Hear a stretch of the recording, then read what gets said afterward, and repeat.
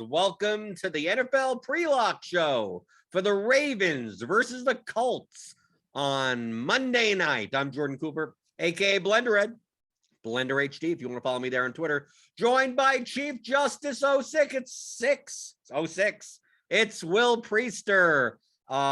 We got Colts Ravens. Maybe not as exciting as last night's game that seemed to last forever because of weather, but. Is it just me, or do you, out of all the showdown slates, don't you kind of like hate the Lamar showdown slates the most? Yeah, I mean, and I think we've talked about this before. Like, Lamar's like the running back and the quarterback of his team, and he is, he's kind of, it feels like he's trying to dial back the rushing attempts here recently, but that's fool's gold. If the pocket collapses, he's so dynamic and he's got so much upside, right? Like he's one of the legitimate, I can score 40 fantasy points on a slate. And it's like you even though quarterback captain isn't optimal, because of his upside, you just have to at least think about it. And that's what makes it so disappointing on Lamar slates. It really does. Well, we got the Colts and the Ravens. The Ravens are a 6.5-point favorite. The total is 49.5. I have scores and odds up here. You could always compare the odds of the props. I know we'll be talking a little bit with Will with that. We got Grind the Line coming out right after this program. It's Dean, it's Grant, it may be SBK. They'll be live betting and entertaining you throughout the entire Monday Night Football game. But if you do want to bet, go to BetMGM. If you go to BetMGM, use the promo code GRINDERSBET. And if you do that and bet $10, you'll win $200 absolutely out of nowhere if your team scores a touchdown. There's also a free square type offer on Prize Picks. So if Lamar rushes for a yard, you get a free $25 if you got any other Indiana versus basically any prop pick that you have in place. So he rushes for a yard. Will, do you think Lamar Jackson's going to rush for at least a yard? I absolutely do. I will say this. If Lamar Jackson did not rush for a yard this game, I'd be shocked. I mean, assuming he's healthy the whole game, right? He could get injured the first play, right? Right. Back. Yeah. Yeah, good caveat. He may have to go to the bathroom. Remember that game where? Yeah, he had to just run. You saw that was a funny one, by the way. But yeah, I mean, Lamar's pretty much guaranteed at least 1 yard rushing. Over at least, I'm going to say at least 2 yards. Oh, rushing. hot take. You're upping that up. We're going up. We're going up. If you guys are out there, I know we're talking, but Monkey Knife Fight had a promo today where they had Lamar over 1.5 passing yards, kind of one of those type deals. So, Prize Picks took the rushing, Monkey Knife Fight took the 1.5 in terms of the passing yards, and then Underdog and Thrive didn't put anything out there. But it doesn't matter. I don't care. Love prop sites. So Maybe I'll get into some of that as we move along. Not right now, but. Well, we got action in the YouTube chat. You could always post your questions in there. We'll pull out some while we talk out our strategies for this slate. And give us those thumbs up buttons. Hit those thumbs. I'll wave my thumbs at you until I get the thummy thumbs. Hit the subscribe button if you're new here. Hit the notification bell. You'll always know when we go live. But obviously, the be-all and end-all of this slate ends with like Lamar Jackson. We got the inactives in. There's nothing of note. Nothing of note from the Colts. The Ravens, everyone's active. I mean, like everyone who's anyone is active. Le'Veon Bell will not be playing, according to what I read. I don't even know if he's on the inactives list. I don't even know if they have to list him. But that means we got like Patrick Ricard is active, Proche is active, Boykin is active, Tylan Wallace is active. We got a lot of pieces. Especially with the Ravens. A lot of like Tyson Williams is active. I don't know what his role is going to be. I'm assuming he's going to step into the Le'Veon Bell role, but really it comes down to play Lamar Jackson or not. If you're trying to be unique, I think Lamar captains are tough. Leave money on the table, but it's hard to avoid. Will, like I built 4 lineups. I'm just playing single entry. 3 of 4 single entry contests. I got Lamar in all 4 of them. I have 2 of them with him and the captain. Those are very small contests though, like 500 people. So I don't mind that. If I was playing large field, I may not have any Lamar captain, or if I leave him in captain, he's leaving 4,000 on the table.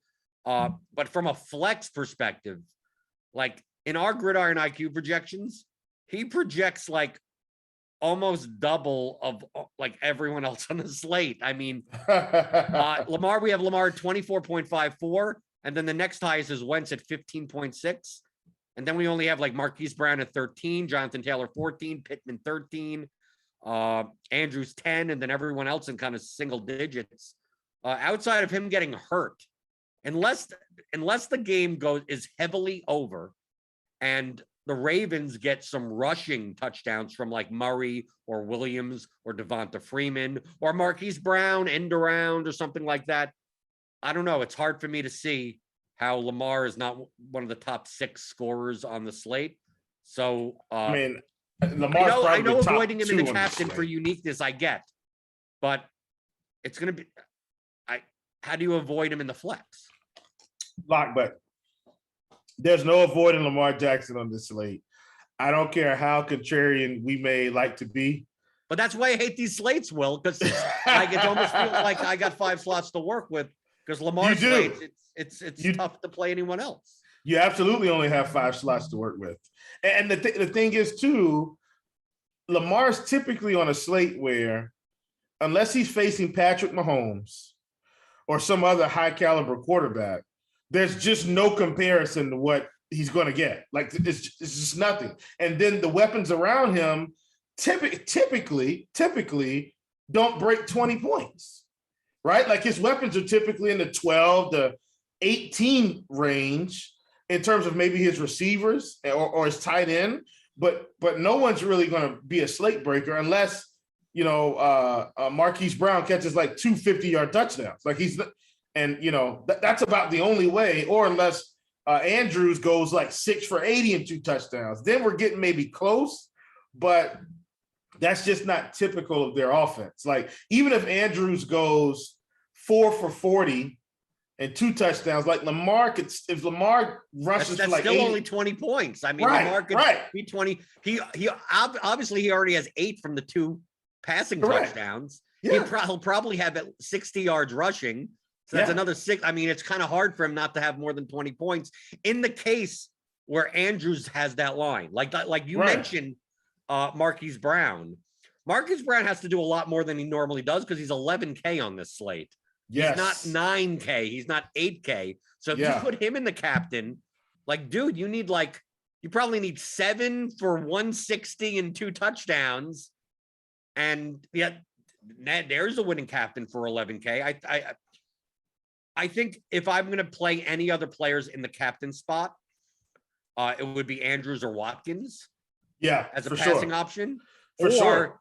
or take a shot on what the running game is going to look like. I know Latavius Murray doesn't look all that appealing at 7,400, but if there's someone that's going to come out of Lamar Jackson's production, it's going to be Murray touchdowns. He's not going to see much in the passing game. No. And I don't think I think with this situation with all these guys active, like I think that Latavius Murray's ownership is going to go down and down because Tyson Williams is 1,200. Devonta Freeman's 400. I mean, Latavius probably gets a bulk of the backfield work, but probably not more than 65% of it. But he may get we may end up with 3 touched goal line carries. He's probably getting the goal line work. I know it's a scary proposition, but like the captains I have in my 4 lineups are Lamar, and remember, that's for small field, Andrews, and Murray. And the Murray one could easily turn out. We look in Tyson Williams has 22 rushes, and oops. I mean, like that could happen. So what do you think? What do you think about the running game for the Ravens with all these guys active? Like, I think if Murray, so I'm just kind of going back to maybe what we've seen, and I think what we've seen is whoever is the primary back, they're probably going to get, in my estimation, this is just ballparking it now, where it's not exact science. My estimation is they'll get 15 carries, roughly. Like if they're like the main guy, right? About 15. And then if they're the secondary guy, I'm thinking they'll get 7 to 9, like touches. And so what you have to hope is if you take Latavius Murray and he's the primary guy, that he has 15 carries for 60, 70 yards, because their run game is pretty good. Like they legitimately do have a good running game, and some of it's scheme. But if he goes off for 60 yards, you're going to need him to have at least 2 touchdowns to even think about having him in the captain because of his price. Like because of his price, he could still be an optimal captain if Lamar only gets, let's say, 23 fantasy points, as an example, because of the price. But I think that's the only way he can get there.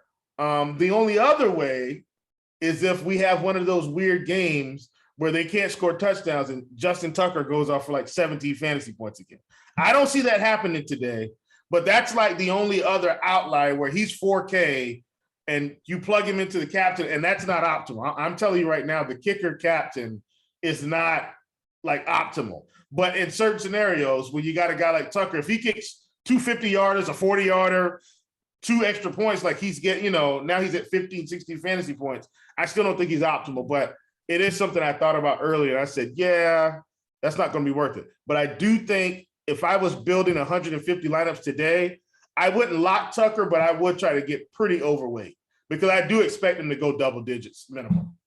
I just want to point out that if you're going to take an attempt on playing Tyson Williams in the captain, he's 1,200. We have him projected as the best punt play on the slate. Yeah. Under the defenses and the kickers. I just want to explain. I do this a lot of slates when it comes to the cheap punt captains. You're not getting sneaky if you're jamming in all of your salary. Okay. So you may think like we have captain projection on Tyson Williams for ownership is 1.76%. Okay. So now if we have a 200,000 person entry contest, which I think that's what the big field is, and we multiply that by 0.0176, that comes out to a little over 3,500 lineups. So you may go, oh, Tyson Williams captain, no one's going to do it. Well, yeah, in comparison to 200,000 entries, only 3,500 of them. But out of the 3,500, if you spend all of your salary, like if I lock them in right here, I'll show you on the screen, right? Lock them into captain, I just optimize, just whatever the best projection is from there. You spend all 50K and you get Lamar, you get Carson Wentz, you get Jonathan Taylor, you get Michael Pittman, and you get Mark Andrews. Look at the ownership of all these guys, and you're spending 50K. Out of those 3,500 lineups, this may be duplicated 500 times. I mean, like, out of all the Tyson Williams lineups, because you're spending all of your salary, most of the people that are going to be using a cheap punt captain are going to just jam in as much as they can. And here you go. Here's the lineup. We can jam in. You're playing pretty much all the expensive players. Jackson, Wentz, Taylor, Pittman, Maybe you take out Wentz and you put in Brown and you go down from Pittman to someone else. Like that combination is probably duplicated 30 times, right? So if you're playing this large field contest, if you're going to play Tyson Williams and the captain and want to avoid duplication much, well, play this lineup, but instead of playing Pittman, play Paris Campbell in that spot, right? You take out Pittman, you put in, we go here, and this still may be duplicated, right?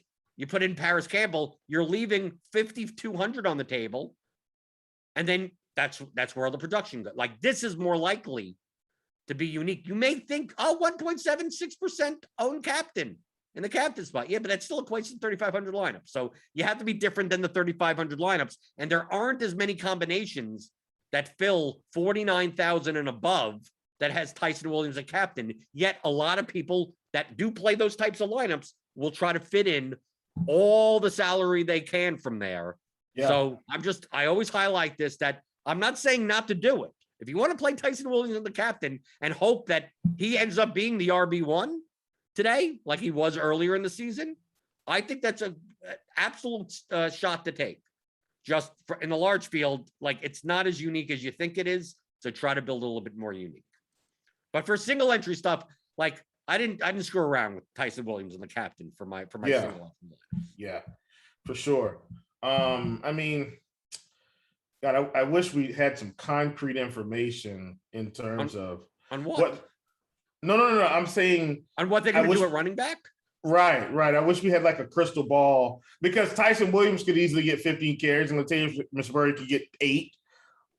You know, my assumption is Latavius Murray is going to be the guy. You know, he had 18 touches last week. For him to just have massive drop off because Tyson Williams is back, I don't see it. So I'm going to proceed as if Latavius Murray is the guy. And I think if you really want to capture most of the production from the Baltimore Ravens, I think you can get away with Lamar, Latavius, and Tyson today. But I think that's definitely viable. I think you can get away with it, especially with only because, like we talked about, Tyson's 1,200, right? That's the reason. Like if he was 4,500, wouldn't do it. But because he's 1,200, I think we can get away with it. And I got news for you, Will. From Jamison Hensley, the ESPN Ravens reporter. He just tweeted out about 4 minutes ago, Ravens running back pecking order in pregame warmups: Latavius Murray, Tyson Williams, and then Devonta Freeman. Okay. Which is great. What I would have expected. Yeah. But it's always good to get some confirmation. It's that nice. Doesn't mean, hey, pregame warmups, does the order matter? I don't know, but at least there's a little bit of Blender, of clarity. Can I ask you a question? And I'm not saying this to be insulting to anybody. Can we just go ahead and get FanDuel out of the way because it's so like different or less fun? On the Lamar slates. Okay. Yeah. Okay. Let's just get it out of the way. Okay, we're gonna DraftKings. What happened to DraftKings? We're not gonna worry about DraftKings for about 2 minutes. Yeah. FanDuel. Obviously, everyone is gonna play Lamar in the MVP spot, and you probably should. Like, I don't even think you should. And the large field stuff, it would be much better to try to get. On FanDuel, I don't know how you get away from playing Lamar in your lineup at all. I mean, like, no, you have 5 slots and one. But to me, on FanDuel, you put Lamar in your flex, and you play anyone. Play Carson Wentz, if anything. I mean, you don't get penalized for the multiplier. So, like, most likely you're playing like a real player in that spot. So, I mean, isn't that the FanDuel? What more can we talk about for FanDuel? Not much. I was trying to look. I mean, even on FanDuel, Tyson Williams is 10K. So, I mean, I'd absolutely, in my opinion, I'd probably play one of the kickers over him, right? Because it's not worth it. I'd play Sammy Watkins over him at 7,500. Maybe not Paris Campbell, but I do think at some point Paris Campbell's going to have one of these 40-yard touchdown passes, 3 catches for 60 yards of touchdown, and he's going to be more optimal. So, yeah. Why don't we talk about the Colts? Why don't we talk about the Colts then? Is it just me? Okay, because obviously we had Carson Wentz, quarterback, Jonathan Taylor, Nyheim Hines. Okay. Yeah. What's the deal? What's the deal with Zach Pascal being 8,200 and Mo Ali Cox being 5,000? I'm not sure. I mean, you could say the same thing with Devin Duvernay at 4,800. Like why? Like Devin Duvernay is like on the field like 17% of the time and returns kicks. Like Yeah. obviously their ownership is going to be down because of these prices, but like to me, there's no reason to play Pascal at 8,200. I mean, other than ownership in comparison to Pittman. And the same thing for Mo Ali Cox versus Jack Doyle. Like Jack Doyle's back. Like Mo Ali Cox is typically, even when Doyle was out, wasn't playing like that predominant amount of snaps. He's been running hot on touchdown variants in the end zone. Right. But obviously, I'm going to say the point of Mo Ali Cox and Zach Pascal are overpriced, but that also means they're going to be probably lower owned. So from a projection standpoint, they don't stand out as the greatest of plays, but Pascal's had 2 touchdowns in a game before, right? Mo Ali Cox has had 2 touchdowns in a game before, and on a showdown slate, if there's only going to be like 4 or 5 touchdowns scored, if you have a guy that has 2 of them, it's probably going to be optimal. Yeah, for sure. I mean, just especially at those prices, but and look, that would be one of those. Well, I got lucky here, especially if you're building like limited lineups like we are today. Like we're not scripting, right? So it's not like we won't play them. It's just they didn't fit in my line, in my 4 lineups in my single entry. They did not make it. Yeah, absolutely. Same here. What do you think about the running game for the Colts? I think a lot of people seeing a 6.5 point dog are going to be more inclined to play Nyheim Hines, thinking that the Colts will be behind. But who says that has to be the game script? Why can't we play lineups with Jonathan Taylor and just think that Jonathan Taylor has 100 yards and 2 touchdowns in this game? Yeah, he absolutely could. He's definitely a guy that I like in the game, and just in terms of prop play, I like him there as well. But Taylor's had enough volume, right? 17 carries, 15, 10, 16. So he's getting volume, and he's had I guess he had 7 targets week 1, which was an anomaly, 1 target week 2, but then 3 targets the past 2 games. So he's going to get some looks in the passing game, and he's going to get the bulk of the carries. I mean, and if they get around the goal line, I definitely think they're going to give him the opportunity. And I'm so glad I brought that up. That is something I wanted to I meant to look at, just how many high value opportunities he had around the goal line. So please forgive me, folks, in terms of. No, he's one of the NFL's leader. I mean, he has. I think he has one of the most amount of goal line touches with the least amount of touchdowns for them. Right. So at some point, we talk about variance, right? At some point, the variance has got to catch up. If he keeps getting these opportunities, then it's going to come. And I do want to give him, carries inside the 5, 7. 7 carries inside the 5 in the past couple of weeks, which is basically saying, hey, we want to get this guy the ball if we get inside if we get it anywhere inside near the goal line.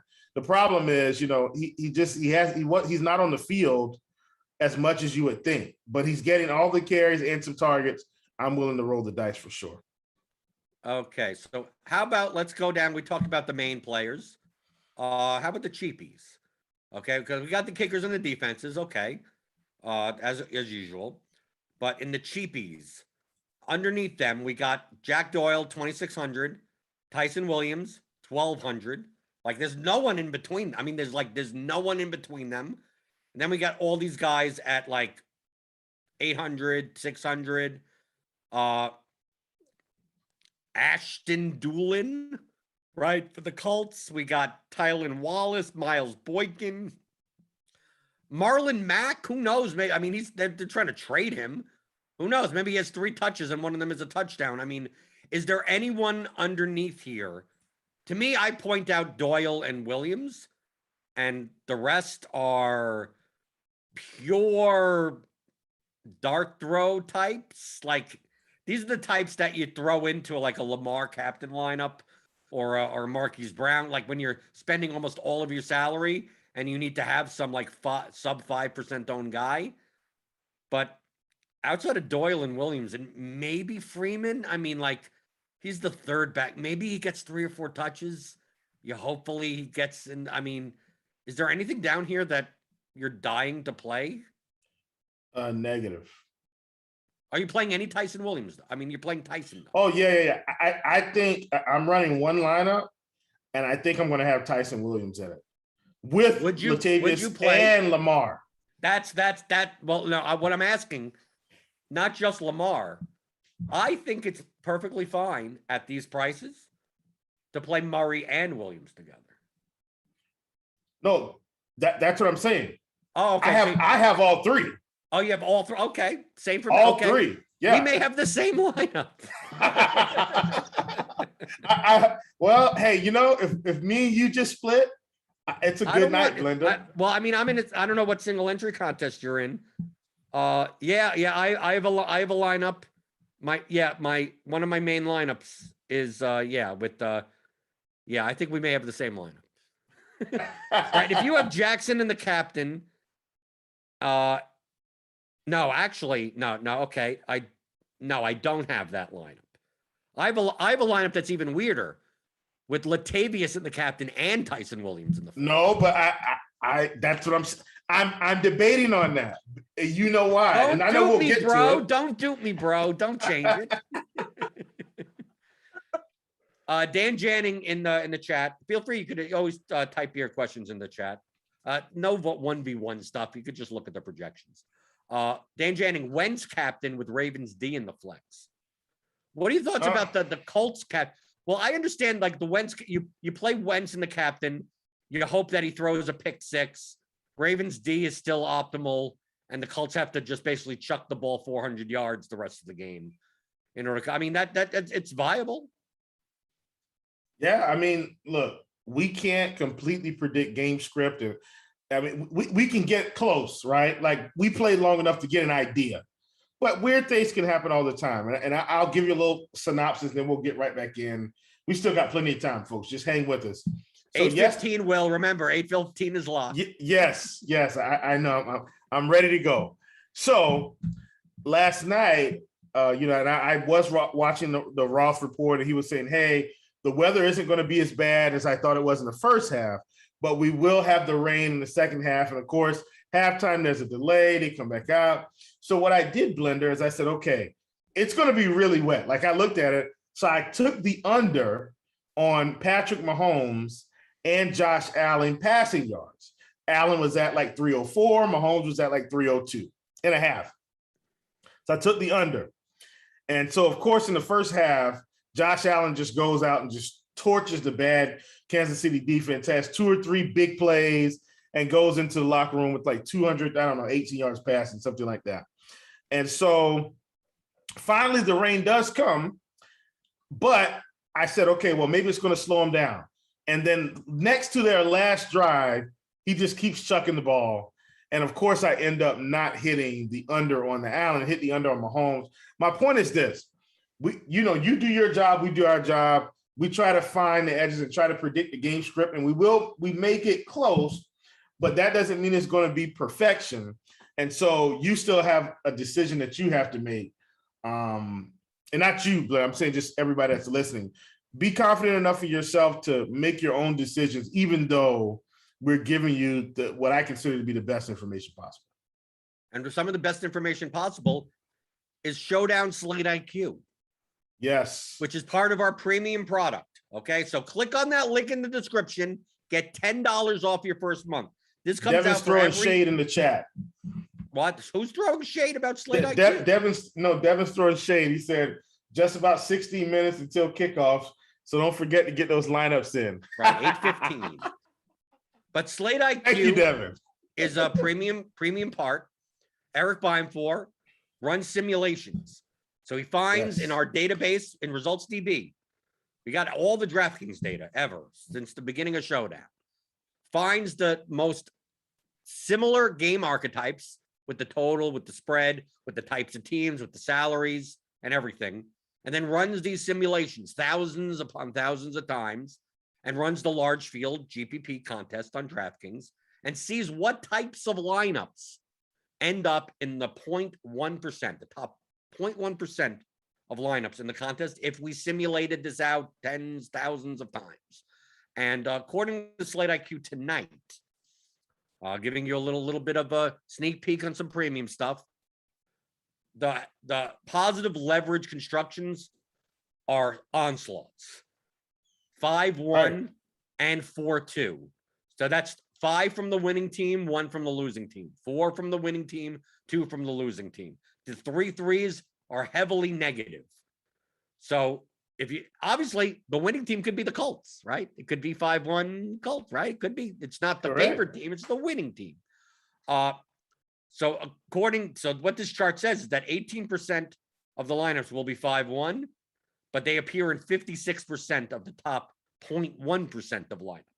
So like my builds are all like this: 5-1. My 4 lineups, I think I have 2 5-1s and 2 4-2s I'm playing. And then if you look down, we could also look at the captain usage. The positive leverage captain usage on the slate is RB1 by a lot. So that would be Latavius Murray or Jonathan Taylor. Quarterback 1, it's about even. 19% owned, 19% in the top 0.1%. So that would be Lamar Jackson, Carson Wentz. Wide receiver 1 is a little bit negative leverage. DST is a little bit positive leverage. Wide receivers 2 is a little bit negative leverage. Tight end 1 is a little bit positive leverage. So you can take a look on the chart and go, what do the top 1.1% of lineups look like if you simulated this game out? So I'm more likely to build these types of lineups. So all my 4 lineups go along with this because look, I got 2 Lamar quarterback lineups. I got a tight end, Mark Andrews, captain lineup, and I got a Latavius Murray captain lineup, and they're either 5-1 or 4-2. Does it mean it has to happen that way? Well, look, 10% of the time it's a 3-3. 1% of the time it's a 2-4, right? Look at the captain. Wide receiver 3 still happens in the top 1.1%, 2% of the time. It could be Sammy Watkins. Oh, okay. Right? It doesn't happen in our simulations a little bit more often. So Will, you're only playing 1 lineup. Does your lineup adhere to our wonderful premium Showdown Slate IQ? It would be really weird if you said no. For the most part. I am on 5-1. The only thing I settled in on was I've been teeter-tottering and going back and forth with how unique I need to get. Do I need to play Latavius Murray or do I need to play Lamar Jackson and captain? Like that's kind of just been my big decision. And so what I actually sat down and thought about just now was, and I tweet this at Eric from time to time throughout Showdown slates. I'll just say Slate IQ, don't fail me today.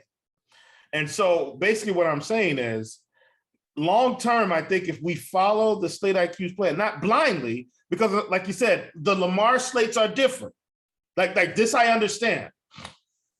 But you know what I have in my mind as we started just talking again? I just had Latavius Murray over 100 yards and 2 touchdowns. And if that happens, I'm telling you right now, he's probably optimal captain. Like and if that's the case, Lamar probably would have passed for at least 2 to 3 touchdowns, or probably at least 1. Maybe he has some pass. I'm trying to see. This is where it gets tricky. Trying to piece the puzzle what together. You're trying to figure out is that if Latavius Murray goes for 102, it's possible that at 12.6K, Lamar doesn't end up being a optimal flex play. Right. And if that's the case, which is I feel like it's very unlikely, do I need Carson Wentz? Because they're really having to push this ball.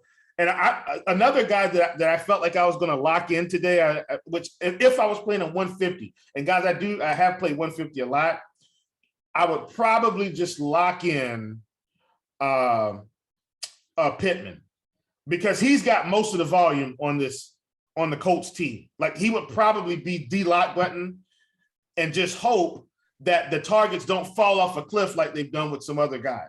I don't think that's happening, but I think that's something I would do, especially if they have to keep pushing the ball down the field as the game goes along. Like if they're down 14 points in the third quarter, eventually they're going to have to pass, right? If they go down 17 points, okay, now they really got to get going. It's like, hey, we got to get going here. And maybe they get some quick scores and try to catch up because time is against them at some point. So that's kind of what I'm thinking about in my Latavius Murray lineup, because if he goes over 100, Lamar can still have 50 yards rushing, but he may not have any rushing touchdowns. And if he doesn't, we're getting semi-close, I think, semi-close to maybe not needing him at all. But I just don't think it's wise to fade Lamar. That's really what's going on internally. Well, if we look at the rushing yards prop for Latavius Murray on BetMGM, it's 48.5. And if we look at the touchdown prop for Latavius Murray, it's plus 130. So if you want to play Latavius Murray in your captain spot and hope for something way more than that so be it. But maybe a better profitable way is to just, you bet on the over 4. I mean, to me, if we took a look at the rushing props, 48.5 for Latavius Murray, 66.5 for Lamar Jackson, and Tyson Williams is 27.5. Now, I bring up the 27.5 for Tyson Williams. He's 1,200. He's one of the cheapest players on the slate. So if you're like, well, I can't play Latavius Murray and Tyson Williams together. Dude, if Tyson Williams just gets 30 yards rushing and nothing else, like 3 points for a $1,200 player in a lineup that you spend like almost all of your salary, that could be the optimal lineup at that. As long as no one underneath them scores more, we don't get a Josh Oliver touchdown, type of thing. Yeah. Like, and who knows? Maybe maybe Tyson Williams has one of the touchdowns. I mean, yeah. I don't want to. I mean, I think people understand how Tyson Williams at 1,200 is probably the best value play, punt value play on the slate. But the difference between the prop, I mean, dude, the only difference between the props is 20 yards. And Latavius Murray is $6,200 more expensive on DraftKings. So, I mean, there's the value. But I also think that will lower Murray's ownership. So Yeah. I think people are going to be more scared to play him. And the same thing goes for Jonathan Taylor at 9,800. If you're going to play one, let's say you play a 5-1 lineup, most likely you're playing Wentz as your one, right? You just play the quarterback. I'm playing Pittman, actually. Yeah, right. That's what I'm doing. Or you play Pittman. But most people are not going to. The one in an onslaught is unlikely to be Taylor. Now you'll have some, but I mean, it's out of those 3 top tier, I think number 1 is Wentz.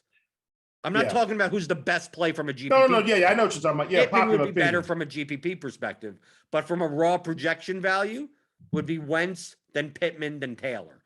So I think it would be interesting because you would look at that onslaught 5-1 and go, this doesn't make any sense. Jonathan Taylor, typically, when he does well, the Colts are up. And it's like, well, who says that 5-1 lineup is like, maybe the Colts get out. Maybe Jonathan Taylor goes for 2 long touchdowns, has 120 and 2 touchdowns before the first half is done.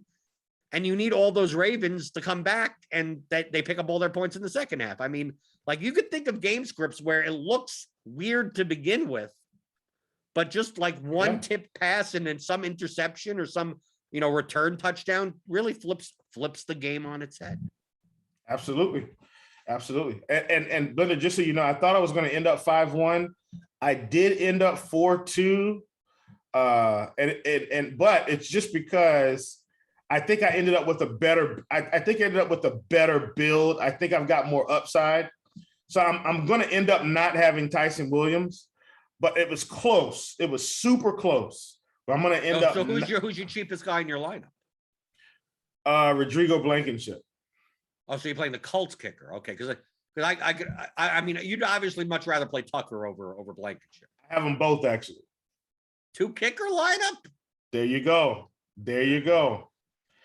Because here's the thing, Blender. Here's the thing. The Colts aren't going to score a touchdown every drive. Well, wow. What a statement. What a take.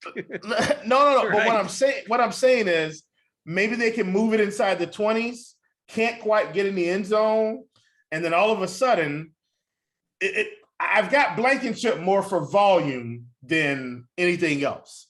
I've got Tucker because I understand that he's got the leg strength. If they get past the 50, like, he's starting to get close, right?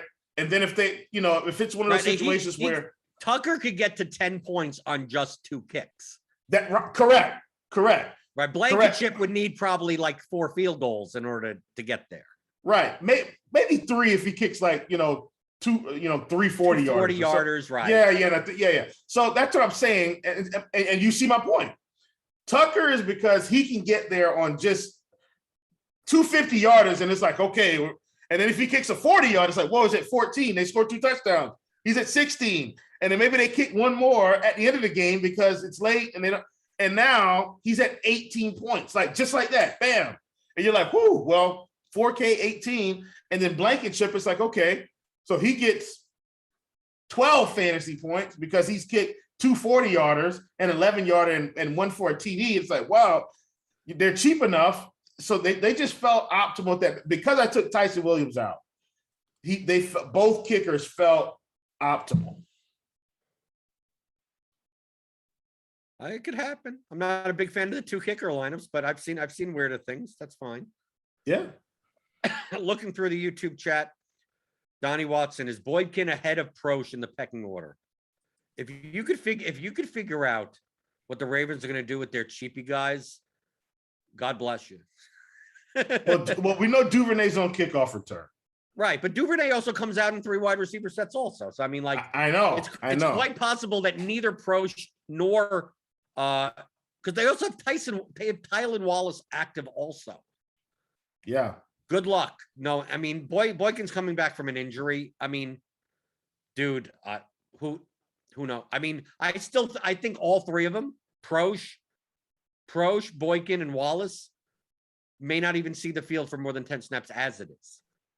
Yeah. Like between, I mean, I'd almost rather take a shot if 2 of them were inactive. And then you go, okay, play the one cheap one that's left as like the 4th wide receiver. But yeah, if you had, I mean, these are all, even if you knew who's going to get slightly more snaps than the other one, they would still need to kind of get there on 1 touch, right? The Zay Jones effect, right? Big 40-yard touchdown overtime to help win it, and they end up with 11, 12 points. TJ Bird says, I take Boykin just because he's massive. I get it. Can you play Taylor and Hines in the same lineup? I think you can. Why not? Yeah. I mean, because, what if Hines is kind of the guy where they're kind of moving it down the field late and they bring in Taylor, the muscle to kind of punch it in the end zone twice or something like that, So Hines picks up all these catches and 30, 40 yards on a drive. Let's say he catches 3 catches for 30 yards on 2 separate drives, I mean, and then not Williams, Jesus, Taylor comes in for the punch-ins. It absolutely could work. If I will say this, if I'm running both running backs in a lineup, I'm absolutely not going to play Carson Wentz in this particular build. No, I would agree with you on that. And Hines is cheap enough. He's 5,600. The guys below Hines are Mo Alley Cox and Duvernay, who I believe are overpriced. You got the defenses and the kickers. You got Paris Campbell. You got Jack Doyle. You got Tyson Williams. And then you got all the cheapies. Yeah. So like in comparison, it's like if Nyheim Hines gives you 8 or 9 points, that could still be optimal. I mean, you go 4 for 40 and that's it. And Jonathan Taylor has 102. Okay. Yeah. I mean, it's not like it's a showdown slate. If we were playing a 12-game classic slate, obviously you don't play them together. I mean, you probably shouldn't play them together. Yeah. You have other options. Yeah. Here we have this game. It's a 46.5 total. Maybe this game ends 17-9, right? Yeah. 3, right? And it's like, oh, well, Taylor doesn't have a touchdown and Hines doesn't have a touchdown, but it's like, dude, there's only 2 touchdowns that were scored in the game, right? Wills, Tucker, Blankenship lineup. Lamar rushes in, and the two Ravens touchdowns are Lamar rushing touchdowns. Yeah. So Nyheim Hines with this, Jonathan Taylor has 12 points on volume. Nyheim Hines has 8 points on volume, and maybe they're 2 of the higher score. Maybe that's perfectly fine. The thing is, I need both of these teams to air it out a little bit though, because I took the over on the passing props for these guys, for Lamar and Wentz. I mean, they were, look, man, they were both in like the 220s. It just, I think we're going to be fine. I think we're going to be fine. I got Wentz at 224.5 and Lamar at like 228.5 maybe. But they've been throwing the ball.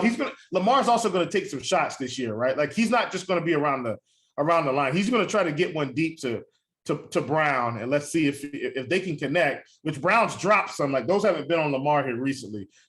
Brown's just dropped them like right in the face. Oh, just terrible. But anyway, you got good closing line value, Will. The props on BetMGM for passing yards for Lamar is 238.5. Yeah. And on Wentz, it's 230.5. Yeah. I saw him moving up. I got him like way early this morning. And, I figured they're a little bit too low. But I actually took Wentz a couple different times. I got him earlier, like 224 and 225. And then I got him at like 227 was the last time I got him. And I haven't put any more in clearly because, I was done. But, yeah, I caught him a fair amount of times. Right. And if we want to talk about props, you should watch Grind the Line. That's coming up right now. Right. Yeah. It's going to be, SBK is he showed up this week. Oh, there we see him there. First time for everything. My man, Grant's SBK. here. Devin's going to bring everyone in, I believe. What's going on, y'all? It's Grind the Line. How did the show go? How did the show go, boys? What is your hottest take as far as the game tonight? Will had a very hot take in the beginning of the show. Yes, He Lamar's said going to rush for. Go ahead. No, not that one. He said that the Colts will not score a touchdown on every drive. Oh, correct. The Colts will right. win. That's bold. It was a kick. It was a kicker take. It wasn't really a football. It was a Rodrigo Blankenship take. Blender, you got anything for the road before you hand it off to us? I know you want to go hit the couch and watch the Colts are the most exciting team in all of football. All I have to ask you, Dean, is are you glad that you didn't have to do this show last night and have to go through a 90-minute brain delay and fill all that time? Me and Grant would still be arguing about Derek Carr being a top 11 quarterback, which Grant, that really looks great. Even that a week ago, that take is old takes exposed. Just so it's better than the take that he's a bottom 4 NFL quarterback. Whatever, man. He's not top 11. It's an egregious thing to say. It's not that egregious. You're an idiot. Completely egregious. This is Grind the Line. SBK is back with us. Chief, Dean, you can hang out as long as you'd like. Who has a better record, the Chiefs and of course, or the Raiders? Yeah, because records. But Tim Tebow is the greatest quarterback all time. You want to point to records. Devin Duvernay catches the first pass of the game, by the way. Who? Oh, boy. Shaking in my boots. You said Duvernay out of the backfield? Duvernay. Yeah. All right. Didn't see that. How about that? So, at any rate, if anybody wants any info on Prize Picks, I am going to get out of here because I got to record my my food for thought pod.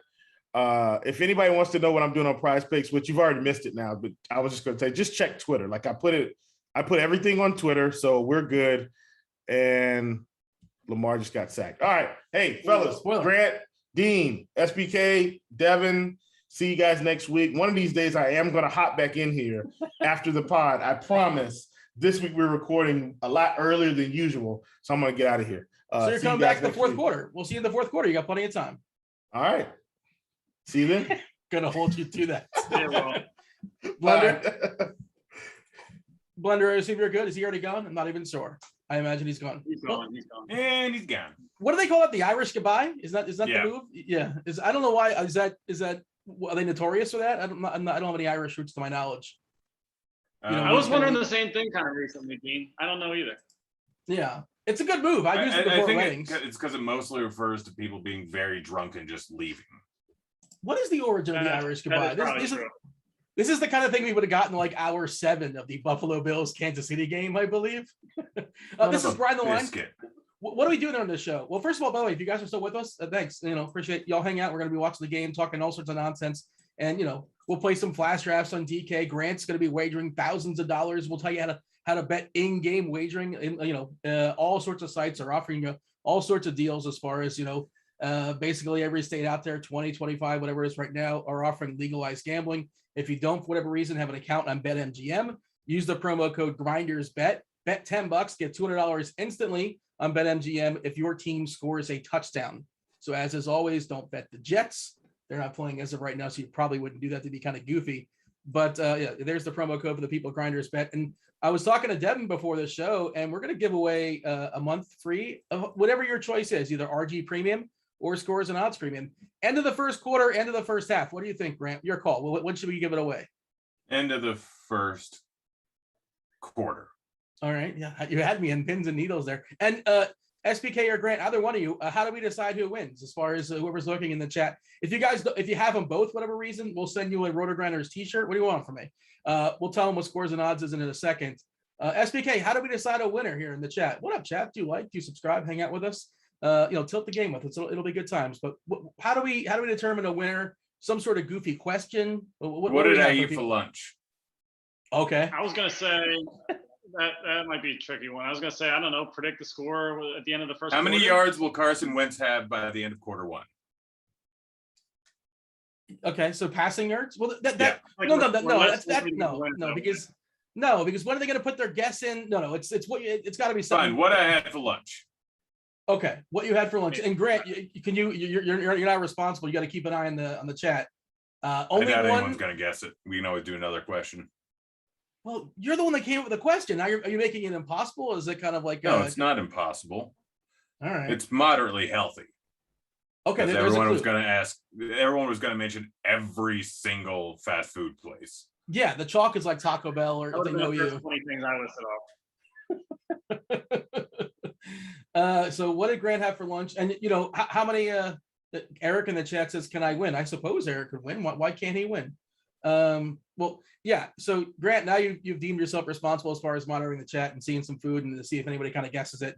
And if nobody guesses the end of the first quarter, maybe we'll change the question and we'll do some at the halftime or something like that. Oh, woof!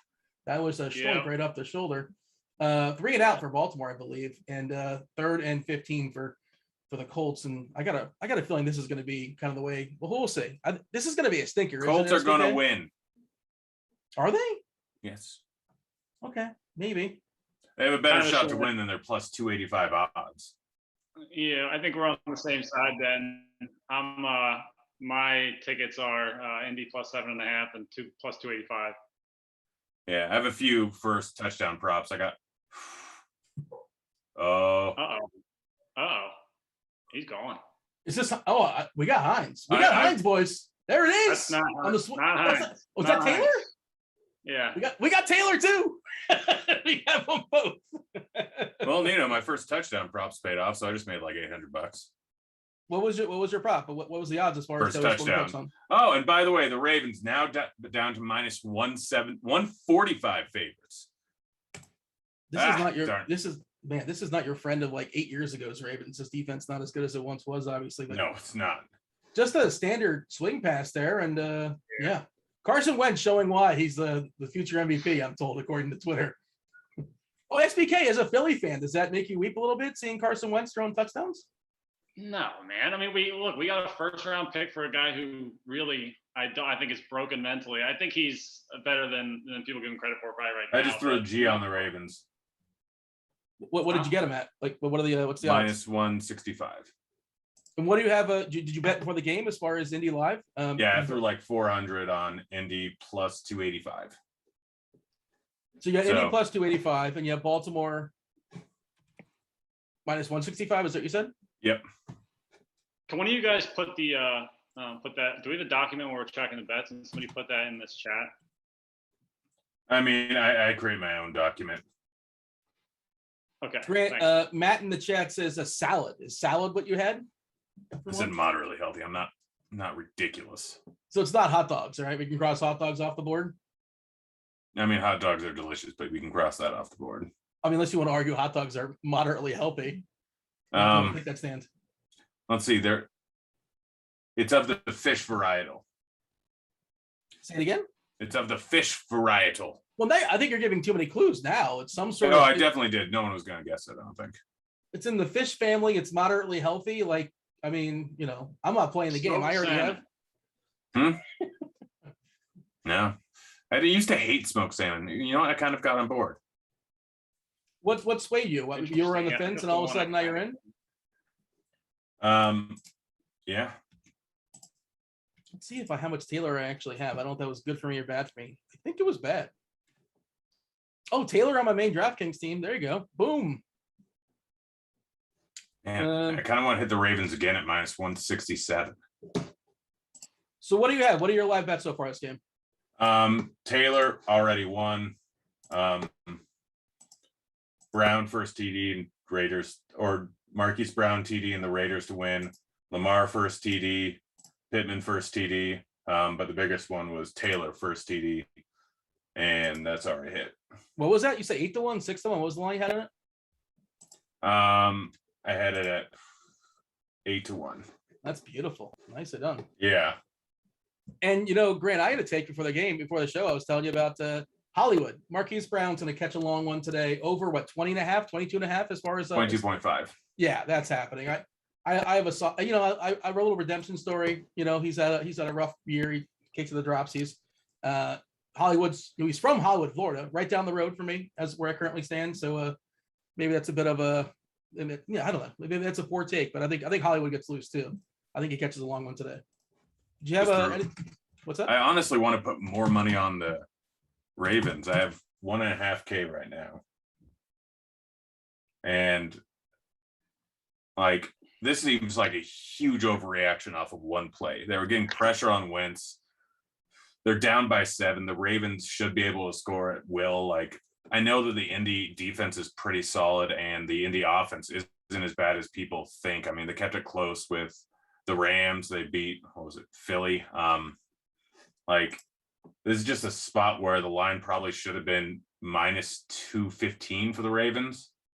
And realistically, like, I'm not paying attention to one play where Taylor broke off a big run. They're probably going to stay on the ground now since they have a 7-point lead, and they're going to try and keep it off Carson Wentz's hands, which means that Baltimore's probably going to catch up and this game's going to stay closer. Now the line's at minus 162. All right. So they're asking in chat. Yeah, feel free to ask any sort of gambling questions. This is what Grant does all day long. Keach, I presume you're doing this a ton as well, too. You're in a legalized state in Tennessee. Andrews just caught like a 5-yard pass or something like that. Feel free to ask whatever sort of gambling questions, any sort of nonsense questions. We're here for the next 3 hours or so, hanging out, watching the Monday Night Football game right along with you guys. Mute who's doing the national game that's Monday Night Football these days. I don't even know. I'm not sure who the team happens to be. I think Booger is out, to my knowledge. No. Let's see. I think he's out, or at least I think the Booger Mobile is no longer a thing. I think he's like a sideline guy. Not really sure. He's still doing What do something. you think of Steve Levy? He's fine as far as the anchor. I can't stand it. Cannot stand it. He's probably my least favorite, like, of any of the people that do the like primetime games. I hate the voice is soft. I don't have like a hot take on it. Like I don't like love him. I think he's professionally fine, but like I don't know. He doesn't bother me. I think he's okay. What is it about Steve Levy that doesn't do it for you? I don't know. I just feel like he doesn't belong. Like, I guess it's been a few years, I think, since maybe 2 or 3 years since he's been doing Monday Night Football. But I don't know. He just doesn't feel like a football voice. I don't know. It's kind of weird. Who's your favorite? Who do you like? That's probably an unpopular take, but I do like Joe Buck a lot. It's a weird thing. I don't know why everybody hates Joe Buck. At worst, he's perfectly fine. Like there's some nepotism there. Maybe people don't like. I suppose I can kind of sort of get that to some degree.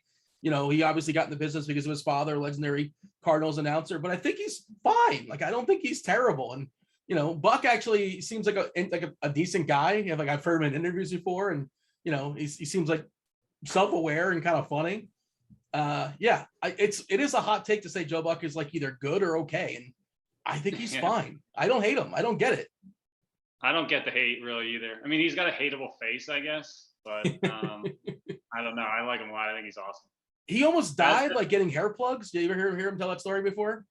No. I think he had an issue with because he was super obsessed with like his looks or whatever. He wrote a book, and I heard him talking about some of the things there in that book, and I think it was Stern where I heard an interview with him on Howard Stern. It was pretty funny. And then in the chat they're saying Tony Romo's awesome. Yeah, he's an excellent announcer.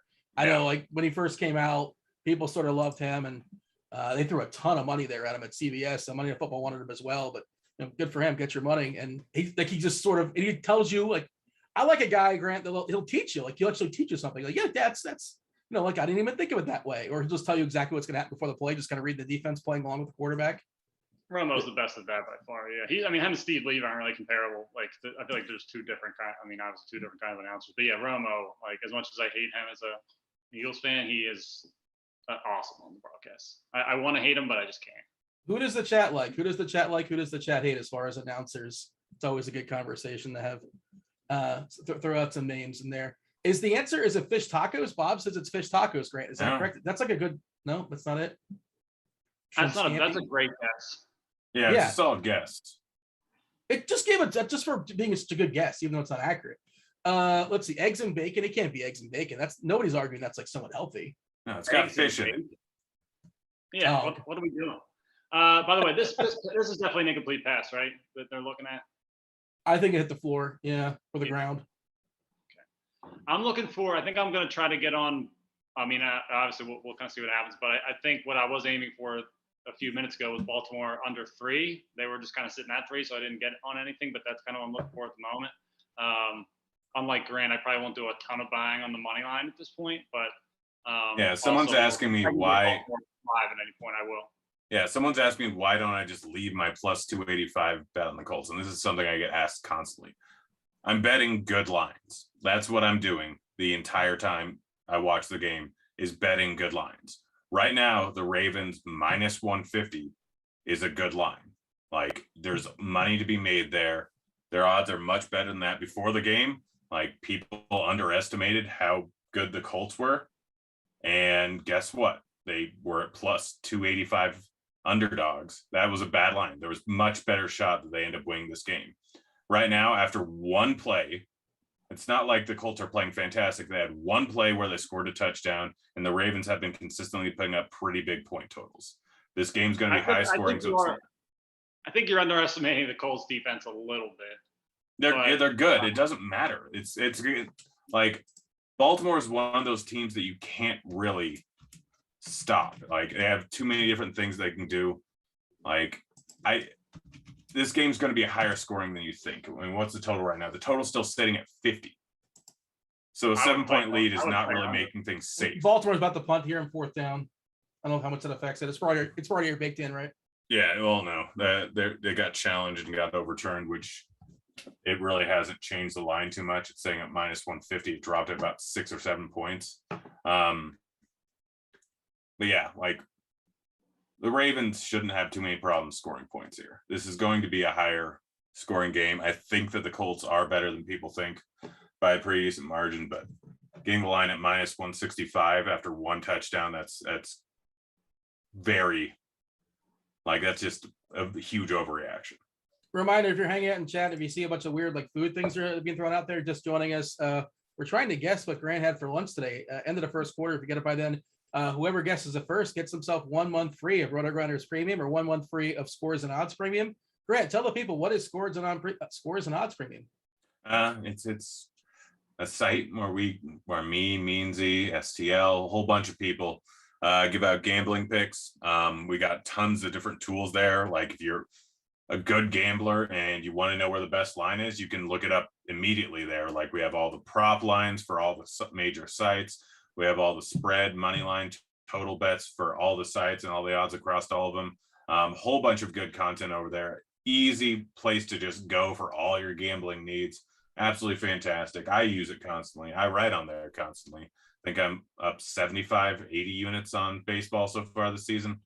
RA 1-0 today. So if you would have signed up this morning, bet on whatever I bet, you could have paid off your entire year. What'd you win today? Ian Anderson over 3.5 strikeouts. What did he end up with? I didn't watch that game. Like 7. Oh, all right. No sweat at all. I'm assuming Atlanta won? Yeah, Atlanta won 3-0. And the Red Sox, I think, are winning right now. Yeah, they're thrashing. They got to him early. Tampa was down like 5-0 or something like that in the second inning. I saw, give or take. It was ugly. I'm rooting for Tampa. That's like my favorite team to root for here, and it's not looking good. Yeah, I love it. What's up? I have a childhood friend, Joey Wendell, plays third base second base. Oh yeah, Joey Wendell's. Did you go to like his 5th grade birthday party, or how close were you guys? Our birthdays were actually one day apart. I think we had our 16th or our 17th birthday parties. Like we played baseball together growing up. I think we like always kind of had parties like within our kind of team. At like, we did like different cool stuff.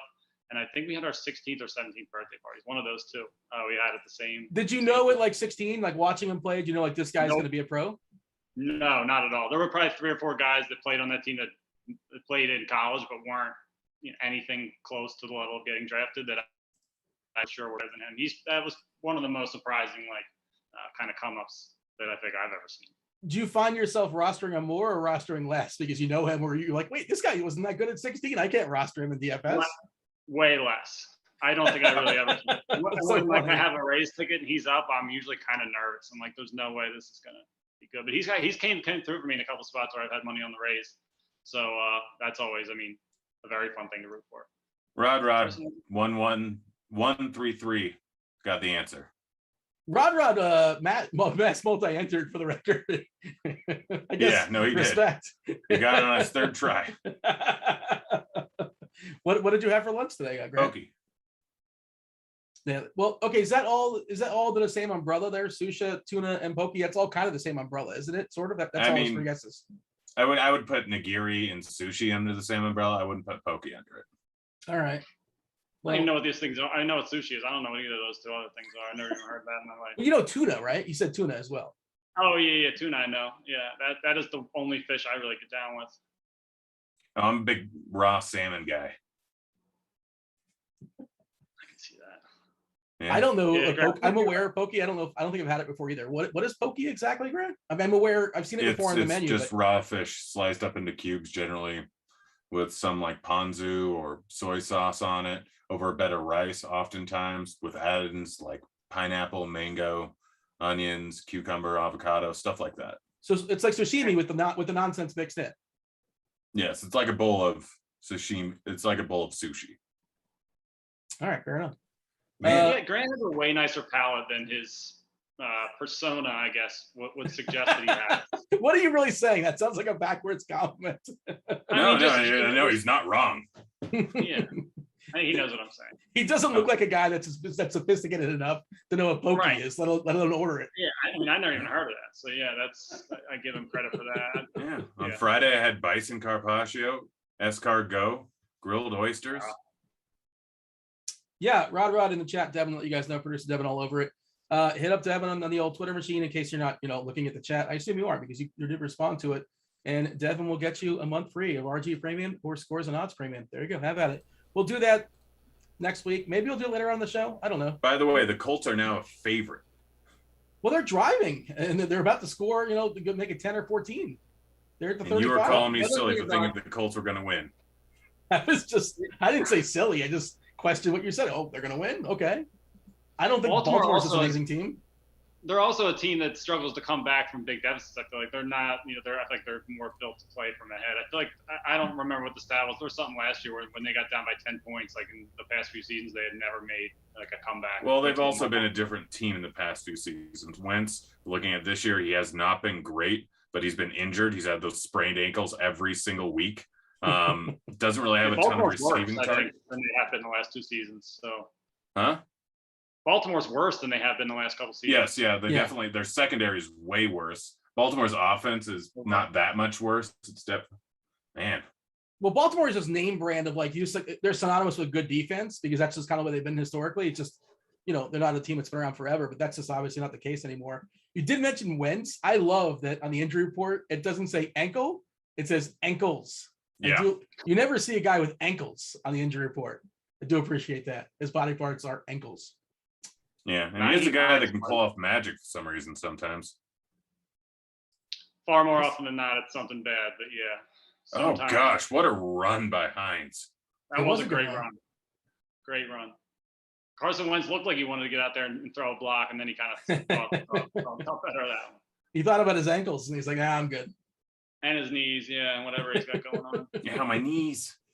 His broken ego. Hey, man, he made a professional decision. Understood. Yeah. I do think that, he's also just like each week, they have, it's the biggest coach speak bullshit of all time, but I feel like I heard a couple of times, this is his best week of practice coming out of this week. Like he finally started to gel now. I feel like that's obviously bullshit. Yeah, he also missed the entire preseason. Yeah. So I think there's kind of something to that where he's like kind of starting to gel there now a little bit. Just going back, I assume? Yeah. Yeah. We're going to get, 1st and 20 or something. Yeah. Pass interference. Yeah. Everyone's saying that Wentz is terrible. He could be, but I can't definitively say that. Michael It's not that Pittman. he's terrible. It's just there's a lot of guys that are better than him. I guess that's another way of saying it. I mean, he has potential to actually be decent. I'm guessing a big play is coming here. Is he better or worse than number 11 quarterback Derek Carr? That's the question. He's slightly worse. He's mediocre right now. Are we gonna try and fit in I'd say that's accurate. Yeah. fit in a flash trap before the second? Oh quarter? yeah, I'll there do you a go, flash Devin. draft. Let's do a flash draft. How much time we got, Devin? Not sure. Haven't pulled it All up right. yet. Be prepared. Jeez. We got 5 minutes. Roasted. Oh, geez, I can't sit and stare at my phone for 5 minutes. Well, Can't Devin, do just that. let it get in there now, and Yep, I'll let you Devin, know. let us know. Well, I'll close it and like I'll open it back up and it'll say you missed a pick or something like that, and it'll be a whole thing. This is not Devin will tell us, Dean. He'll tell us he'll give us a 30-second reminder, and then you can look, and then I will say we're drafting. There you go. All right, so I should get in this now then.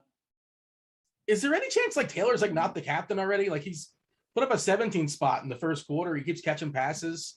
He's the optimal captain. Like I suppose he can get beat, obviously, but And there's the sack. There's the fumble. oh, there it Carson is. special. Yeah. Move Wentz down in the rankings. Oh gosh. Get your betting, Grant. Hurry up. See how the numbers are changing. Darn it. Oh. Caesar still had it minus 105. Man, I was a half second too late.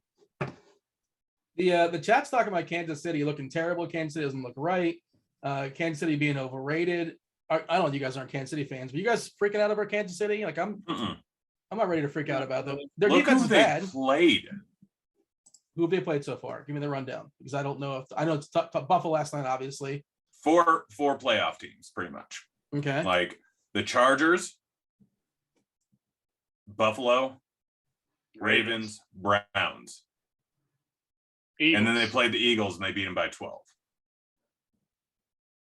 Yeah. I mean, and they also had some injuries. CEH got hurt. This is, after last night, I saw Hill was dinged. Kelsey took a stinger. One of their offensive linemen, got hit pretty hard as well too, that can be an issue. But I'm not ready to freak out. Just like they have nobody that can beat cover 2. Like they just Josh Gordon. Well, yeah. We'll see. Yeah, but literally they've had the toughest schedule so far this season. Yes, their defense does not look great, but it's not going to look great up against some of the best offenses in the league. It's bad. It's not as bad as people think.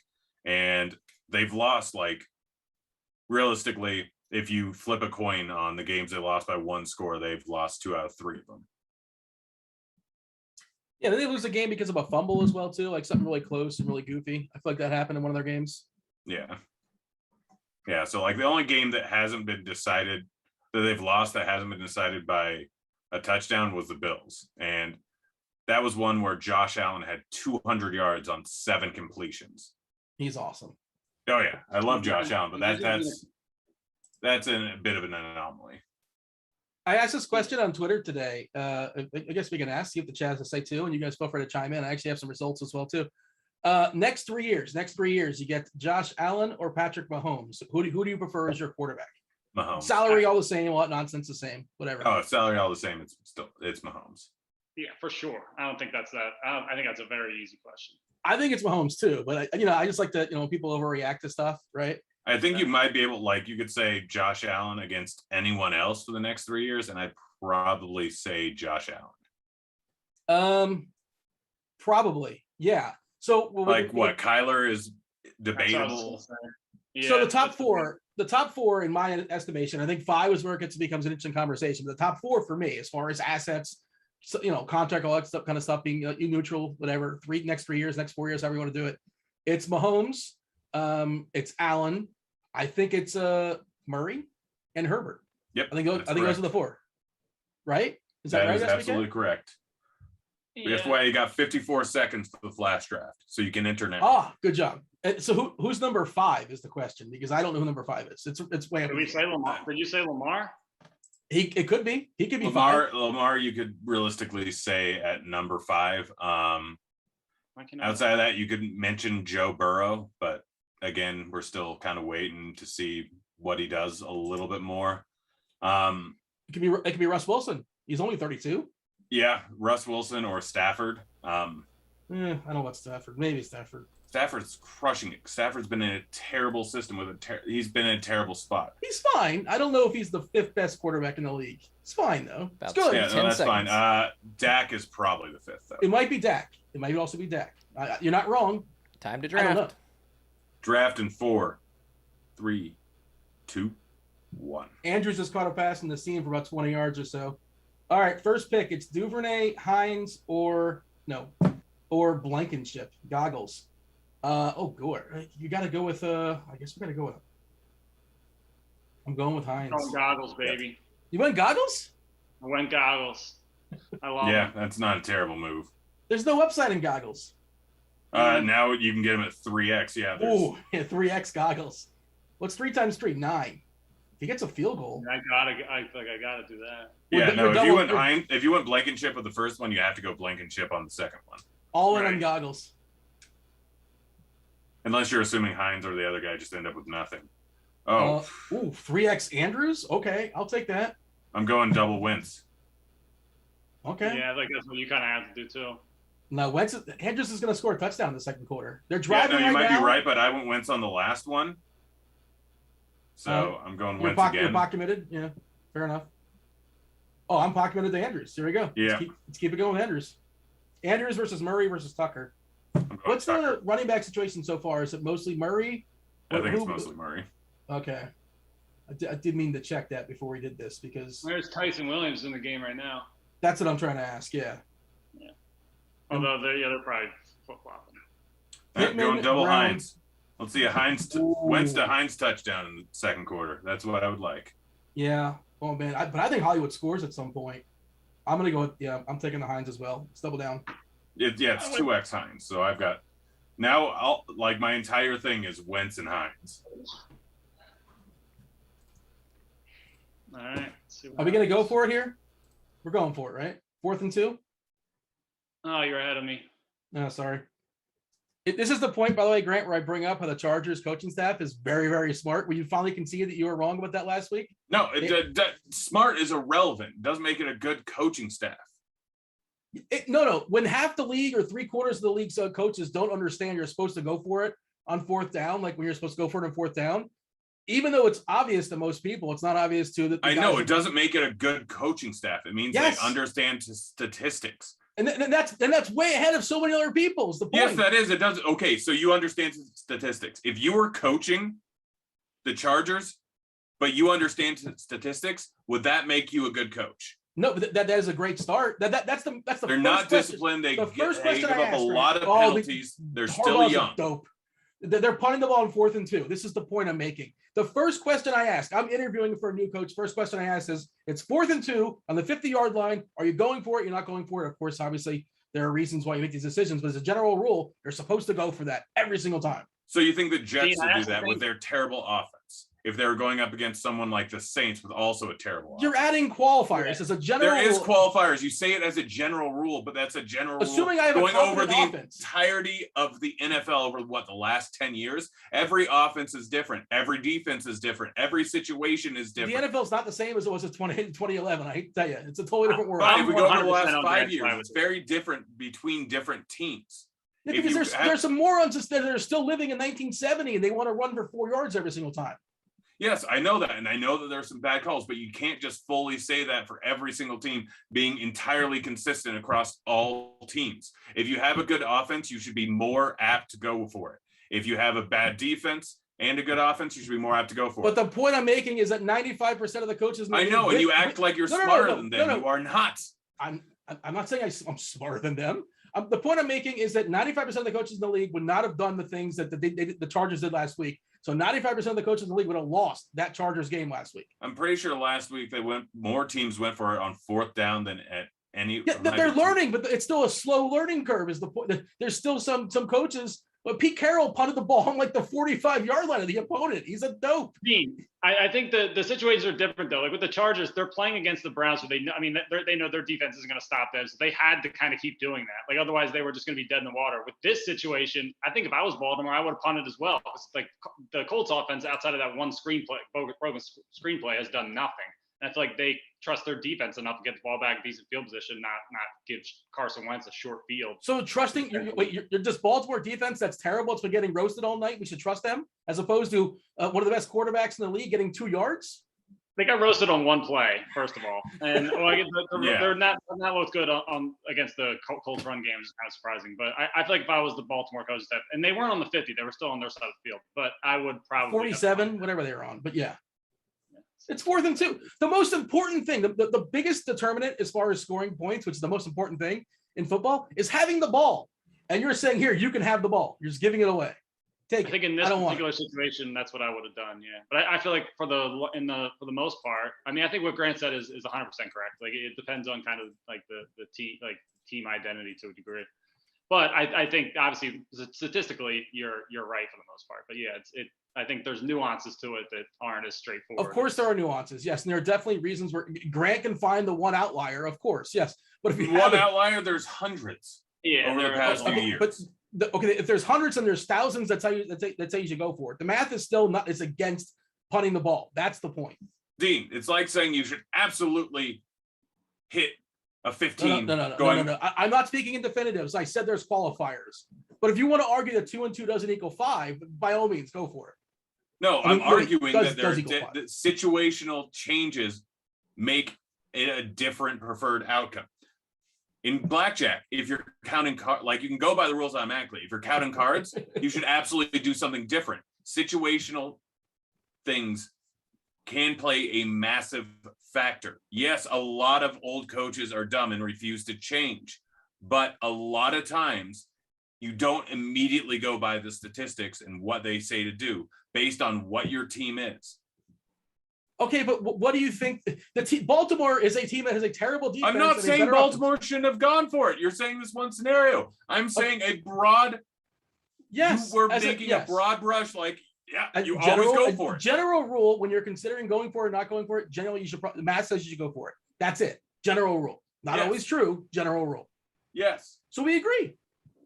That's not what you originally said. You said, "Oh, that's just dumb going for it." I said in a vacuum, you should rarely say always. You should rarely say never because you always find exceptions. Wait, I just said it right there. But you know what I'm saying. Did we just become best friends? Yeah. Oh, Grant. But when is our terrible reality show going to start, Grant? It'll just be, imagine having to edit the two of us to arguing with each other for hours upon hours. That would be miserable.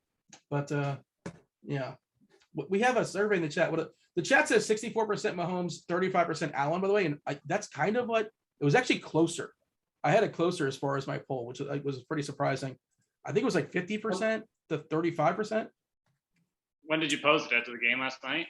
No, today. But yeah, you're right. There's recency bias too. Like that's kind of what I was playing on. That was the whole, sort of the whole point. By the way, I might not be here next weekend. Where are you gonna be? Lost Wages, as I like to call it. That's for you, Devin. Is that the city of Las Vegas? Yeah. And why do they call it? Oh, I get it. Because it's a gambling town, right? Mm-hmm. Was that clever? What do you think, SPK? Is that clever to call it Las Vegas? I don't think I've ever heard that. I like it. First time you've heard that. Yeah, I'm not a big Vegas guy, but yeah, I like it. Yeah. You're not a big Vegas. You don't enjoy Vegas? I wouldn't say I don't enjoy it. I just don't go much. I mean, we were going once a year pretty much, and then since then I haven't really. I think I've been out once or twice. I have an old roommate that lives out there now, but that's about it. He's not even like near the strips. We don't do I guess we do casino stuff, but. Well, what if it was like 3 hours away, as opposed a 3 hour drive, as opposed to like a 4 hour flight? That would change for you, I would assume. What if it was a closer? Oh, if it was a 3 hour drive, I'd be way more into it. I hate flying, such a pain in the ass. I hate doing it. So yeah, if I could drive it, it would be a game changer for sure. 241 people voted. 51% said they would prefer Mahomes over Allen. Allen at 37%, 11% just they didn't want to vote. They just wanted to say, show me the results. So yeah, I mean it's pretty close. And as far as who the fifth best quarterback is or fifth best asset, whoever it is, Watson. I don't know. I don't really want to touch that one, but in theory, who knows how that's going to turn out. But we're talking about strictly on-field ability. Yeah, it's probably Watson. Yeah, but I mean, he might never play another down in his life. Who knows? Might be worse too. Dak. of course. By the way, I was curious. Has anybody ever asked the question? Maybe I'll ask you guys. It's like, what, Dak? We just call him Dak. Like, is that a nickname? Is his first name actually Dak? It's not. His name is Dakota, but that's his middle name. His middle name is Dakota. You know what his first name is? No, Sounds like a girl's name. Dakota?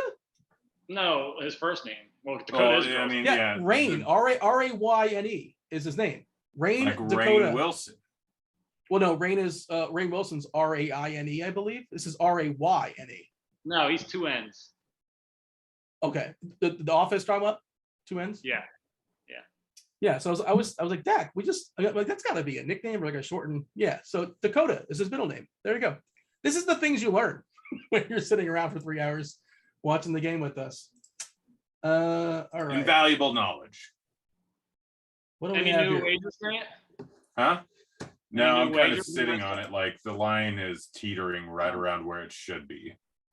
Yeah, I'm kind of sitting and waiting. I may try. I mean, we'll depend. See what if like the Colts score here. I may end up playing Baltimore spread.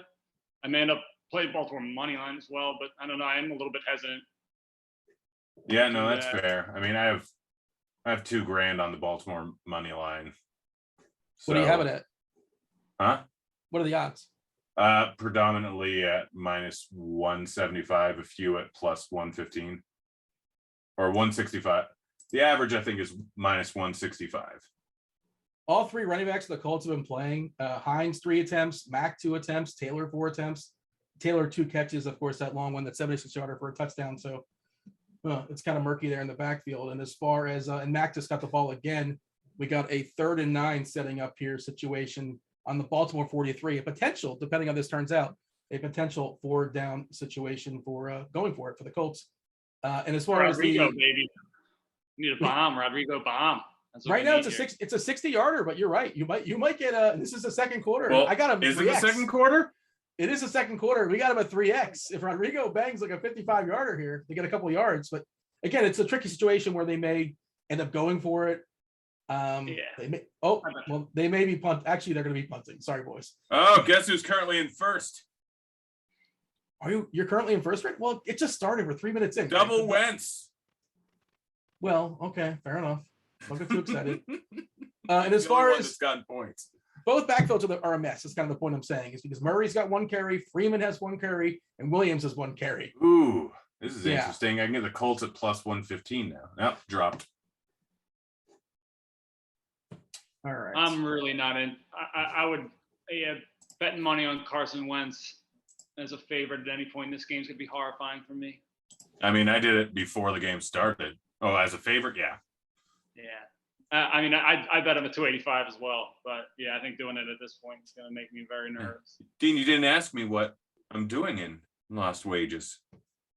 Oh, what are you doing in Lost Wages? I'm playing golf. That's the main reason. That's the main motivation to go there. Yeah, I'm playing in the Corano Cup. Okay. How often do you get out, Grant? What's the Corona? I'm supposed to know what the Corona Cup is. What's that? I don't know.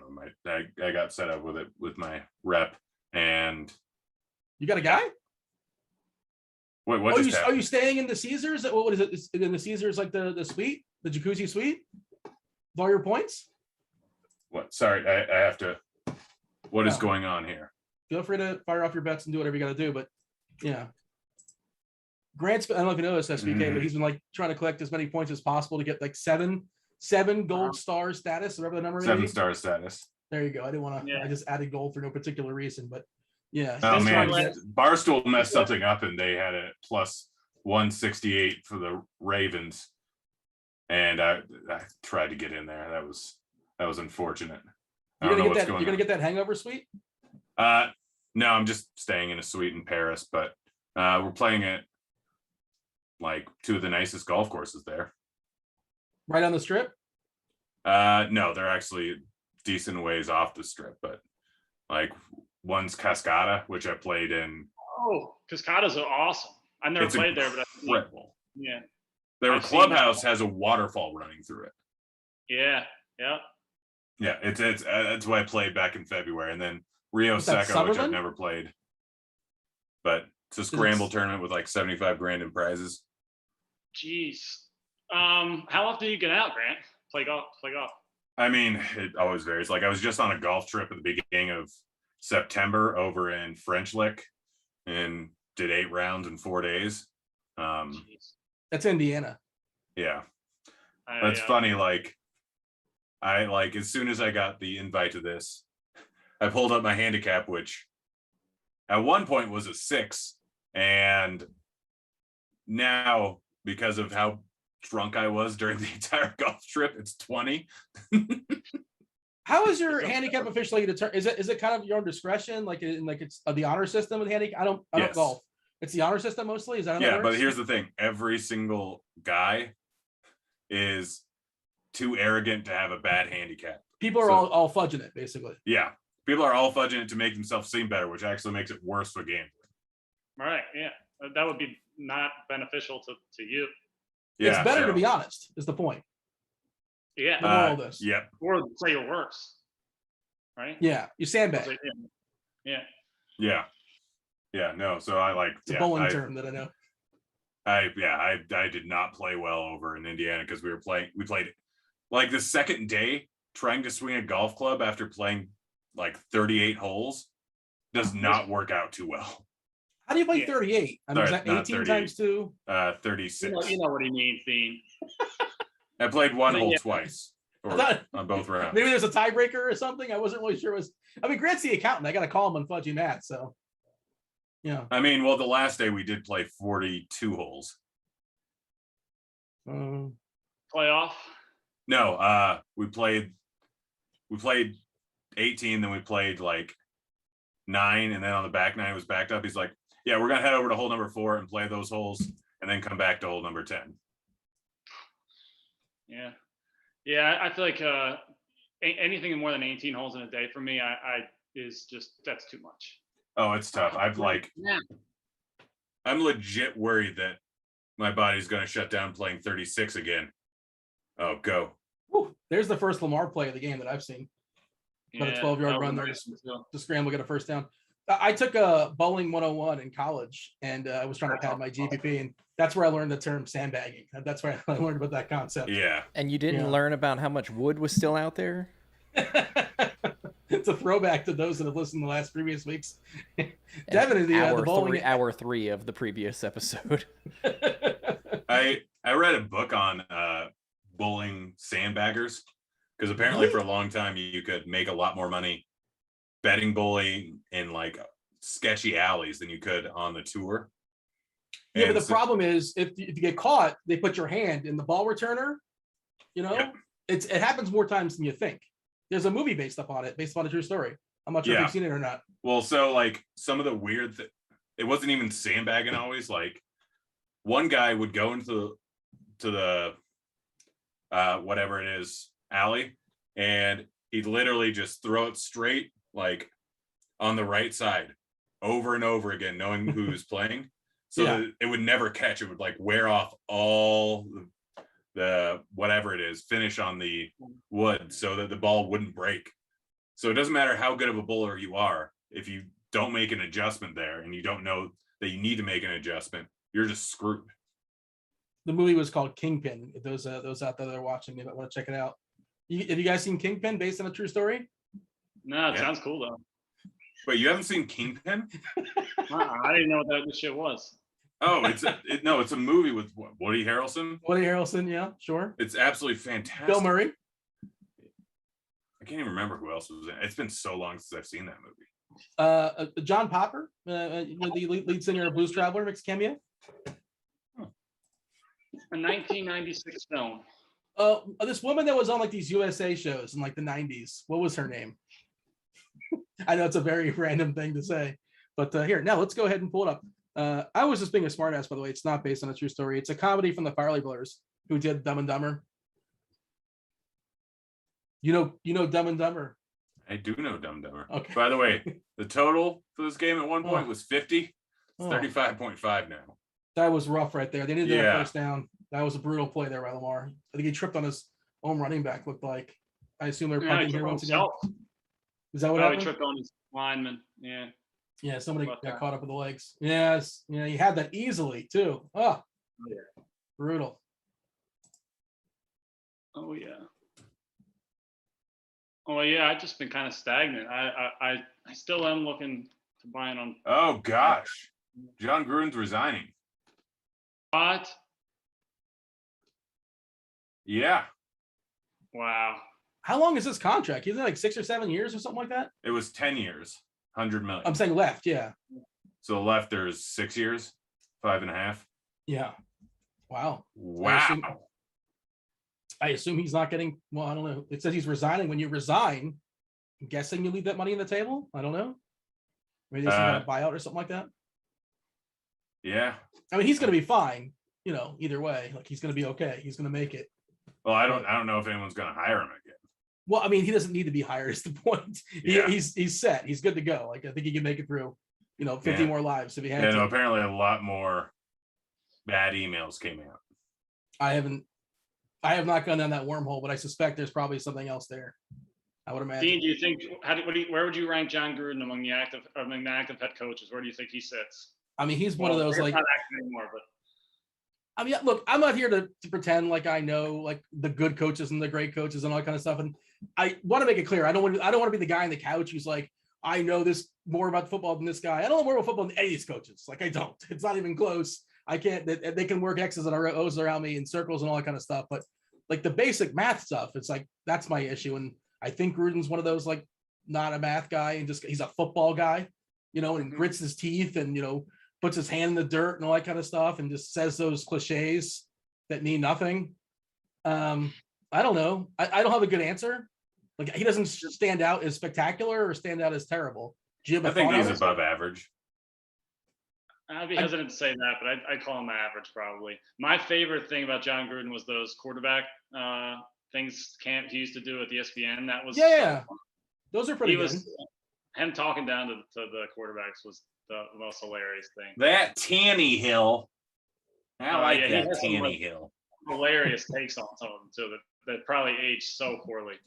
Somebody asked about him in the booth, and like in the booth, my issue with him was that he made every play seem like the greatest play in the history of football. Like a 3-yard run. What's that? I liked him in the booth, but not because I think he's like a great X's and O's guy. He just is hilarious to listen to. Wait, when's NHL start? Tomorrow? Yes. Yeah, there's a 2-game slate tomorrow night. I actually am in 2 best ball NHL leagues, and so I know a little bit about hockey. I've learned I'm not a hockey guy by any means, but I got talked to joining a couple of best balls. But tomorrow night there's a $200,000 tournament on DK. 2 teams go 2 games, and on FanDuel's got a $100,000 tournament. So they have the attention because there's no football. They're baseball playoffs, sure, that's a thing, and basketball next Sunday night. I don't know. As far as football you're talking about? Yeah, because I might go to Golden Knights game. Oh yeah, that'll be cool. You should go check that out. I mean, I wish I was there tomorrow playing the Kraken. Oh yeah. That's cool having the 2 recent franchises play against each other. The Kraken versus a great name, right? Kraken. Yeah, absolutely love it. And their logo is awesome. They did a great job. I don't know about the players. I can't tell you if they did a great job building the team. I want to buy a Kraken hat. They didn't spend a lot of money. They got a lot of guys that are kind of sort of cheap, and I guess they have some flexibility and all that. I mean, they're not expecting them to do what the Knights did and threaten to potentially win the championship their first year. But that's crazy. Those uniforms are really, really sharp. With the Kraken, I kind of want to buy a Kraken hat. Is it the Kraken or Kraken? Seattle Kraken, not the. Yeah. But we talk about them. We said the Kraken, like you would say the Ravens, right? Well, like you can say the Bears, but it's the Chicago Bears. Without Googling, what is a Kraken, Grant? Mythical creature. It's shown itself in Pirates of the Caribbean, that one terrible movie with Pirates the guy from Taken. Oh, Liam Neeson? Yeah. I need more information. It's a mythical sea creature that was known to eat boats. Yeah. I haven't looked extensively. It's also a spiced rum that's delicious. Bob in the chat with the line of the night so far. Dean says you should always shoot the puck, never pass. Yeah. Well, it's my understanding is you miss 100% of the shots you don't take. That's Michael Scott taught me that. I don't know if you guys know that, but yeah, just do the math on that one for sure. Are you a hockey guy at all, SBK? Do you care about the Flyers? I do. I liked it a lot more growing up. Yeah, I played DFS hockey for a while. It's been a couple of years since I've really have done that with any sort of regularity, but I'll bet hockey here and there. But yeah, it's by far my least knowledgeable of the four sports. Yeah, no, I actually had season tickets to the Ducks my freshman year in college. And how rich were you as a college student? You had season tickets to the Ducks as a college student? I was. How much do you think they were buy two get two free, and they were like $800? Yeah, but I can't buy two. I'm buying Robin Noodle before I'm buying the season tickets to the Ducks. It's $1,600 for 4 season tickets. That's every game. Yeah, every home game. That's 41 games. Yeah, is it 41? I think so. That's $4 a ticket. Is my math right? Yes. That can't be right. $4 a ticket. That was after they won the Stanley Cup. How is that possible? That seems too cheap. No, it was. That's why I got them. Keach, this doesn't check out, does it? I don't buy that story. I mean, it doesn't. I could have never done that as a college kid. I was super broke as well. But I mean, it's if you're paying $4 a ticket, I mean, you just take out massive amounts of student loans like I did. I did that too. The max I could take out for extra spending money every single semester, I did. Wait, hold on. I'm just doing the math. Is that $19 a ticket? Is that what it is? Am I doing that math wrong? Grant, you're the accountant. 160. It's $10 a ticket. Okay. Still, that's really cheap for hockey. Nosebleeds? Not quite. No, like they were like 5 rows up, second level, right behind the goal. I'm going to say this. I'm going to throw this out there. You guys tell me if I'm wrong. The experience, the enjoyment level, whatever it may or may not be, watching a certain sport on TV versus being at a certain sport in person. I would say the leap is greatest in hockey. Yep. You guys agree? And I think most people agree with that. Yeah, for sure. Yeah. Me and Grant actually went to a Preds game together a couple years We ago. did. I forgot about that. I entirely I was forgot there about too. that. Yeah. Oh yeah, I forgot you were there. You got. I was there too, by the way. It was. Oh yeah, you were there. I forgot about that. Yeah. So was producer Devin, I believe. Yeah. I think so. Yeah. Devin, were you there? I'm pretty sure I was. Yeah. Man, wild stuff. Because We're really memorable. I think I ran into a lot of beer. I think I ran into my neighbor there too. Man. There you go. I had a lot of beer that night. Yeah, I was pretty drunk as well. Yeah. Jack's talking to Chad as far as the 2-game slate right out the gate, and yeah, of course. Well, hockey is probably going to downgrade, and the big time contests go down pretty quickly once basketball becomes a thing and football becomes a thing. So basketball, it's just they're going to get the majority of people's attention. It's just much more popular than hockey. That's just the way it is these days. But I'll dabble a little bit tomorrow night just for funsies. Why not? It's Tuesday night. What else are you doing? Golfing. Yeah. Well, get ready for my tournament. When are you going to Vegas? You leaving early? Probably either Wednesday or Thursday. Are you going to do the show with me on Sunday, or do we need a replacement? Oh no, I'll be there. The tournament's on Friday, Saturday. Okay, so, you're sticking around a couple extra days. I don't know. I might come back Monday. I don't know. Have we had a more boring game this year just yet? This is it, right? This is number 1 on the Family Feud board. This is a miserable game, is it not?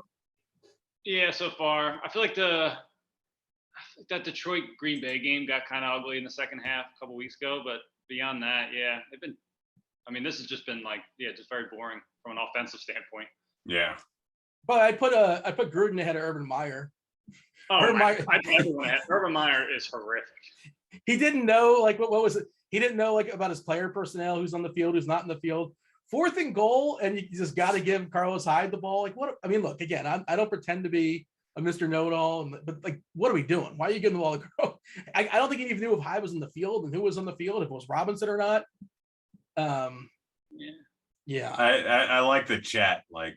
Megan said Gruden's resigning. Then Kung Flu said, see reports of the Gruden. Megan White, I think you are a liar. Someone else, it's confirmed Gruden's gone. Bummer. My apologies to Megan. Very civilized. Yeah, I do appreciate. I appreciate taking the L when you're wrong on something. So, also, I guess the way you. Oh no, he did capitalize liar. So that who would just make that up? It's a weird thing to make up. I've seen enough stuff in YouTube. This guy's out. I don't believe you. I'm Googling it. Like when someone said Gruden's resigning, I'm like, that's probably just speculation. Then I went on the Twitter and it's like, yep, 3 minutes ago, Gruden is informed he's going to step down. That's wild. Who do they? Who's available? Is there like a free agent coach, or is it going to be somebody? I don't get me a retread, and I'm also angry about I saw somebody talk about UCF in the chat. Yes, I went to UCF as well. There you go. Represent Latavius Murray, UCF represent. Like we got Gus Malzahn. Don't give me these retread like loser rejects that like couldn't make it in the SEC. Give me a young person that understands math. That's all I want. Just give me that guy. And Gus Malzahn has just been terrible for UCF so far. I don't want to get off on all rant, but don't give me the retreads. Don't give me the 70-year-old, the 60-year-old that just like is stuck in their ways. Give me like a 35-year-old person, give or take, that just understands math. Is that asking too much, SBK? That's all I want. I also understand football too. Math. Yeah, why don't the three of us put our names in the hat, see what happens? Well, I'm not qualified. I don't know enough about football. I mean, here's like one of the things I love about Sean McVay is a lot of scenarios he has guys strictly dedicated to one thing. Yeah. Like it's the smartest thing. I don't want a head coach that knows everything. I want a head coach that's willing to listen when you hire a guy for $70,000 a year that literally just looks into stats on when to go for it on fourth down based off of how good the offense is. Like just, all right, they stopped on third down. It's 3rd and 2 from this. It's like, well, they say go for it. Well, Chargers, you have the Chargers do the same thing. edge. That's the same thing they do in the Chargers. Yeah. Yeah. It was an old Bill Simmons theory. Bill Simmons always said like every team should hire a kid that plays Madden. That understands the clock, understands when to call his timeouts, understands, when to go for it. All those little simple things that like coaches, they're great with the X's and O's. Oh, somebody's getting loose. Is that Brown? Who is that? What number is he? Do we hit the bet? It's Watkins. That's still fine. We're going to score here. I forgot I have the under on Watkins catches of 3.5. I think it was just his first catch. I believe so as well. Yeah, I think so too, but I forgot about that bet. I placed many bets many times. We got Brown over a 22.5-yard catch. So that's still live. That's going to happen. Yeah. Look at that. Is this the saddest flat? What is it? What do they call it? The flash draft? Like, what's the biggest scorer in flash draft right now? Are you looking at the scoreboard, Grant? Because nothing has happened in the second quarter. I feel like nothing's happened. Has anybody scored any fantasy points? Let's see. The top guy is 10.77 with Duvernay at 2.5 points, Lamar at 4.25 points. Yeah. And Pittman at 1.5 points at a 1.5x. Just miserable, right? Yeah, it's one Pittman catch, one Duvernay catch, and then Jackson with 4 points. That's nothing has happened. Yeah. If you're going to roster a punter, maybe that would be I don't know how many points you get for punting, but yeah. Let's go deep here. 2nd and 1, basically a free play. Nope. Or not. That's the spot where you do it. You're going to make it on the 3rd down if you miss. Well, I think they want to eat up some clock so that the Colts don't get back. What are we at as far as the clock situation? 3 minutes, 14 seconds, I think. Yeah. But I've noticed that with teams, they're starting to figure that out. Like say you have the ball second quarter and the opponent's like 11 with 1 minute and 30 seconds to go. Like almost always it's going to be a run. It's going to be a run like every single time, because worst case scenario, you knock out 40 seconds or you take a time off the other team. Sometimes the other coach doesn't even call timeout. That's how brain dead they are sometimes. Like that's the one, SBK. That's the one that drives me crazy when the coach and the defensive team's not calling timeouts with 1.5 minutes to go when the team's running the ball and you're 5. Like that drives me insane. Yeah, you just saw Sammy Watkins just went down pretty obviously to stay in bounds there, run the clock, which is smart. Yeah, he went backwards a couple of yards though, but yeah, not backwards a couple of yards. Yeah, I'm wondering if they'll give him forward progress. I think they will. Nope. Yeah, and Jackson in the chat says, will be owners don't know anybody under the age of 50, and that's the good old boys club, man. That is the problem, because a lot of times you're hiring a friend of yours you knew like from 20 years ago or 10 years ago or 5 years ago, and that's not different than life, right? A lot of times people in position of hiring, sometimes they just hire their friend. Who's down on the ground here? Is that a lineman? It's Cleveland. Cleveland's a person? Yes. Okay. I guess it's an offensive lineman. I believe. Say it again? Ezra Cleveland, I believe is who that is. All right. So what's the situation here? 2 minutes, 27 seconds. Baltimore down 7. What's the live total? Like 38, 39? No, 34. More than that. Oh, Yeah. geez. It's brutal. I'm guessing neither one of you guys play the total as far as the game? No. If anyone wants a baseball bet, I took Scherzer under 7.5 Ks. Why? It's playoffs. Dave Roberts has a quick trigger finger. The bullpen's entirely rested. It's going up against the Giants, who are a pretty solid team. It's a high number. I've not. Where's the best number on it at? Well, you'd have to look over on scores and odds. The last I checked, it was the FanDuel. Let's see. Props. Go over a little prop calculator. Minus 115 at BetMGM, minus 116 at FanDuel, minus 120 at Caesar. So yeah, if you're signing up for MGM, you need your first bet to place. Then guess what? Scherzer under 7.5. I'm gonna ride with you, Grant. I like it. It's a pretty contact heavy lineup too, especially with Estella leading off. Estella striking out 8.8% of the time in 400 plate appearances versus righties the last 2 seasons. That's annoying for sure. Yaz batting second. He is a lefty, but he will strike out 25% of the time. Bryant K is a good bit. 21.49% collectively. Duggar is batting 8th, so there's some Ks there. Interesting. All right, 7.5. What do we have as far as the umpire? Anything interesting there or worth noting, or not really? I can't even remember. I bet it out. I got it like my plus 105, I think. Yeah, a while ago. I still like it at minus 115. In the state of Florida, we're supposed to be able to wager. In theory, that's the plan is in motion in 4 days. Sports gambling will probably be a thing, so I'm looking forward to that. I don't want to go on my rant, but I'm not looking forward to the fact that it's going to be a monopoly, which probably is terrible for us. Neutral is the answer. Neutral umpire. Now they're carting them off. That's terrible. Never good to see. Yeah. On a lighter note, I need a Baltimore touchdown here. I mean, you talk about it's the playoffs and Scherzer and all that, but like, good luck taking the ball out of his hands. I don't know if you saw that video. Like, was it the playoffs or that was the wild card game, right? We've talked about this like 8 times now. No, we didn't. With the handshake, this happened like on Tuesday. We talked about many times where you're like, good luck taking this guy out of the game. He's a psychopath. Good luck taking the ball. Look at him yelling at people. No, but there was visual evidence. There was a video. I don't know if you saw this on last Tuesday, 6 days ago. Not, after our most recent show, where Roberts came out to take the ball away from Scherzer, and Scherzer shook his hand. He gave him a handshake. He wouldn't give him the ball, but then eventually, at some point, he had to cave in. So you're saying it didn't change anything? I'm just making a random. I just thought it was a funny video. I'm not saying that like Roberts is going to fight Scherzer and Scherzer is going to give him like the stink eye and he's going to stay out there. Roberts is the manager. Like he makes the call. It's not Scherzer's call, but he does. Honestly, think about hitting this Colts plus 140 line. Colts. I'm looking for entry points on Baltimore. I'm starting to get a little. The Colts offense just looks horrific. It hasn't been that bad. The Baltimore offense looks just as bad. I mean, granted, there's been some bad stuff that's happened on 3rd down, like I just trust move them to more. 35. Yeah, I don't know if I still like it. Yeah, it's at minus or plus 130. I don't hate plus 135. 2-minute warning, 2nd and 3 at the Indy 39. Hopefully, I'm bracing for a high game here. Hopefully, it picks up, gets a little more interesting. Boston is up 5-3 against Tampa. If you guys are curious about that. Tampa put up a couple runs the last few innings.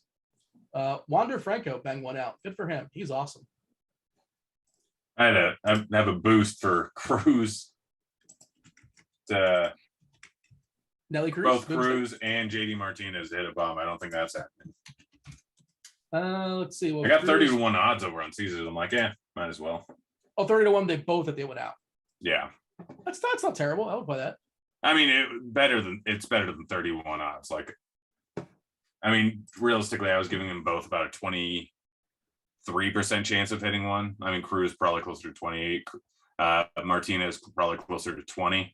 So I mean, you do the math there, and it's pretty solid odds. It should realistically be like 24-1. Yeah, the exacta box is lower than 30-1. I agree. Oh, I think something's about to happen. Well, don't spoil it because I don't know what's about to happen. Me and but- SBK are probably watching it live. 2nd and 3, start of the 2-minute warning here. Well, 2 minutes left. Lamar back to pass, fakes the screen, goes deep. Is this Brown possibly? It's Andrews. No. Yeah. Wide open though. Gosh, do I want to? What do you think they're going to, if they score here, what do you think the odds are going to jump to? Because, all right, it's at 165. Who got the ball at halftime? The Colts? Who got, Baltimore, I believe, got the ball right out the gate, if that's what you're asking. So Indy's going to start the second half. I don't know, 6.5. I mean, it's all over the place. I can get them at plus 170. I don't know. Baltimore should be running the ball here, by the way. This is what we're talking about as far as the math and as far as eating the clock. Let's see what happens. They're not running it. Back to pass. I mean, they're not running it, but they're running high percentage pass plays, even though Michael was wide open in the corner of the end zone. And this is where it is. The Colts call timeout. Good job, Colts. I like when the coaches understand math. I respect that. I appreciate it. And Brown was wide open, by the way, in the end zone. I don't know if you guys saw that. Raising his hand, wide open. I don't know if he's caught a pass all night or even one's been thrown his way. Does he even have a target? MGM has a Colts plus 165. Yeah, I just hit it for 150. Like, yeah. And I'm waiting for Baltimore to score here. With Baltimore scores, then I think the line's going to jump to Colts plus 200, even though that shouldn't be the line. I think it might jump higher than that. I don't think Although, so. I don't know, probably not. Actually, I feel like a lot of it's kind of baked into this point where we are. Well, the Colts are going to get back-to-back possessions. They'll get the last possession here of the half, and they're going to get the first possession of the third quarter. Yeah, they just burned another timeout, I think. Watching the game on Is that Murray? Yep. All right, so we got third. Yeah, so there you go. Smart job by the Colts, setting themselves up for having a minute and change. They MGM has by far the best odds on the Colts right now, plus 160. It's all the way at plus 133 on Barstool. I feel like I'm forgetting a gambling website. I always have there's so darn many of them now. Yeah. Oh, PointsBet, I don't mess with them anymore. WinBet, not messing around with that. You guys want to do a deal? What's with the third quarter thing? What are the kids? Oh yeah, flash draft. Yeah, 3 minutes. Oh, geez, these are never ready when I want them to be ready. Why is it? I can't stare at my phone for 3 minutes. That's asking a lot. It's good time for that. 3rd and 4. Let's have a score here of some sort. Oh gosh, Something has happened. I don't think they get it. They do not. Oof, no double coverage. Brown's not happy in the end zone. I mean, honestly, with the Colts getting the darn it. I assume they kick the field goal here. Yeah, they're kicking the field goal.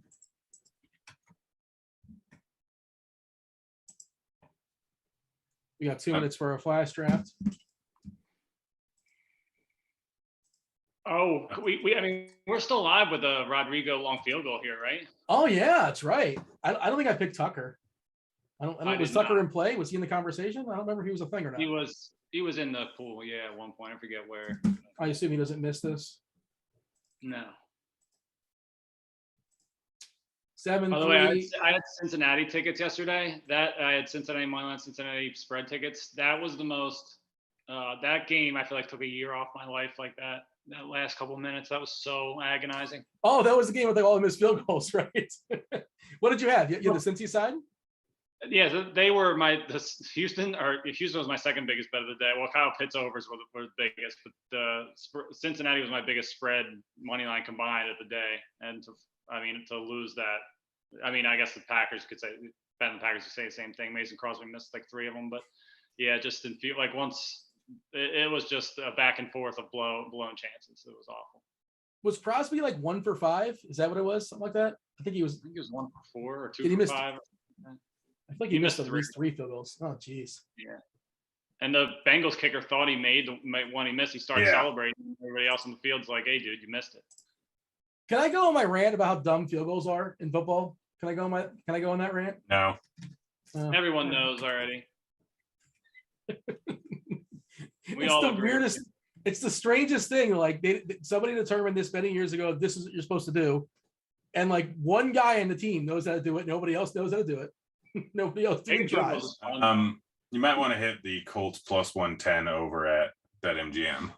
Flash draft, guys. 22 seconds to go. Oh, I need that. Why do we might want to hit that? Because it's a good line. Colts plus 110? Yeah. I'm not. That seems like a good line. It's a great line. They got two possessions back. They get the ball two times in a row. Yeah, they can always go down and get a field goal here. I'm not expecting a touchdown, but that was just a bad. I just threw a grand down on. Ooh, who do I want? I want Blankenship versus Pascal versus Pittman. They're going to probably be ahead. Has Pittman done anything this entire game? Yeah, he's got 3 catches. Has he? I haven't noticed. I got Blankenship at 1.5. There you go. That's a 4.5 point play. Wentz versus Taylor versus Jackson. I'm like, you gotta take Jackson, right? Like you're supposed to at least. No, I'm taking Taylor. Well, that's the thing is that they get the ball first, so maybe Baltimore only gets like 1.5 possessions. Oh, Pittman only has 1 catch, I guess. Blankenship versus Brown versus Hines. Ugh. Again, you're supposed to be taking Colts because they potentially get an extra possession, but I still think Brown's going to get loose. I think that's happening. Going Brown. My roommate has the same Brown bet as you, Dean. Yeah. Yeah, he's sweating it in the other room. It's just one time. It's all he needs is 1 catch. Is that so hard? Is that asking too much? I don't know. Maybe it is. Oh, you encountered error. You'll be withdrawn and added. Fine. Yeah, I tried to get in on 110. I missed it by a little bit. Yeah, by the way, you can now get the Ravens at plus 110 over on DraftKings. Can't lose. I mean, yeah, I could put in some bets to not lose, but I'm going to wait until the Baltimore line goes up to plus 130. Boys, we're getting a 50-yard Blankenship field goal. You excited about that? That's what I mean, I would love a Colts touchdown here, but if not, that would be the best. Oh, what just happened here? I don't know. You can get the line at plus 110 on the Colts. Nope. Man, something's going to happen. Did a pick six just happen or something? Or an I don't think so. The line would be. I think they just. Oh, what the other direction? Yeah, I'm guessing they missed this pass. I mean, honestly. Yeah, no, this is interesting. Well, you're ahead of me, Grant. I'm watching it as opposed to like looking at the spoilers, and my feed is for whatever reason like 15 seconds behind. Well, I have to watch the line. I'm not watching spoilers. I have to know what's going on. Oh yeah, 100%. I mean, if you're gambling, you want to be you want to have the most recent, most up-to-date update. Obviously, looks like we have a pass interference. Is that what happened? Yeah. So that was interesting. They changed the line and then they took down all the odds, waiting to hear what the penalty was. It's only like 15 yards for what it's worth. It's not like some crazy pass interference. I mean, it's still like if the Colts can go into the halftime at as a set up 7. Oh yeah, for sure, huge. Like I think the Ravens are plus 115 over an MGM right now, which I think is pretty solid. Now it moved to DraftKings. Everyone's following suit.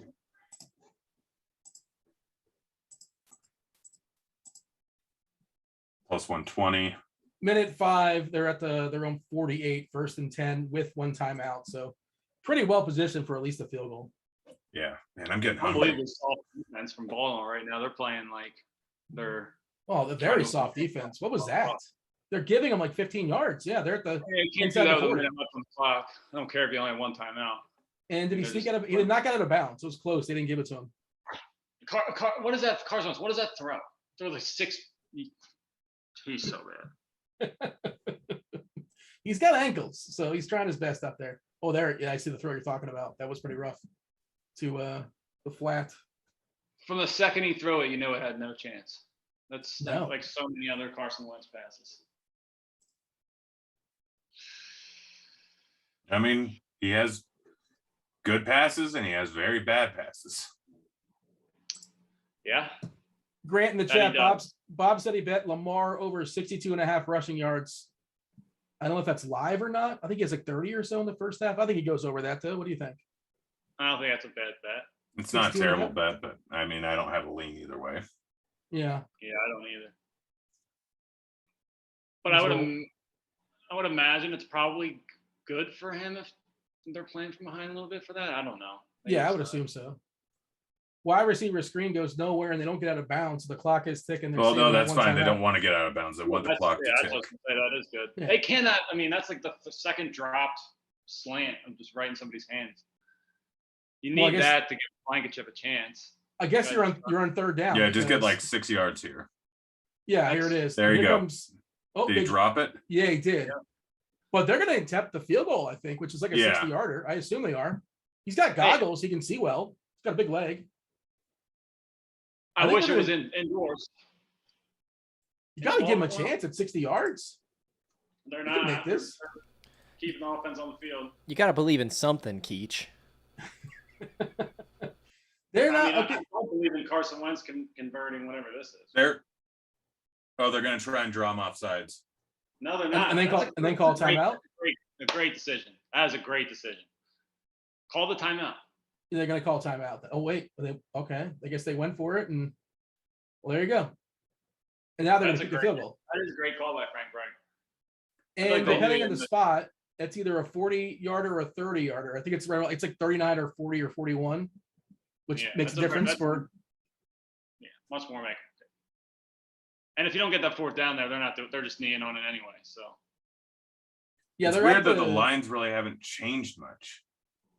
You add 17, so it's going to be like a 41-yarder or 40-yarder officially. So it's going to be a 4-pointer or a 12-pointer if you have 3x on the flash draft. So watch if you guys have 3x for that's got to be like the biggest score. You have to have him right for our flash draft. I assume so. Oh yeah, if he makes this, yeah. Nobody's got 12 points in this quarter. No. All right, it's down on. He's not going to miss. He's got goggles. They don't. It's the different kicker. What? What is going on? It's not Blankenship? No. Who's this? Is it Enrico Palazzo? We have an imposter? Did he get hurt or something? Who's Sanchez? What are we doing? What is going on here? I just said only one guy knows how to kick, and that was Blankenship, not Sanchez. Is Sanchez the punter? What? And now Blankenship's going on? What's going on? What is happening in this game? Wait, now they dropped the flag. Sanchez. What is going on? What is going on? Well, here comes Blankenship. What just happened? Okay. What just happened? I'm listening, so I'm not talking to you. Oh, you're trying to figure out what's happening. Okay. Because I'm going on Twitter. Outside. We know that.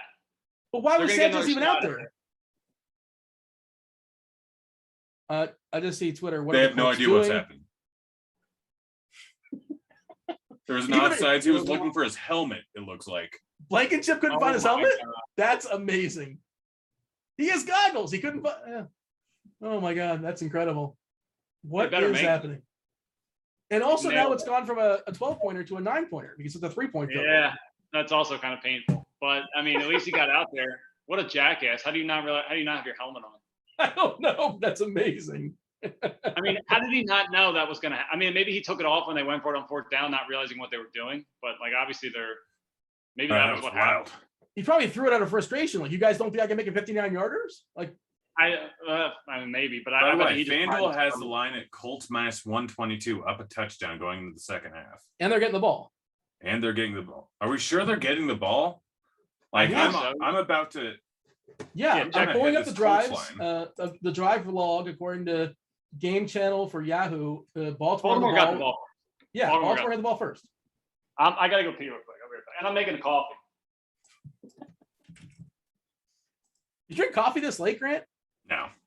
Are you a coffee guy at all? Drinking coffee. I used to be a big coffee guy. Everyone's throwing money in on the Ravens right now for some reason. Well, because they're like the more fun team to root for, I guess. Like, they have the star of the game.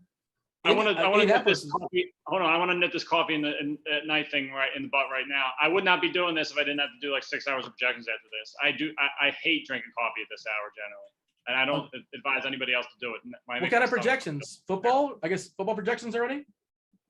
Week 6, yeah. At least there's some bye weeks this week, so that'll kind of make things a little bit shorter. But it's 4.5 hours. We do a flash draft. I got one in 50 seconds, Dean. Well, let's do it. All right, Devin, you in?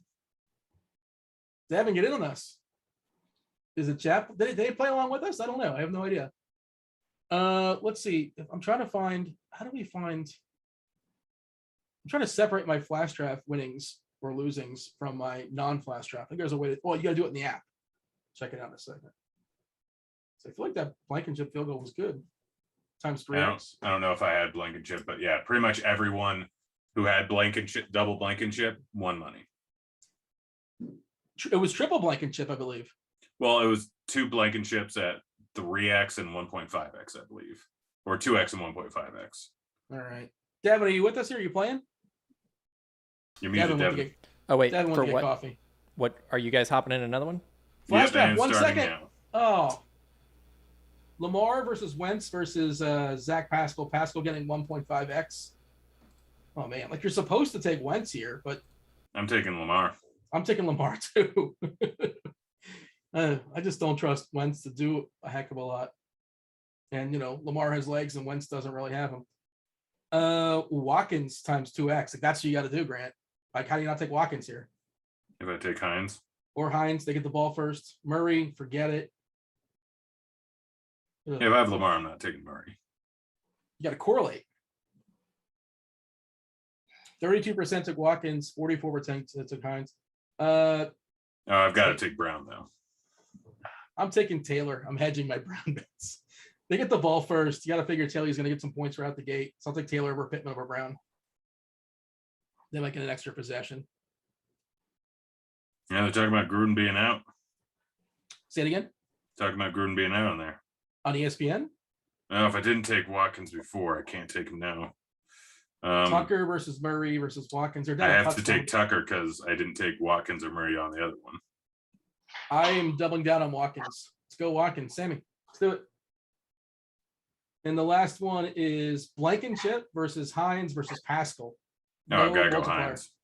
I got a double Hines. Yeah, I didn't take Hines before, so I probably shouldn't take him again. I'm going to take Blankenship.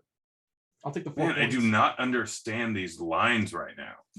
Like, what are you looking at? It's minus 115 for the Colts. In between minus 115 and minus 140 for the Colts everywhere. But like, you can't get better than plus 100 for the Ravens. Everyone's hitting the Ravens line right now. And I really don't understand why. It's a lack of respect for the Colts. Yeah, I guess. I mean, I guess the Colts haven't done a ton on offense outside of that 80-yard pass, but. And the 2-minute drive was pretty good too, but like Baltimore kind of gave that to them. Pretty soft defense. I don't know. So as of right now, I have 1,900 on Indy to win 2,900. And I got 1,650 to win 1,000 on Baltimore. Are you set up where on both sides where you can't lose? I mean, I could hedge out for a guaranteed $150 victory right now. Is that good enough for you, or that's not exciting? No, I don't like the Ravens at plus 100. That's terrible. I don't love it either. I'm with you. It's fine, but I don't love it. I'm surprised I can't get better. I was praying to get like a 3.5 or something here. I mean, I'm not surprised that it's not available, but that's what I was like a 3 or 3.5 is what I was hoping was going to happen. Not the case. So I'm kind of still standing pat right now. I need to grab something to eat. I'll be back. Figure you can keep me company. I'm looking at my yeah SBK. Yeah, and Devin, feel free to chime in too. I'm looking at my flash draft winnings, right? From the that's the third quarter. Never mind. I'm trying to find the second quarter. It says first. Oh yeah, never mind. I'm trying to see the results. Because I was saying first we won like 20 cents. I'm like, that doesn't make any sense unless we all chopped it. Looking at the third quarter. It hasn't started yet, Dean. Dean, yeah. I turned a $5 investment in flash draft at $27.71. There we go. There you go. I turned I turned $67 into $0 or whatever it was. Because I picked, oh yeah, Rodrigo and Mark Andrews. That was pretty big.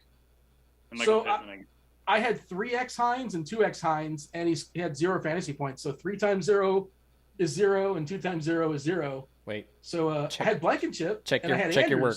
Check your work. The UCF math. Show you how you got there. I'm pretty sure that's 0. And I had Andrews times 3, and he crushed. But yeah, the Hines one was not good. Times 2. I did have Tucker. I didn't realize it. I did pick Tucker and I forgot. I'm hopping in another one since I missed out on the live one. All right. I'll play. I missed out on the third quarter one. Wait, they still doing Yeah, third 30 quarters right seconds. Hop in. When it says, "Do you love DraftKings?" Yes or no? Would you answer, or are you just gonna like hit the? I don't know what to put to there. I don't want to. I don't want them to know if I love Draft. But I'm playing it. What do you want from I me? always say no. Yeah, I'm like, no, I don't love it. No, I'm still playing, but no. Are you my family? Then otherwise, no, I do not love DraftKings. I like being on there. I never know what to say. It's the secret third answer. I just want to see the results. It's fine. How about it's fine? Is that not available? I can't put that in there. All right, here we go. Oh, did I miss it? I just missed it. Unbelievable. I was complaining too much about the button. I didn't hate get to it. see it. Yeah. Lamar, Murray, or Tucker? That's kind of Murray Tucker with 2x. I am going Lamar there. It's kind of a little scary. Yeah, same. Although everybody else did that, which is kind of surprising. Oh, according to the chat, Sammy is out. That is terrible if that's true. Did Watkins get hurt? I want to confirm that, but if Sammy Watkins is hurt, I have him in all my future ones. Do not take Watkins. At least we're assuming the chat's correct. Oh wow, look at that. Well, yep, he's Sammy in these, Watkins. All right, are we going for I'm goggles? going Rodrigo again. Going for goggles. Sammy... Don't be a donkey like me. I played Sammy. Oh man, Keach, your reaction about him not finding his helmet was priceless. Is that really what happened? I think it had to be.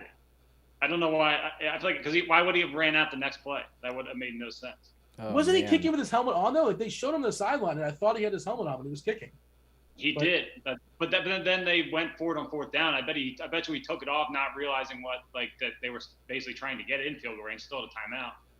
And yeah, that's where we were. That's incredible. I think I'll just double down on on Hines. Pretty much a full-on Colts stack in this. Lamar and a full-on Colts stack. That's pretty weird. Oh, looks like I did too, actually. I didn't even think about it. Yeah, I had Pascal in the second one, which I guess might make me a little. Oh, well, everybody went Andrews that last one, so I guess I doubled down on Hines. Is there a late swap? Because I have Watkins. I can't late swap out of that. I'm just a loser. Oh, that's a bummer. Let me see what the live props are on DK for this. They're pretty quick. I tried to snipe them a couple times yesterday on injuries, and they're all pretty fast on. But I'm also watching on a delay with Red Zone. I really got to start getting a faster feed for that because I'm always going to keep missing it. I'm using Duvernay could be more interesting. Whatever he is, these projections got to go up a little bit. Andrews as well. They're looks like they've taken most of those. Well, still Marquise Brown. His live over is 34.5. I don't mind that. Murray has 4 carries for 9 yards. Freeman 1 for 1. Williams 2 for 1. They've done nothing. Just nothing. Lamar's been fine at 6 for 30. That's not spectacular, but at least fairly efficient. I may get on Marquise Brown. Yeah, Grant. So Sammy Watkins apparently out. Looking through some live props here. I may get on. Sammy Watkins is out. He's in the tent. Maybe I haven't seen confirmation. That's what I'm hearing. Well, guys, it's waffle time. Hell yeah! Did you make waffles, or your lovely fiance made waffles for you? I made waffles. Right now, they're not homemade. Then you just throw them in the microwave. No, they're frozen Kodiak waffles. Oh, you can't do better than that, Grant. No, they're delicious. Waffles can only be so good if they come out of the microwave. You want a fresh waffle? First of all, it's a toaster. You idiot. Same thing. Basically. Yes, they can be delicious. Plus, they're nutritious and they're good for me. Well, there's many lies in that sentence. No, these are protein waffles with almond butter on top. You dum dum. They're still not good for you. That's not bad. Not bad is not good. Those are two different things. I would say it's mildly above average. If he's having almond butter and they're protein, yeah. All right. I think Pokey is healthier. We called that mildly above average. Does Marquise Brown have any stats yet? Does somebody have no, he's had a couple complaints. He was open a couple times when the ball didn't go to him. He dropped the pass. Well, it was not well placed, but he has no official catches, if that's what you're asking. How much does DK award for contested calls? The same amount you get for air yards. Same amount you get for 0 targets. Yeah. No, this is where I tilt and see if I have how much Watkins. Pretty sure I have too much of that. That's unfortunate. The only thing I had is the under on his reception, so I'm feeling good about that. Oh, look at you. You're victory lapping an injury. Congratulations. Good call. No. First of all, it's not a bad injury. He's got some hamstring tightness. Yeah, he'll live. Yeah, so I have on 2 of the 5 spots, I have Watkins. That's unfortunate. Yeah. Maybe get on Twitter and learn these things, Dean. Just throw money away. Yeah, you dumb stupid head. Grant, how'd you do in that second quarter flash draft? I'm guessing bad. I didn't go with the Blankenship. Maybe I did. You big donkey. I thought you did. My memory ain't so good. Jonathan Taylor rushing yards prop at 37.5. Oh yeah, no, I got first. You got first? No, way that's better a than different one. No, that's the third quarter one that hasn't started yet. I saw the same thing. Pull the Dean. Yeah. Got him. Yeah, no, I got 732nd out of 745. You're playing low ball? I low went ball. Hines, and I went double Wentz. So did I. I went Hines at 0 and 0, and I had him in 2 of my spots. So, what are you gonna do? We got 4 minutes to a flash draft. Is he officially ruled out? That's what I'm looking for as far as Sammy. Okay, I'm trying to find. Let's see. But I got it at a 5-pick round robin. What's that? You know what round robin is? Oh yeah, I love round robin. I was like, what are your picks? I love doing that when I go to Vegas. When you hit it, it's good times. Yeah, well, I mean, I'm doing it mostly for Caesar's points, but Urquity, obviously that's so it's basically a four-way round robin, full cover. I have Watkins under 3.5, Ian Anderson over 3.5, already hit. Red Sox to win. I think they won, right? And then Max Scherzer. No. It's 5-5. Rosarena just tied the game up in the top of the 8th. I'll give you some good news though, Grant. You want some good news? What? Max Scherzer had some strikeouts in the first inning. Want to know how many strikeouts he had?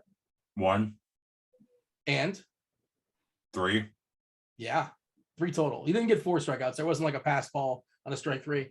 But 3 strikeouts for Max in the first inning, 25 pitches. So there you go. Great. Yeah. Thanks for that news, Dean. I really appreciate it. Yeah, thanks, Dean. I tailed Grant on that. So is it what you obviously didn't give up any runs. Well, you guys both have the over, right? I wasn't trying to be a smart. We had the under. You were saying how he's going to stay in the game for a long time. Didn't you say that?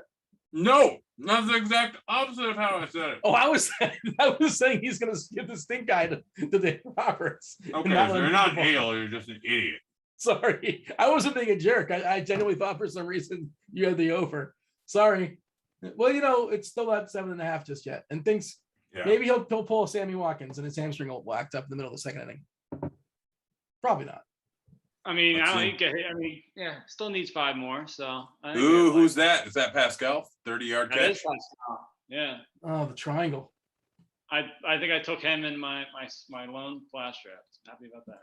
Yeah, I mean, he's outscoring Watkins already. Oh, you took Watkins in the third quarter one? Yes. Oh. Dead money. Right. Thank you to whoever posted that. Well, I mean, watch Watkins be out here for the first drive and go wild. But because I haven't actually seen anything about him being out.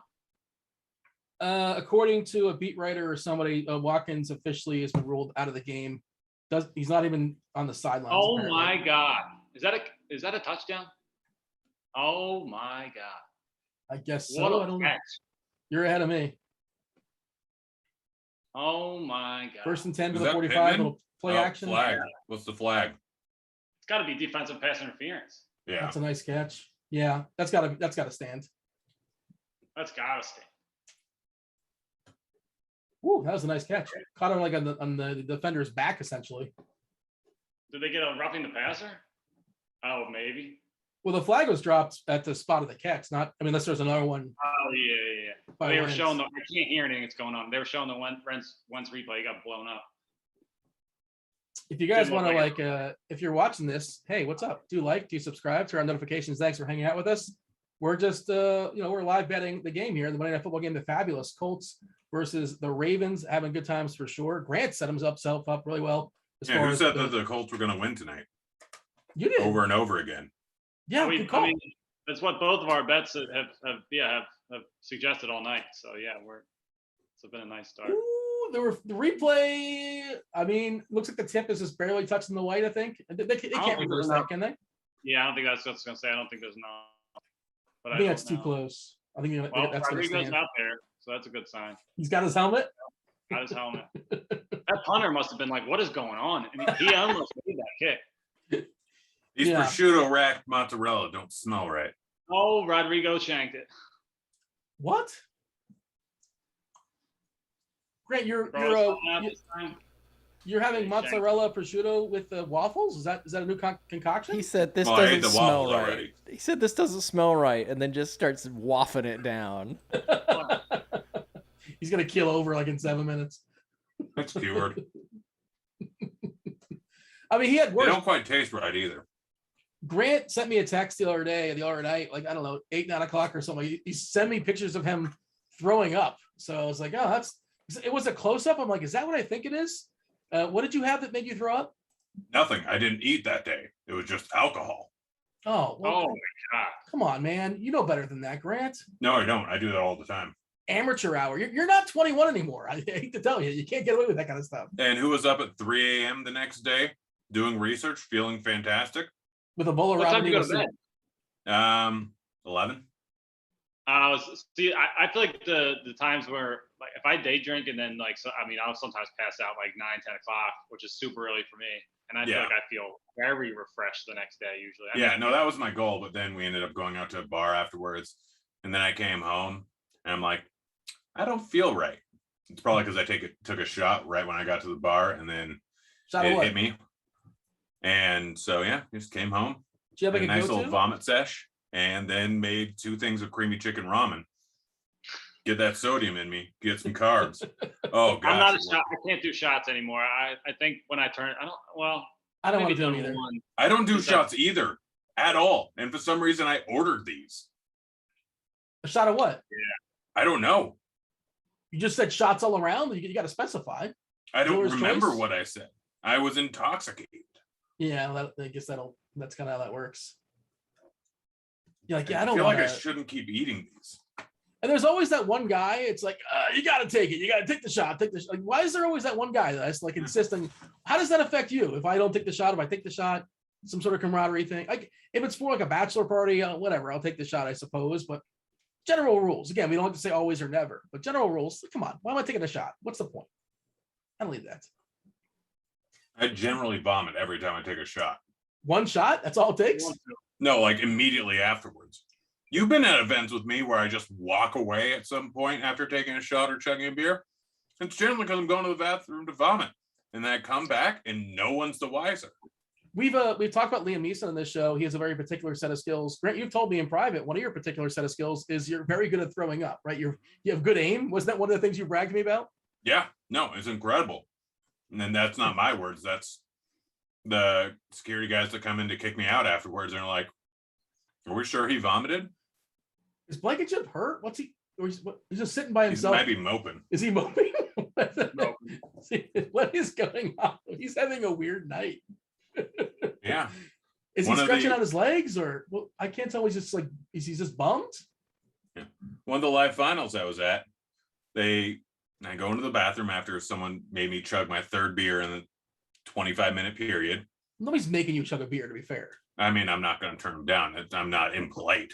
Yeah. Well, you have a reputation also. It'd be rude to you. You have, this is your whole shtick. It's your fault for making that your shtick. You're chugging beer. Oh, no, I know. But yeah, then so the security guard comes in. He's like, hey, knocks. I'm like, let me finish up. He's like, hey, so I'm like, let's talk outside. Okay, he's like, hey, so sorry. Policy at the bar.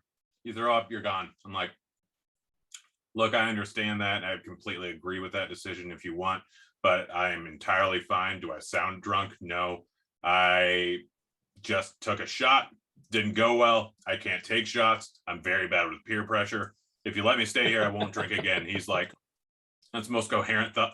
That's the most coherent sentence I've heard from a drunk person in a long time. And then the other guy comes out. He's like, "How bad is in there?" He's like, "Not sure he vomited." He's like, "Go back in. You're good."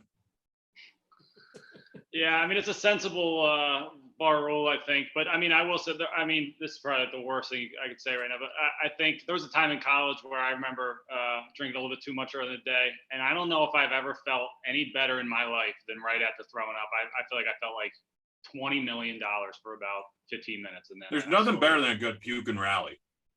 Well, the actual like the puking I process. can't do it anymore, but yeah, it was fun back. It's like you're getting punched in the stomach. It's the worst, right? Some people hate puking. Like there's different levels of puking. You're pro puking. I mean, I don't do it much now. Grant, you enjoy it? It's like that's a weird. I know that for every. I don't enjoy it. I just don't hate it. This conversation has went off the rails completely. I don't find it to be a pleasurable experience at all. People in chat are sharing the last time that they have puked themselves. Apparently, yeah, I might puke once every 3 to 4 years, according to Derek. That's about right. I think that's industry average. I think 3 to 4 years. Probably about once a year now, maybe. Probably, I don't drink much these days. I puke 2 to 3 times a year. A Publix rotisserie chicken was the last time for me. Like it got me. I don't know what was. I like Publix rotisserie chickens. I like it too, but I mean, this one was off the. Something was. I mean, that's. I'm pointing the finger at it, but maybe it was something I had before that. Possibly, I don't know how long it takes to kick in, but I think that was the likely culprit. But yeah, like Baltimore $6. plus 230. That's pretty appealing. Oh, we just caught that. Caught that. Oh, that's Pochi. Oh, Poche. Yeah. Well. James Prochet. I thought you were foreshadowing a Lamar fumble right there, but it looks like he held onto the ball. No. Now I see. Come on, verify my location.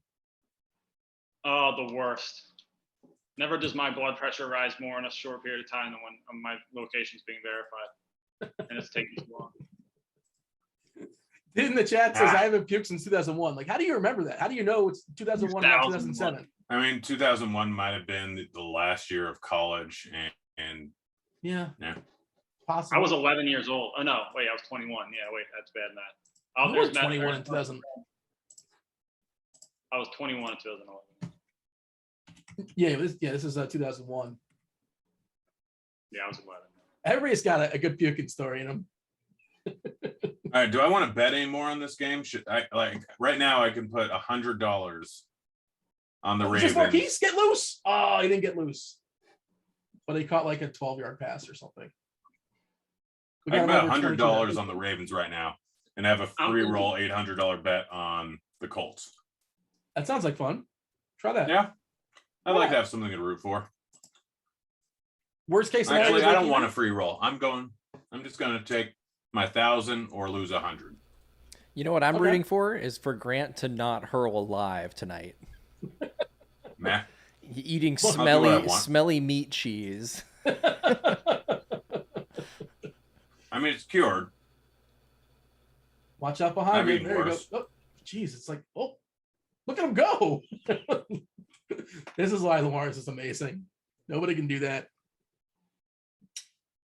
All right, let's go. Get this game interesting. Nice scramble. Did the line there move at all? We got another first down. We're at the 45 or so. Well, it depends on which site you're looking at. Yeah, I was about to bet a 210 for Baltimore on DraftKings, then they changed that. Now I'm hoping to get something similar on MGM. Who's down? Oh, it's Mark down. Who's down? Somebody's down. I just got Baltimore at 230 on Barstool. It was clearly just a terrible line. That's a bad line. I think that's where you find a lot of your bad lines. You mentioned them all the time, Grant. Is that one of the softest places, or like the ones that adjust at the worst? MGM is probably the softest. Barstool is generally the softest on the favorite. Caesars is the one that's slowest to adjust. Barstool's decent, or not Barstool, but DraftKings is decent. And then FanDuel is by far the best. Like, I generally only bet on FanDuel to hedge out on stuff because they have the sharpest lines. And I did just get down on Baltimore plus 4.5, minus 105. plus 4.5 minus 105. So they score. Wait, plus a little 4.5. bit of middle. Baltimore plus 4.5. A little bit of a middle there opportunity. So if they score a touchdown, you're still down? Yeah. No. Yes. Yeah. Yes. They need touchdown field goal. I don't like the 4.5 call. I don't know if I like that. You like that? There's still a half football left, and I mean they can score 2 touchdowns, and the Colts can get a field goal. It's not terrible. Yeah, Dean. I also have. I think this is also predicated on the fact that I have an existing Indy plus 7.5 ticket. So there's a pretty decent sized middle there. Wait, is this plus 4.5 second half only? No, I in guess. score. Right. I mean, whatever. Yeah. Or no. Yeah. I mean, it's for the full game. Yeah. Okay. Whatever lineup wins tonight for Showdown, it's gonna be gross, right? Like I tweeted out earlier today, and I was like, "This is a terrible Showdown slate, which makes it an amazing Showdown slate." If you're somebody that loves to embrace nonsense for Showdown, this is an incredible slate, isn't it? SBK, like this is because it's a bunch of dudes nobody likes to roster outside of Lamar, basically. Yeah. I got bored, and I put $180 or $200 down on the Ravens, so now I can't lose. At what? What number? Plus 180. Yeah, if you're looking to bet the Ravens, it's you want to be over on FanDuel or Caesars at plus 180. Williams actually on the field. Honestly, I might throw a little bit more on the Ravens.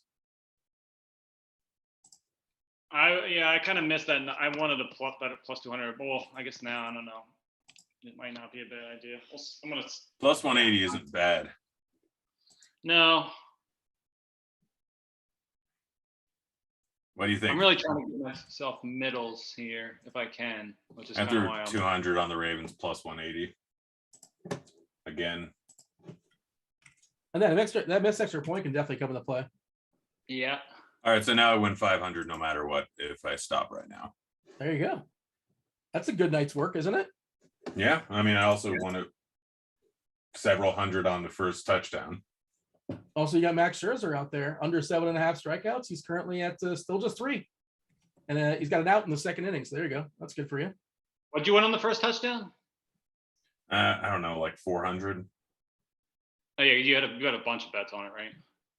Yeah, but like I think it was net 400. I lost like 50 on Lamar, 50 on Michael Pittman, or 25 on Michael. Oh, I should have a free bet somewhere.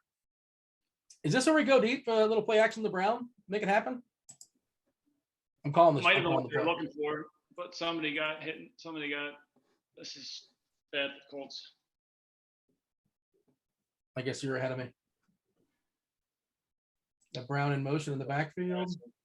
This is a Brown I need to use these free bets.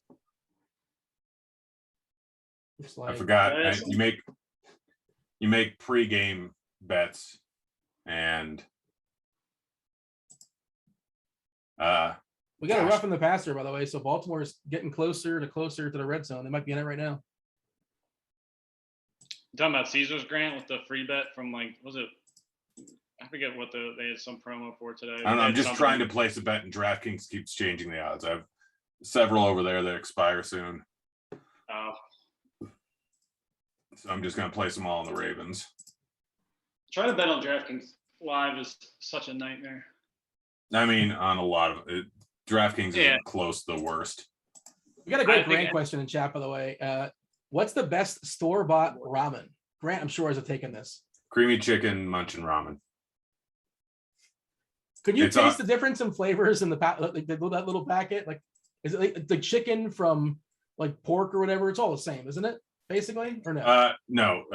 The creamy chicken is just so gosh darn superior. What did you just say, Dean? Chicken from pork? Like the little powder. You've had the powder, like the ramens. Yes. Can I taste the difference in seasoning? Yes. All those packets. If you did like the Pepsi challenge, I'm not sure if you can taste the difference. Between seasoning, that's the stupidest thing I've ever heard. Some of them, like the fish one, obviously, but some of them. No, literally between beef and chicken. How stupid are you?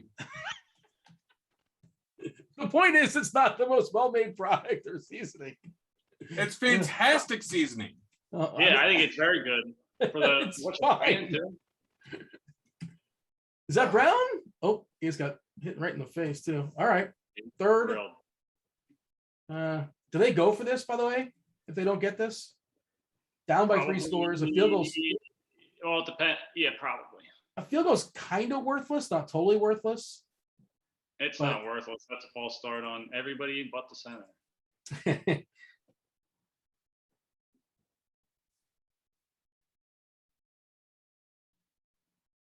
You're ahead of me.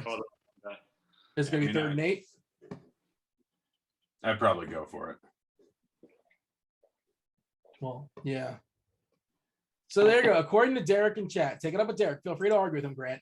He says, I'm right. The chicken, pork, and beef all taste the same. That's the point I was making. I want to do this next week. I want you to make 3 bowls. Well, whatever. The week you're going to be here. You might be in Vegas, Las Vegas. But I think they all taste the same. It's just the most asinine thing I've ever I've had them heard. before. They all. Can we do Sorry that? you don't have a sophisticated palate, you dum-dum. Yes, because sophisticated palates know ramen because ramen. Yes, is we like, can tell the difference in sodium and broth. It's all sodium and all broth. What do you mean? It's all. Oh, they're down to the 1 yard line. Well, you're ahead of me. Devin Duvernay on a. Ooh, who's gonna? Are they gonna give it to the Proud of UCF, Latavius Murray? Is it gonna be Lamar like in a bootleg? What's gonna happen? Lamar kept it and he didn't get the. Oh my God, is that ball out? Oh my God! Wait. You guys are ahead of me. Did we get a fumble? Is that what's happening? Because Yeah, You're did we gonna get a say- fumble? Yep, we got. I don't know if it's gonna stand though. I think Lamar was down, oh my gosh, but they did return it for a touchdown. Although I don't think it's gonna stand. I think he's down. I hope he's down. I really hope he's down, or else all the bets I just made to get rid of my profit boost and whatnot are worthless. This might stand actually. Nobody really seems to be thinking otherwise. You think it's gonna stand? Yeah, it is gonna stand. You just watched the replay and it was a legit fumble. It was a legit fumble. Oh, it's really close. Oh Oh. my God. He just lost it himself. He didn't even get knocked out. That's why Oh, it's weird. To that look is at. super close. He's touched. Oh, he's I- down. He doesn't have, but he's controlling with one hand. I don't know what. That's such a weird play. It's not getting knocked out. It's him just dropping. So When I did feel it start that- getting loose? He's adjusted. His left knee's down pretty quick. They should give I it to honestly him. don't know. He's moving I the honestly don't ball. know either. I feel like they're not going to be able to overturn it. Yeah, Oh, I don't know. But I think maybe they will. I mean, they got to keep this game interesting somehow. I hope that they decide to overturn it. So do I. That seems like That one of those really that's too close. I don't think he fumbled it, but it's also probably too close to change it. Whatever it is in the field, whatever. Also, this game's going to get real boring real fast if Oh man, that's the that is not good.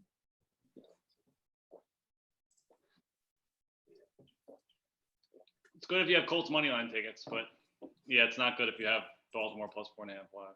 Let's see what Twitter has to say about it. If they're, everybody's kind of saying it's too close. It is.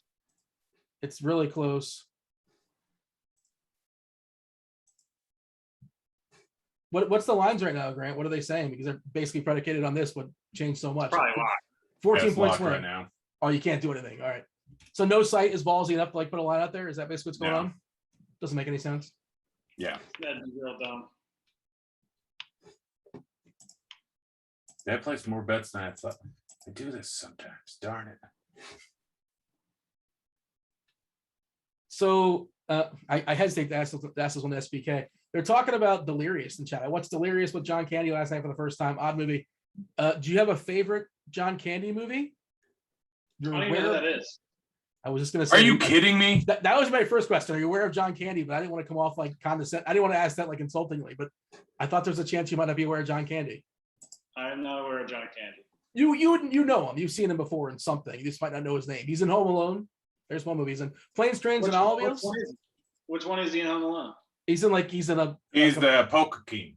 There you go. Yeah, he's in one scene. I don't know why. Which he ad-libbed the whole thing. He made it all up on the fly. Uncle Buck. Have you seen Uncle Buck? We Google him.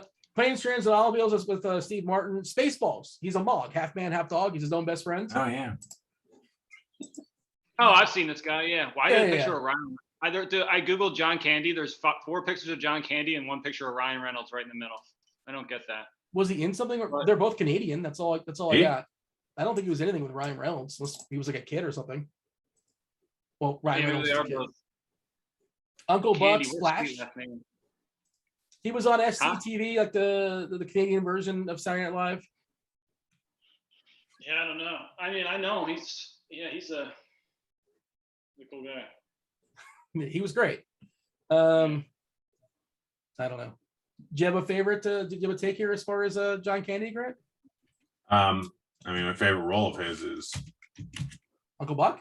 No, it's Home Alone, but my favorite John Candy movie is by far Cool Runnings. Of course, it's Cool Runnings. Get out of town. That's not his best movie. It's my favorite movie. Oh, it's not where he does the best. You watched it because like you were 5 and you like kids movies. I watched it a year ago. Oh, well, however bad my palate is, your like perception of movies is on the same level. Your movie intake ability. I guess this holds up. I see Jackson on the bench is not upset. This hold up. I don't know if we're going to count as a touchdown. I'm trying to read this ref's lips. I have no idea what's going on. Oh, is it possible it's a turnover but not a touchdown? Is that possible? There's nothing I saw on that play that suggested that, but maybe he was. I don't know. Yeah, I don't know. I don't remember what happened. The guy fumbled. It didn't look like anybody was down. I don't remember Armed and Dangerous. I'm not aware of one. Have I seen Armed? Oh, he's in what's it called? The Vacation movie. He plays the cop at the end with Chevy Chase. What's that? We still talking about John Candy? Yeah, the chat's talking about it, so I'm still on it. Who cares about? Oh, all right. I was gonna say, who cares about John Candy? How did we even get on this topic? Why do you hate John Candy? I don't hate him, but I don't know why we're talking about him. He's down. Who brought him up? Like, why do they want to know about him? I don't know. The conversation happens in the chat. Like, this is what we do for 3 hours. John Candy. Oh, I think he was down. Down? He's still sitting during the return, illegal 4 pass by recovery team. So it's kind of a push. Take the ball away and but no touchdown. That's not as horrendous. Oh gosh, the line. Was it because the guy caught it when he was past him or something? What is illegal about that? There was illegal. I didn't. Forward pass. Illegal forward pass. It doesn't look like it was. Maybe because when you look at it in slow motion, maybe he picked it up past that line. But there's an easy way to. It doesn't look like it, but it's one of those where I think it went down. That doesn't look like it. I don't think it's like it. It's like the Wycheck call for Tennessee. Like it looked like it was, but it wasn't really. Well, they didn't have replay for that. Right? Oh wait, well they replayed that. Yeah, the Tennessee Miracle, or what they call that, the Tennessee. They did not replay that. I think so. No, they replay every turnover. Not in 2001. Oh, I thought that's the last time somebody in the chat threw up. Yeah. Yeah, I don't know if that was 2001 actually or not, but it was. There's no way they replayed that. Well, that was a great call. What, the penalty? No, that screen, that little fake misdirection, and the wide receiver screen the other side of the action.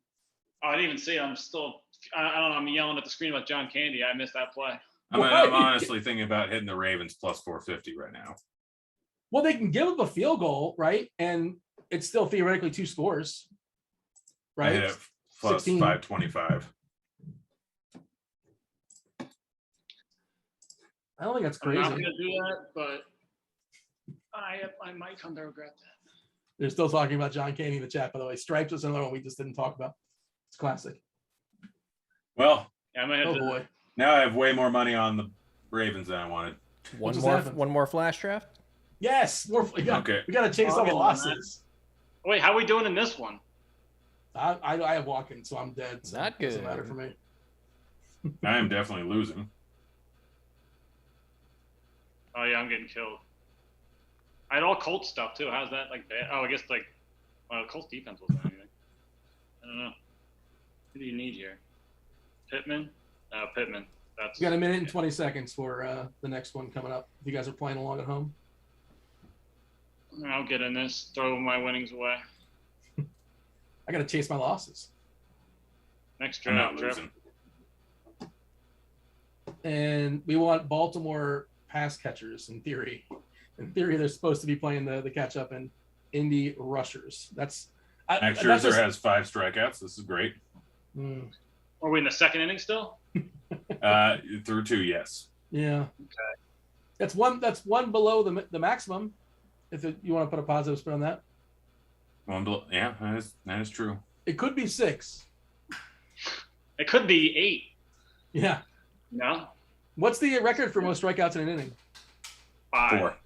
It's 4, actually. You'd think somebody at some point did 5. Yeah. No, it is 4. A lot of guys have it. Yeah. Is Kerry Wood one of them? I think Pedro's one of them. Kerry Wood, I think I maybe. remember Kerry Wood doing it at one point. Yeah. I feel like Yeah. Mark Pryor did it once too. Oh, Wood and Pryor back in the day. Yeah, rolled up. Carlos That- Zambrano. That was the best. That Carlos 1-2 Zambrano. combination. Zambrano was a good hitter too. Never being a It's back good in the hitter. David Eckstein days. It's starting. Lamar Duvernay at 3x with Watkins out is kind of sort of somewhat interesting. But like Oh. Lamar is safe. I'm going Jonathan Taylor's. I'm Gators. going Duvernay. That's a good one too because he's just going to run the ball on the ground, and this Baltimore team defense is going to. Whew, Lamar is barely owned there. Blankenship versus Murray versus. Well, none of those check out. Carson Wentz, beautiful ball right there for Carson Wentz. Yeah, inside the who's that too? The Sandy is it the backup tight ends? Mo Alley. Oh, there he is. He scored 2 touchdowns last week. Are you sure that was Mo Alley? Yeah. Oh, never mind. That was a different guy. Jonathan Taylor. I'm Touchdown Colts. Oh boy. So Taylor is your captain if you're playing DFS tonight. Like I can't imagine that changing. 2 touchdowns. You know, No. he's gonna pad the fourth quarter as well, I would assume. Oh, they actually have. This is dirty. They got Watkins in here, so don't pick Watkins. Play Brown Tucker. They're not kicking field goals. It's Brown's the play. You got to play Brown. Yeah. No, What do they unless do you're when- expecting him not to have a catch. Dean, Yeah. what happens here? What happens here in the like if you sign up for this and then don't draft? Like what happens? I don't do They this. refund I think your they money. refund your money. Yeah, that's happened to me multiple times where I just forget. I've had I just- several times where they say this is your one freebie. Like, yeah, this is on you. Whatever. Just don't do it again. And I keep doing it. They keep saying, yeah, we'll take care of it. Don't worry about it. Oh my! Oh, that was 2 points. Yeah, there are a lot of people who have gotten 4 strikeouts in an inning. Like Yeah. 100. Oh, it's a lot. Yeah, they've been playing baseball for a long time. Yeah, but I nobody's know, ever still I done didn't 5. expect that. Grinke's done it twice. Wow, he doesn't strike anybody. That must have been like 20 years ago when he actually could strike people out. 2012 Is this guy gonna go? No. Nice play. though. and 2014. He struck out 4 guys in 2014. Good for him. That was I think before he was even on the Dodgers. You knew he wasn't. I believe Frankie he was won on a Cy the Young. Royals for a long time. Wait, oh yeah. I think he won a Cy Young with the Royals, right? I think he won it with the Dodgers. Did he? He might have won I it don't with think he won both. one with the Royals. I do not know the name of the speeding boat from Great Outdoors. I don't know that movie very well. The one thing I know about that movie is the old 96er. I don't know if you guys know the old 96er where you got to eat the 96 ounces of steak to get it for free. And then you also got to eat the grizzle or I think it's they call it the grizzle in order to knock it out. But, Oh yeah, he did win with the Royals, but Greinke, when he had a 1.66 ERA with the Dodgers in 2015, got second in the Cy Young. To who? Who, Kershaw? Who won it? I'm looking that up right now. Kurt Schilling, maybe? Randy Johnson? Not Dallas Keuchel. No, who was on the other? 2014? Maybe National Kershaw? League. Seems like a good guess. Jake Arrieta. Whoa. Wow. Yeah. Yeah, he had a 1.77 ERA with 3 shutouts. Kershaw got third. That was a heck of a year for pitching. Asked Dean, did he know for the 77 Superman movie? The producers asked Stallone, Redford, and Neil Diamond before Reeves got it. Neil Diamond was asked to do it? Wow, did not know that. What was he doing? Crack on Rosie? I mean, he's done some movies, Neil Diamond. Wait, hold on, Grant. Don't answer, SBK. Does SBK know who Neil Diamond is? Going with yes. I'm going with no. We should wager on this. Neil Diamond is a musician, correct? Yes. Yes. Okay. Can you name one Neil Diamond song? Definitely not. I guarantee you know at least like 3, and for sure 1. Yeah, I don't know the names of any of them. But there's you no know way. one of them for sure. 100% for sure. You know one of them. If you've been to any baseball games in Boston. Take me out to the ball game? No. I said Boston for a reason. Na na na na na. I don't know. No, no, I'm no, not, no, no, I'm not into Neil Diamond much. Not the target audience. Understand? Keep going, Grant. He's so close to getting it. Do you get the bop bop ba? Da, da, da. Everybody sings along. So good, No. so good, so good. He's actually There's- from New York. I Oh, believe, okay. but Yeah, I Boston do for know some that reason. song. You know this song. I promise Yeah. you know this song. Yeah, okay. Yeah, I feel like every time like I'm at somewhere where people are singing along the songs, I'm like one of the few people who doesn't know the words. And I'm like, how don't all these people know this? I've sung it in karaoke many a time. It's a go-to. It's the chalk in karaoke, I think. I mean, somebody knocks it out for the night for sure. And the good news is all my losses are on Caesars, so they aren't going to limit me. When I was in Vegas last time, we went to this Italian restaurant off strip. That's like supposed to be the best Italian restaurant. But you know what confirms a good Italian restaurant? They have like a live piano player. Like that for me, that's like the pole at the barber shop. That gives a credibility, lets me know that this is the place you want to be. And I tipped the guy to have him play Sweet Caroline, and it's a crowd pleaser. Brings the house down every single time. Like that's the go-to. What else do you want to tip the guy to sing? What do you got to tip him to get him to do that? I mean, like, I don't know. I'm not, you could probably throw a buck in, but like, I think I gave him $5. But well, $1's insulting. He's wearing a tuxedo. You got to give more than $1. Guy said he's wearing a tuxedo. He's out on a Friday night playing piano in a restaurant. So, Yeah. I think you should get more than $1. I think you're being cheap. But. Yeah. Is that Andrews for 20 yards down the field? About, give or take? Oh, Scherzer's at 6 strikeouts now. Son of a biscuit. 6 strikeouts, top of the third, 2 outs. Yeah, it's not looking really good. He struck out LaStella. That's when you know variance is not on your side. LaStella has struck out 7.8% of the time against righties in his last 400 bats in the last 2 seasons. Okay, oh my gosh, this ump is horrible. What? I'm looking, there was one like 5 inches outside the strike zone. The ump called a strike. I didn't see it. You watching? Are you looking at the actual like picture? Like, you know, sometimes I'm you get looking at those the screenshots. dots. Like, Yeah. How accurate are the dots? Because I don't look at the dots. the dots are pretty darn accurate. I generally look at the report the next day. There's a Twitter account you can follow. Yeah. Oh yeah, the umpire data. Yeah. Oh gosh, this umpire is horrible. Okay. Now I feel less bad about my bet. Like, Baltimore this is is driving. I think they're going no huddle here, I assume. They should be. I haven't got much time. About 2 minutes to go in the quarter. oh my he's got it. gosh. This Down. ump is Marquise terrible. Brown. Dean, your bet just hit. Marquise Brown over 22.5. Yeah, Reception. there it is. Then- Is your roommate excited? He just walked. He's just out on the porch. Actually, he just walked by me a second ago. I tried to act like nothing was happening, but Touchdown. Brown Yeah. touchdown, Touchdown, Brown. dude. We called this one. I'll let There him it know real is. quick. What? There it is. Hollywood. There's the narrative street. 40-something yard touchdown. Congratulations. Yeah. It just happened. I'll open the window or I'll open the thing for you. Yeah, They're open going- the thing for him. They're going for 2. Good job. Go for 2. Nice to know. Get on top of that. There we go. Yeah, all right. Yeah, there you go. Well, yeah, I got Ravens plus 4.5, so I kind of need to get back in it. I like listening to his conversation. Yeah. All right, I'm back. Oh yeah, sorry, I didn't realize. I kind of forgot you guys can all hear all that. But I yeah. didn't say anything. Yeah, I think.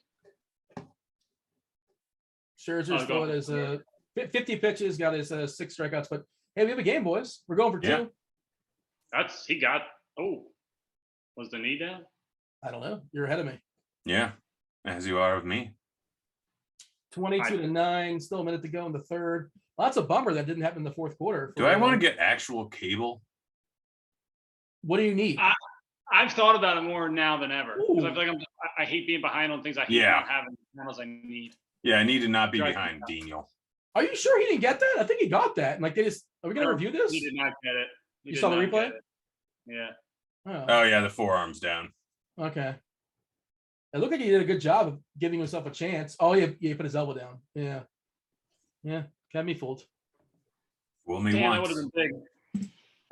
I needed that. Well, now I need the Ravens to win because I had to get all my profit boosts that were expiring today. In the chat, they're talking about let's see, the 19. I actually catch that reference, by the way. Wow, is this the 1997 Game 5?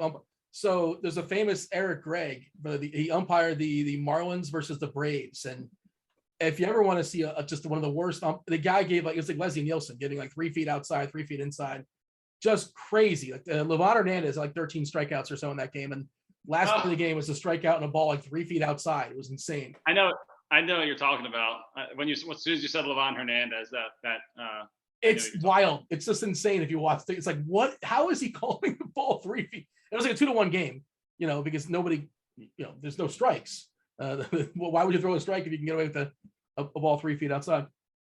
Didn't Levon Hernandez pitch he pitched pretty late? He was pretty old when he retired. Like, wasn't he kind of like a fifth inning inning eater for a couple of years there at the end? He became a junk ball pitcher. Yeah, and I feel like I saw him pitch live in Toronto, like throwing like 70 miles per hour, like just throwing absolute garbage up there. You're absolute garbage. Well, that I don't throw Major League Baseball. Like I was not a pitcher. So like you're talking about just in life or just in general, or? No, I don't mean that. You're a nice guy. I'm This, sorry. hurt people, Grant. I don't know if you know that saying. Who hurt you? This is more about you than it is about me. I'm sorry. Carson Wentz rough yards. Ooh, he took a shot. I feel like I'm behind. I'm trying to go to the live button, but I'm pretty sure I'm live. Grant, you're talking about paying for cable just so you can get like sports. I'm sorry, for sports reasons, I suppose. Yeah, so I can get it. I hate not being live. It's awful. Yeah. I have cable, and I talk to people on the phone, and they're like 10, 15 seconds ahead of me sometimes. So I think it's their cable provider sometimes. I don't know. Well, and if I'm watching like a game channel, Game Channel's going to tell me what happens in the play before I actually watch it, even though I'm watching it theoretically live.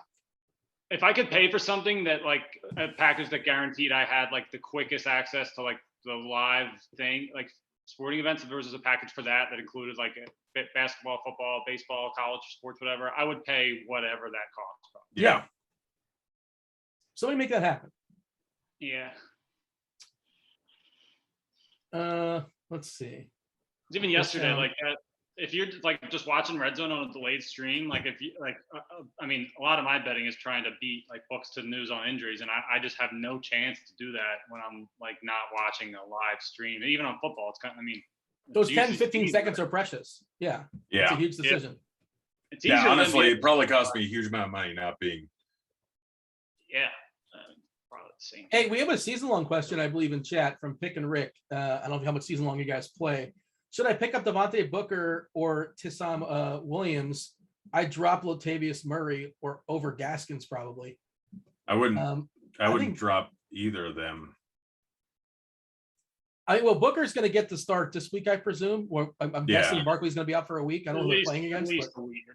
It's going to be a couple of weeks. I don't know when the Giants' bye week is, but it's probably going to be a couple of weeks. My biggest stand yesterday, I think, was that Yahoo. I kind of maxed out that $20 contest. I had 45 or 50% Barkley because he was $23 over there. I don't know if you guys played. Yeah. I just love that price. I was so overweight on the Giants. My weekend went terrible because of that. Everything else I did good. But they lost a skill position player every quarter. It seemed like Jones was not. Yeah, way overweight on Galladay. Yeah, all of them were knocked out. Galladay's going to be out for a while, and of course, Tony, the rookie receiver, was fabulous. I had some on DK, but I had very little on Yahoo. So I found a way to lose money in that contest. Long story short, I guess you did it as well, Grant. Yeah, I lost 60% and I maxed it. Yeah, I think I only lost 1,000 on Yahoo. Yeah, that's not bad. Yeah, and I made it up on DK, thankfully. So, but it could have been a lot worse. I might only be playing on 2 sites this weekend. Oh, because you're in Vegas. Yeah, I'll enter some stuff for DK, but mostly I'm just going to max out the Super Draft and Yahoo stuff. Well, you can sign up beforehand, I think. Like, don't hold me to this, but at least they used to be able to sign up beforehand and adjust while you're there, I think. Yeah. But also you can go to the border, which is like 15 minutes away. Yeah, I mean, mostly it's just a time issue. Like, Yeah. I'm gonna have way more money on Super Draft and FanDuel than I am on DraftKings. Like, if I have enough time to bet all 3 or all 4 sites, or throw in Thrive in there, throw in any number of other ones, then I do. But it's all about timing and all about, like, if I'm doing 150, like generally on DraftKings, I do like anywhere from 3 to 10 lineups and just getting all the 3 to 5 entry max, and depending on what news comes out, then I'll enter more. But like the most profitable contests are Super Draft and Yahoo because there's overlay. So Mike in the chat got 7th on Yahoo. Congratulations. There you go. Nice. Nicely done. They're asking, do you guys remember Surge? Not a Baca, the Oh, drink. yeah. You got Surge is like a bootleg Mountain Dew, I guess. How would you describe Yes. Surge? Surge was very good. Surge is yeah, very Surge is good. Whoever delicious. said that. Ooh, big run by Hines. Oh, No, there it that is. Mac. That's Mac. Oh, that's Mac, the 3rd running back. There was rumors of like running backs being the trading block in both sides of this game, for what it's worth. Like they're potentially showcasing. Well, Mac was like inactive. They're trying to trade him earlier in the year, and I guess Yeah. they Who are couldn't the find a trade Ravens partner. showcasing? Supposedly Williams is one they're throwing out there, which doesn't make any sense to me because I mean, like, you're gonna trust Murray for a whole season? He's just Oh, like you got kind of Bell. a veteran. You got veteran Devonta plotter. Freeman. You feel good about any of those guys? Well, if it's No. like 2013, maybe, but not in 2021. I mean, if you can get something for Taysom, like he's young, he could be decent. And running backs, he's quintessential. Running backs don't matter. Like all those guys on Baltimore's running backs don't matter, I think, right? There's nobody. I don't think he's a rookie, I'm pretty sure, but I don't think they put any equity in him. Was he He's drafted? his second year. I think he missed all last season. But Oh, okay. I mean, they clearly don't like him that much if they're like, they obviously don't. They keep bringing in all these old running backs. They're using Latavius Murray ahead of him consistently, so they obviously don't like him that much. Yeah, I mean, and course he Bell and drafted Freeman. He was a later round pick, I think, like a 4th or 5th round pick, I think. Yeah, I didn't think it was drafted too high. And Mac was deactivated a couple times or inactive for a couple of games, and the rumor was supposedly they're trying to trade him, but who's trading for Mac? What are you going to get? A 6th round pick? Maybe? Taysom was undrafted. Yeah. So I think they just kept him on the roster last year.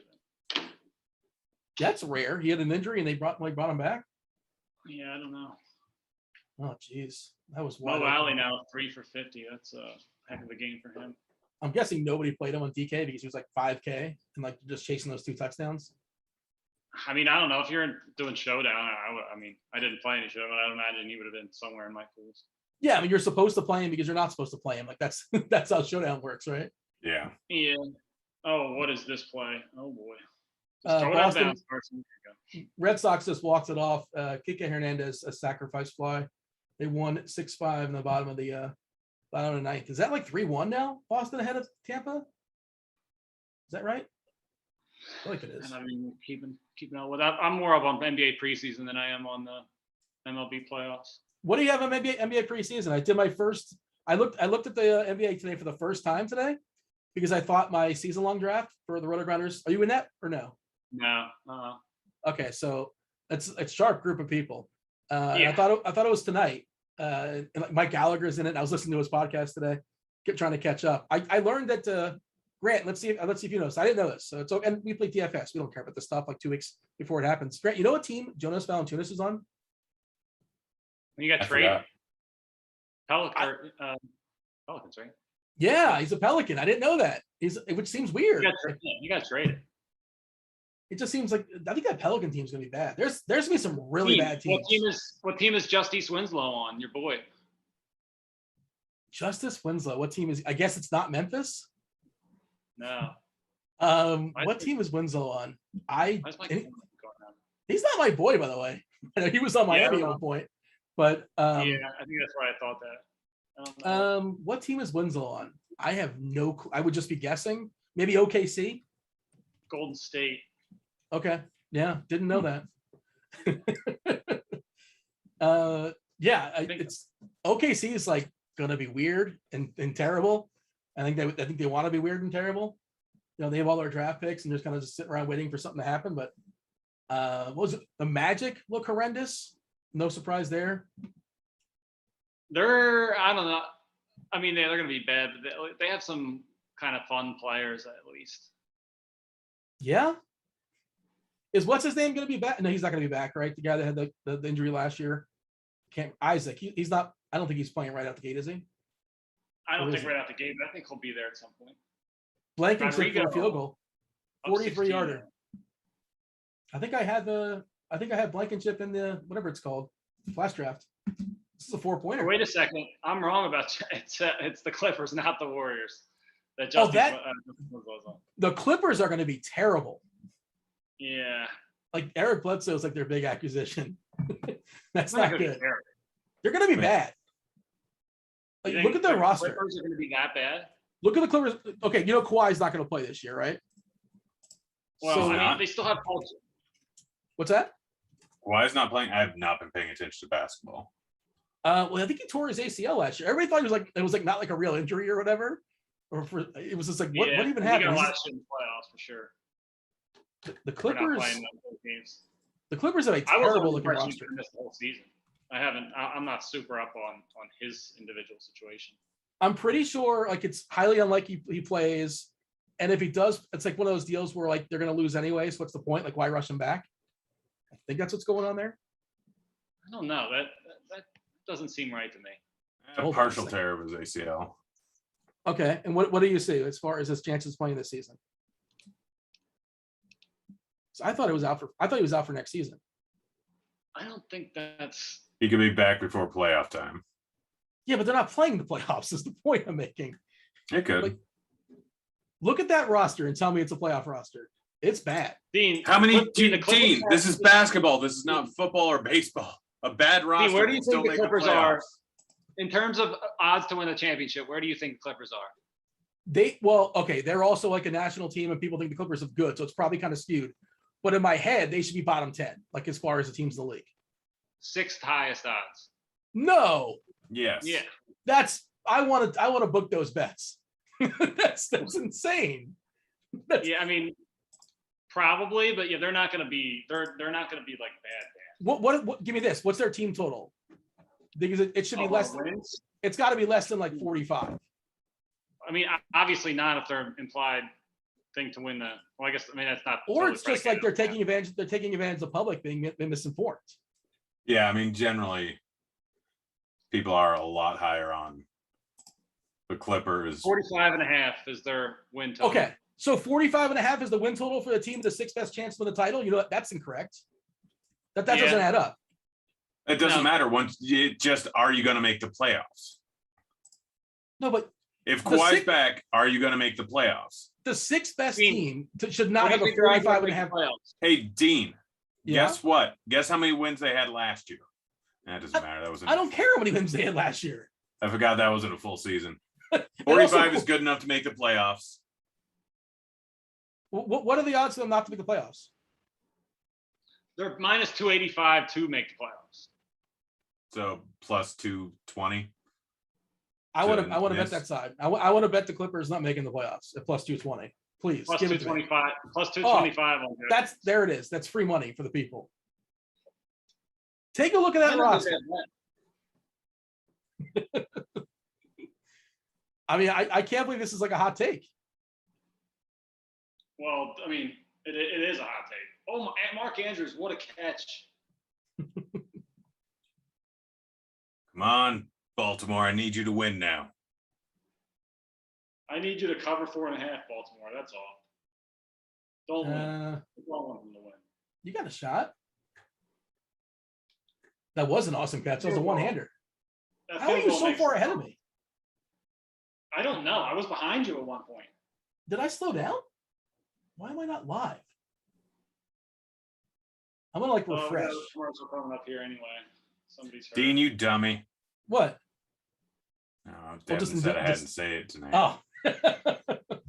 I'm checking those odds, by the way. I feel like I've called him an idiot a few times. What's the over/under on Grant calling me a dummy? 3.5? What's the sharp money's on the over? Oh, are we including idiot in there? No. I mean, there's synonyms, but it's dummy specific. I don't know. I'm just pulling up the Clippers roster right now. Let's see their depth chart. Okay. I'm excited for basketball season. You guys excited for basketball? Yes I'm and no. enjoying just focusing on football. You're thinking I'm about not all the excited work.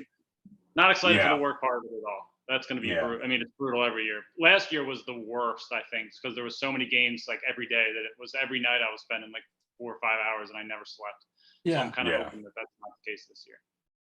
I mean, it could be That's worse. It cool. could be, Andrews just went for like 20 yards there. Nice move there. So, by the way, Reggie Jackson, Eric Bledsoe, Paul George, Marcus Morris, and Zubac as their starting 5. Beautiful. I mean, Man is solid. I think Man's better than Jax and Bledsoe for the record. Batum is still there. 39-year-old Ibaka's there. Justice Winslow, Luke, the Nard dog. It's a terrible roster. Dean, Man. Reggie Jackson was basically Mr. Well, I guess I forget what month it was. June maybe for the playoffs. He had a great little run in the Had a playoffs, but phenomenal playoff. I mean, he was like the Clippers' best player in the playoffs. he's still Reggie Jackson though, and that was a small Yeah, sample. I agree. Good for him. He had a nice little run. I give it up. But do you want to be on the side of Reggie Jackson, like trusting him?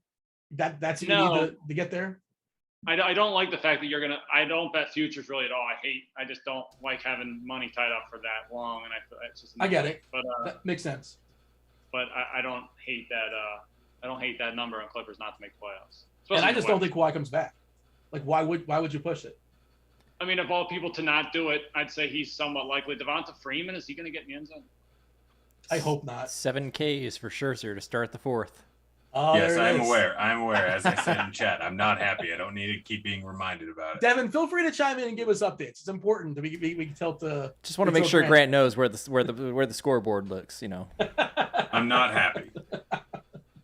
We can say that I'm not happy. For what it's worth, I followed you live on the screen share, so I'm right there with you. Maybe not nearly to the degree you did. Geez, he had like 17 seconds to throw the ball. There it is. Touchdown. What's the penalty? Is it holding in the? That's got to be like a hold in the defense. They had like 10 seconds there. No pressure at all. Yeah, you're right. It's got to be a Now- hold in the defense. They lost track of those guys. You're correct. So now they're going to have to go for 2 here, make it an 8-point game. Yeah. I gotta go hope for they two. don't get this and then score another touchdown. That's my best case scenario, I think. I really don't want overtime. That would be. Oh, I got Watkins and all my teams here. That's not good. Yeah. Mark Andrews having a day. Yeah.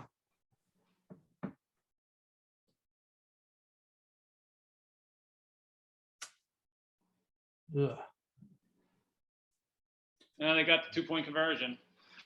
So Okay. 8-point game. Lamar pass to Andrews. Yeah. Andrew's having a game. Give us a couple good bets to win in the East and the West. I haven't dug in enough, to be honest. Like, I'm not really prepared to give a good answer. You guys have an answer as far as you like this season, betting wise? I haven't looked at it, but I'm gonna look at the odds. I'm against the Clippers. Let's look at the odds. I'll pull up the DraftKings Sportsbook.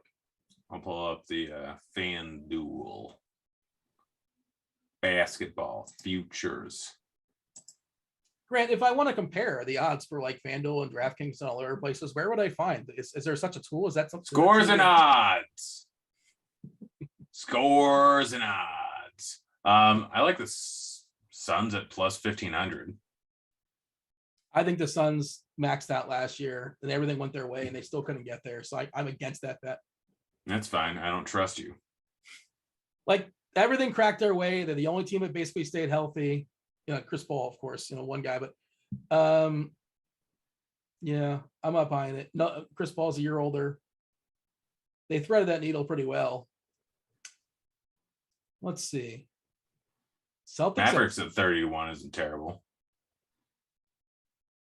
Porzingis is talking about, like, supposedly, like, he's healthy this year and he's thrilled with the new coaching and just his teammates are raving about him. I know the whole greatest shape of your life is kind of one of those things that you just kind of like don't really hear people say that, but I think Porzingis is prime for a nice bounce back season.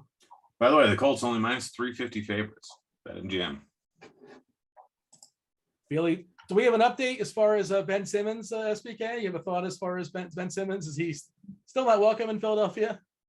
I mean, I feel like I was late to come around on the hate train for him, but I mean, he's just such a coward. I mean, I don't like, but he's just the worst. I hope there was an Indiana trade that they were talking about for a little while where it was like we'd get Levert, Brogdon, somebody else of not much note, and like a draft pick or something. I would do that in a heartbeat. We get Levert and Brogdon. I think that would be we would be better off that way. Fox is one of them I saw thrown out there. I saw Wiseman from Golden State potentially. That would be horrific. I mean, you might get a pick. And Scherzer's got 8. Might as well just go F myself. Huh? Scherzer got 8. Yeah. Well, at least I had him in 2 round robins that every other one hit. Oh, that's the worst. Yeah. There's always one that kills me. Oh well. Philly's 20-1 for what it's worth. Boston at 40-1. I can see them bouncing back a little bit, but that's one of those probably you hedge. They win the first round, or I don't know. They're probably not winning the title, but pretty good odds at least to start the season. Yeah. I still think Brooklyn's going to find some way to mess it up. Yeah. Well, I mean, they just got to stay healthy, right? Just get through the season. Well, I mean, they have a confirmed lunatic, Kyrie Irving. Who knows what's going to end up happening with him early on in the year. And then, I mean, I feel like they're just like, well, I mean, Harden doesn't really get hurt much, but I feel like a full season with them, if they get deep in the playoffs, there's going to be some sort of I mean, obviously, I don't know. Ravens are plus 360 over on Barstool. The way it's set up now, Irving would not play home games, correct? Yes. Why can't he play? Because New York or New Jersey? Yeah. So that's, I mean, obviously that would matter. Yeah. I mean, I don't know how much you need him necessarily, but he definitely makes that team better. You have the other two. I think they're fine. I remember seeing some. I mean, obviously the sample size is very limited, but they were better off with 2 of them on the floor than they were with 3 for the most part. I think, don't quote me on this, I think they only played the 3 of them together. I heard it's like 200 minutes basically. Yeah, 7 games I think in the regular season that they played together. Yeah, like they've only spent 200 minutes in the court together last year, something like that. Is our court IQ up right now or no? It's probably not. I imagine. I mean, it's always up. Okay, so let's check. I think it was like 200 or 202 minutes together, which seems strange, but if that's correct as far as the number you threw out there. Yeah. Oh, there goes Taylor. In case if he wasn't the captain before.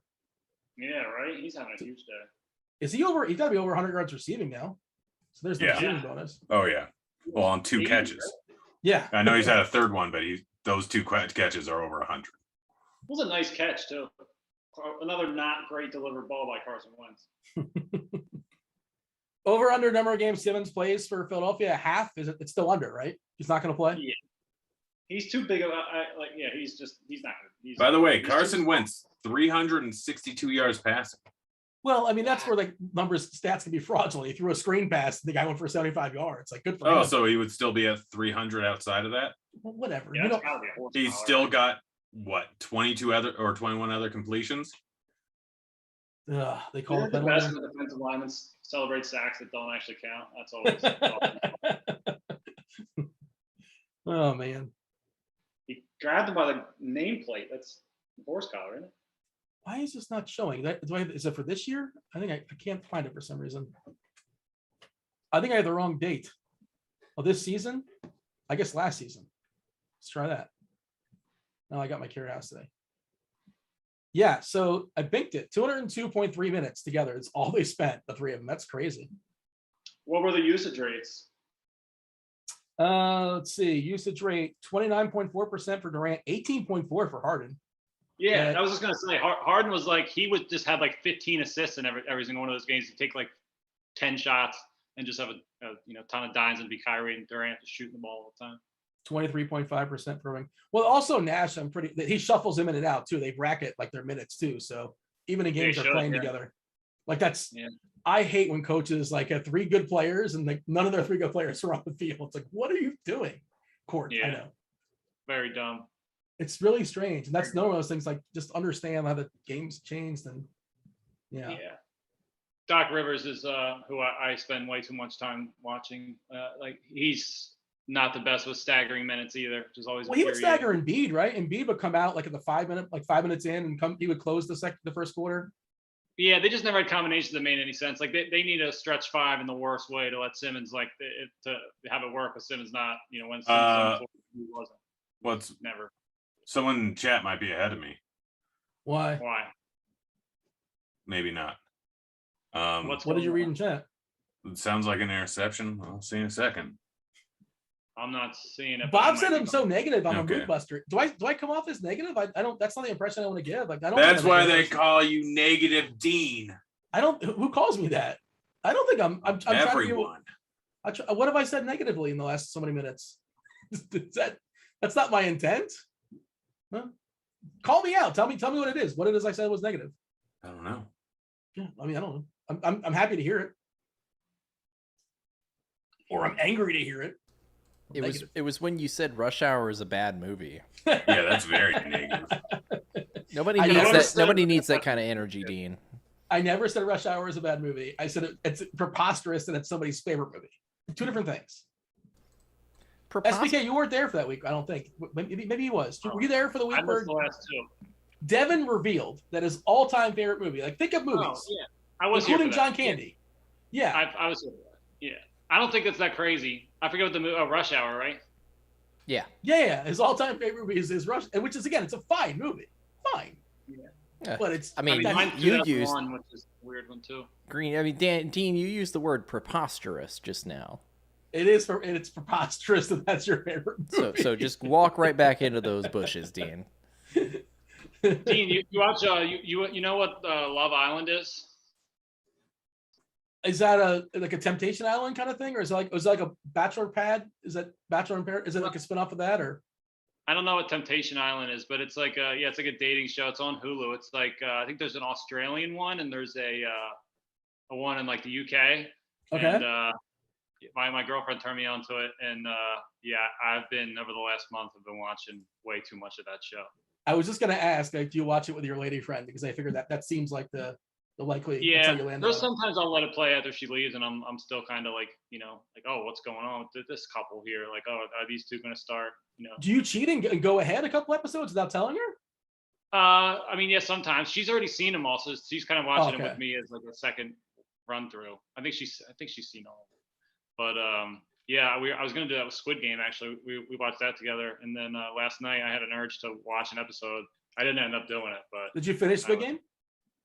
No, I'm through 5 episodes right now. You like it though, right? It's good. I do. Yeah, so it's very good. Yeah, it's very good. Yeah. I went through it too fast. I finished it like at 4 o'clock in the morning one time. I knocked out like all 3, and I'm like, Yeah, we've all been there before. There's 9 episodes. Yeah, well, I mean, I had like, I was on episode 6 or 7 or whatever, and I just kept going. I'm like, yeah, I can't sleep now. I gotta see what happens here. Yeah, I did that. I remember Making a Murderer. I did that. I finished it at like 5:30 in the morning. I was like, what is going on with my life? They have a sequel to that nobody saw. Like there's like a 10-part like part 2 of Making a Murderer, and I feel like what else is there to say? There's like because it was so successable, they forced out another like yeah, it does ring a bell kind of. It's on Netflix, isn't it? Yeah, but nobody saw it. I mean, somebody saw it, but like, nobody saw it. I think I saw it, and I don't remember if I watched all of it or not. But it was like some lady was kind of like the main part of it. She was like, I don't know, just I think she was like a lawyer who represented people that were like wrongfully accused or whatever. Yeah. And I forget exactly what happened. It was a while ago. What show? Making a Murderer, the second one, I guess. You probably watched the first one, Grant. I assume you did. The first one was a great series. And it's like Netflix is doing the same thing with Tiger King. There's a second Tiger King coming out, and like I feel like we got our I feel like we got our fill. Like I didn't watch that show and say, you know what I need after this? 9 more hours of Tiger King. Like I feel like I've seen enough. I'm good. I need 9 more hours of Tiger King, sir. You do not, unless it's about like Carol Baskin and like her backstory with the alleged murder of her husband. Like what's I'm in on that. I'll watch that. I think. That otherwise. That woman is horrific, Carol Baskin, and that her name is just so disgusting. She's on. I couldn't like her anymore. You're not a fan of Carol Baskin? Killed her husband, slashed him. Can't convince me it didn't happen. Yeah, those videos, Jesus. Grant probably downloads those. It's like on Spotify. Oh, I don't have to download on Spotify. Whatever. I don't know. Oh, sorry. You're from like the 1930s using Pandora, I'm sure. I don't have Pandora. Your landline phone. Yeah.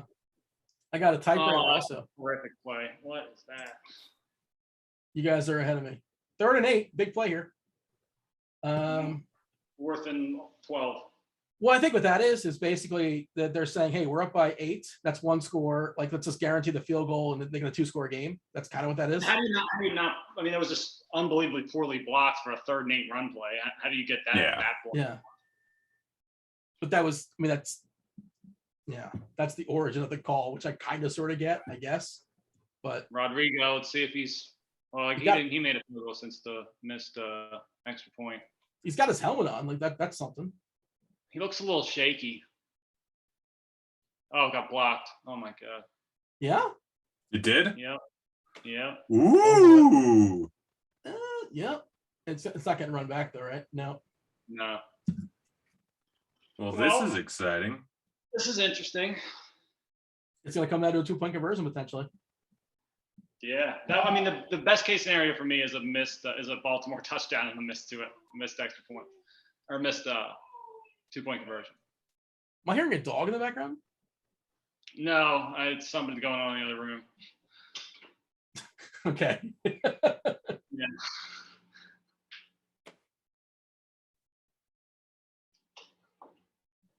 So we got an 8-point game, 4 minutes to go. All right. Yeah, it's a ball game. It's turned interesting at least. Yeah, sure. I mean, this is a lot better than I thought it was going to be off that interception return. That wasn't an interception return. Oh, wow. I don't know how that didn't get picked. Oof, that was a floater. Was his hand hit there? So far behind you. Wow. So it was the You guys want me to hand. stop? You guys want me to stop saying what happens? No. No spoilers. I like a good I mean, spoiler. I hate when people do it to me, so, and I imagine it's infuriating. So if you guys want me to stop doing that at any point, let me know. No. Not doing. Everyone watching, I'm sure there's a delay. So. Yeah, I don't know how I'm not delayed, to be honest. I probably am. Marquise Brown, it's about a tackle him. It's about a 15-yard pickup at least. Clock is moving. We're about to be under 4 minutes for this next play's run. Not really an issue just yet, right? They only have 1 timeout, so they're very lucky that was a missed field goal because they would be in a lot of trouble with those 2 scores. Yeah. Yeah. I don't know when they use those timeouts, but Devonta Freeman, another first down. So Devonta Freeman is like their 2-minute running back. That's what it looks like. Okay. He's probably better. I don't know. Well, better than Murray, but like pass protection in terms of running backs. I guess Freeman does make the most sense, I suppose, because it's not Murray. Maybe Murray's a good blocker. I don't know. He's just not I think he's probably a better blocker than Freeman, but probably not as good of a receiver. Is that Freeman again for 8 yards? Yeah. Freeman doing things. Colts are, well, I guess they always play like this, but they're giving them everything underneath. Oh, you got to bring them down there. What are we doing? And Lamar's running free. This is going to not be good. This is exciting. You're a great play-by-play, sir. I don't know who that was. It wasn't. Was it Okereke who just made that tackle? That was a phenomenal open field tackle, Lamar. Although 2 defensive linemen should have brought him down the backfield. Someone said I should use more of my food budget to cable and utilities. Is it dark in here? I think you're talking about like getting the game live. Like it's live for all of us, but it's just like different streams and a couple seconds behind. Oof, Andrews just got to make. No, I have cable through Hulu.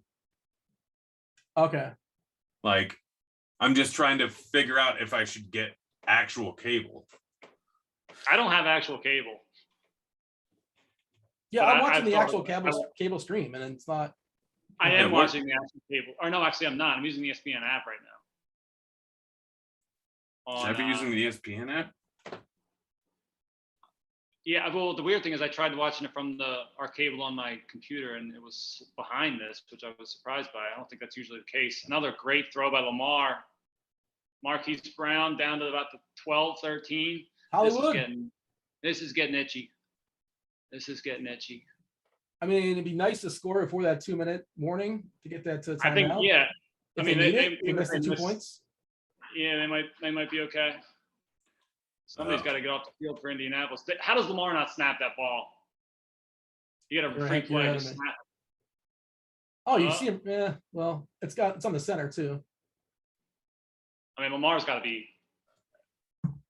So we're at the 2-minute warning now. Another 2-minute warning. 2nd and 1 or 2 at the 5-yard line, and that was Williams actually out there.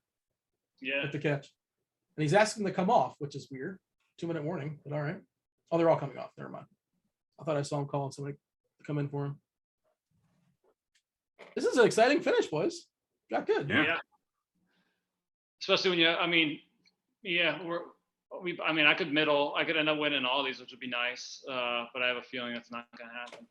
I still have a weird feeling Baltimore's going to end up winning the game. I need Alex Wood not to get pinch hit for. Can't remember who on. I saw it somewhere on Twitter. I'm like, oh, that is a good line. Over 12.5 outs. So I bet it. And every time I bet something that someone else posts online, I end up losing. He's at 74 pitches. Yeah, the problem is he's up to bat right now. Yeah, well, no, it's Longoria, Duggar, and then Wood. There's a chance. Does he have 8 strikeouts? Yeah, 8 strikeouts. Oh. For Scherzer. Yeah, Scherzer's that. I'm angry. And Wood, like you said, he's got 12 outs. You need 12.5? You said 12 1/3. Yeah, he does have 1 hit, but he did walk 2 guys. So we're at the 2-minute warning now. So Baltimore's they pretty much have to get this 2-point conversion. Yes, they have. Yeah, pretty much. I mean, they got 1 timeout left where they can get the ball back theoretically like 30 seconds. Yeah. Or get throwing a complete pass. Can I give you my? Someone's mentioning my internet used to be way better than it was back in the day. Yeah, because I'm not in California anymore. There's nothing I could do about that. California, specifically LA, is absolutely horrible. Wait, LA is bad internet or good internet? Because they're saying it used to be better.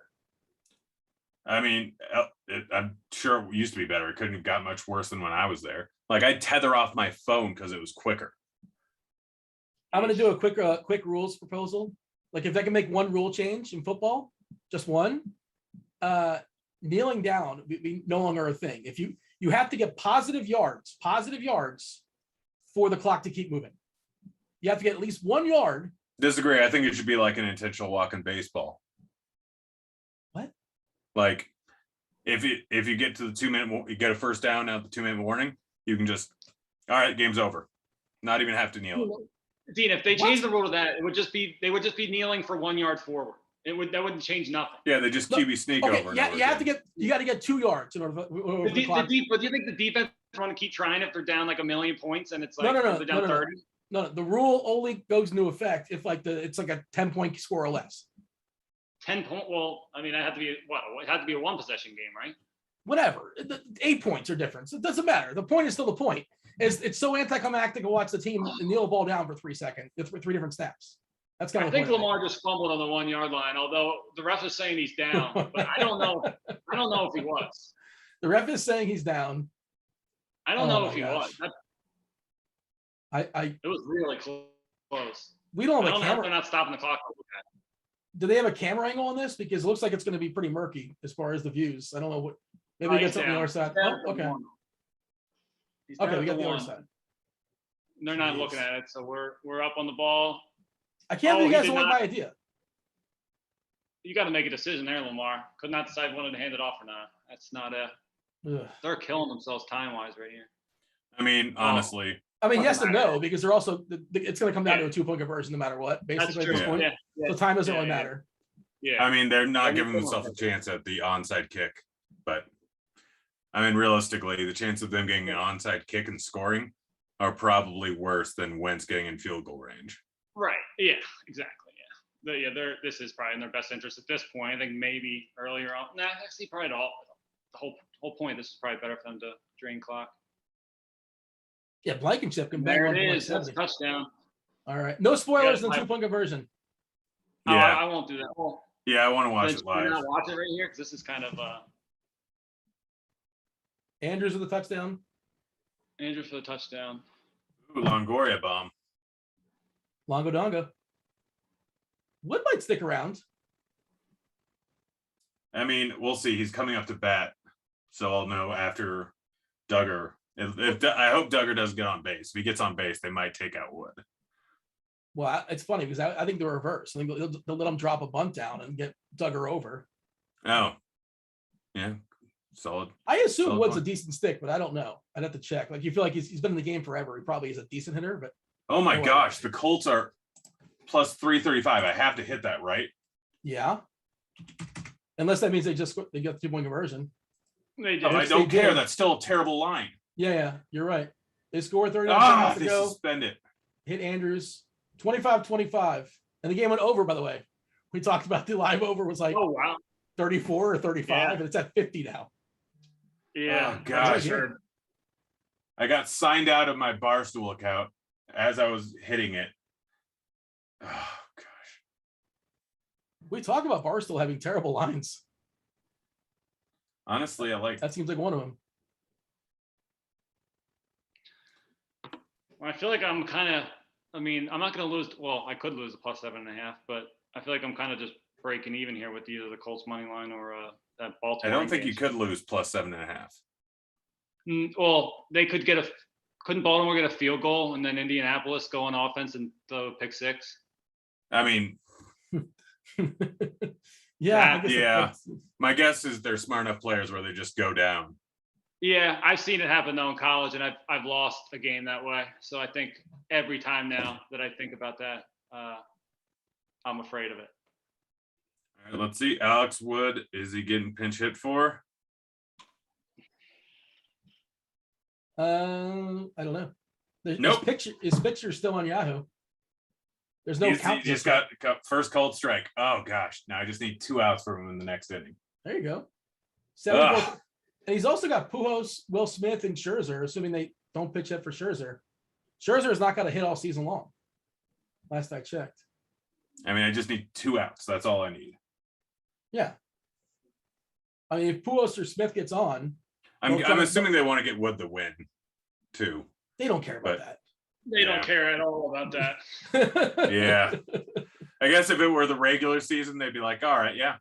But postseason is all different. But he's pitching a one-hitter right now. So Carson Wentz, what a throw! They're down to the 50 right now. Oh no. Of course they are. no. Oh no. And out of bounds. They didn't And that's know. that soft zone defense, but whatever they're doing out there, like this is the same thing that happened in the first half. It's the same terrible You can't- defense they're calling.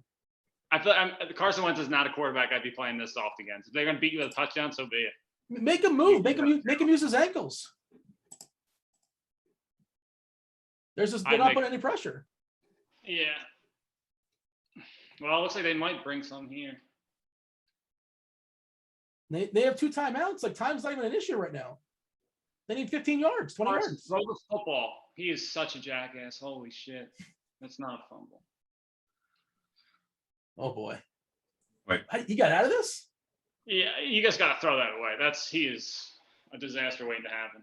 Did this guy not catch the ball on purpose because he didn't want to have to burn a timeout? I wonder if that's what he was thinking, or just couldn't catch that ball. He was trying to catch it. He just got wrapped up. Okay. Yeah, because that would have been just called timeout there and a negative play anyway. I think in the moment you're a little bit too nervous that ball gets picked to just let. I mean, unless you're smacking it down, but you got to be really self-aware. Yeah. You swat it down if you can, but it's hard to think of that. Yeah, trying to have that self-awareness in the moment, it's really hard. Blankenship has his helmet on, by the way, confirmed. That's a good start. He's never going to make that mistake again, I don't think. Here comes some pressure. They actually brought some guys. Is there a holding penalty coming here, which seems like is? I don't think so. Yeah. Oh, there is a flag. I mean, offensive holding. Yeah, it's offensive. Oh, I was thinking. Yeah, I get the offensive holding there. And they brought 5. I think they brought some pressure there because otherwise, they brought what do you 5 do with your life? They're bringing pressure now. They brought it to play before also. Wentz can't hear the play or something. He seems confused about something. Yeah. They have 2 timeouts. I don't know why they're not. I think that was Pittman right in the middle of the field. Just didn't. Now they're really in trouble. 25-25, 18 seconds to go. 2nd and 20 on their own 37-38. So that they still have time for at least 3 plays. I mean, honestly. Oh my God. What are you doing, Baltimore? I think they just gave him the game. Oh, personal foul? What are you doing? Whoa. No. That guy just gave Baltimore the game. I don't think they quite gave him the game.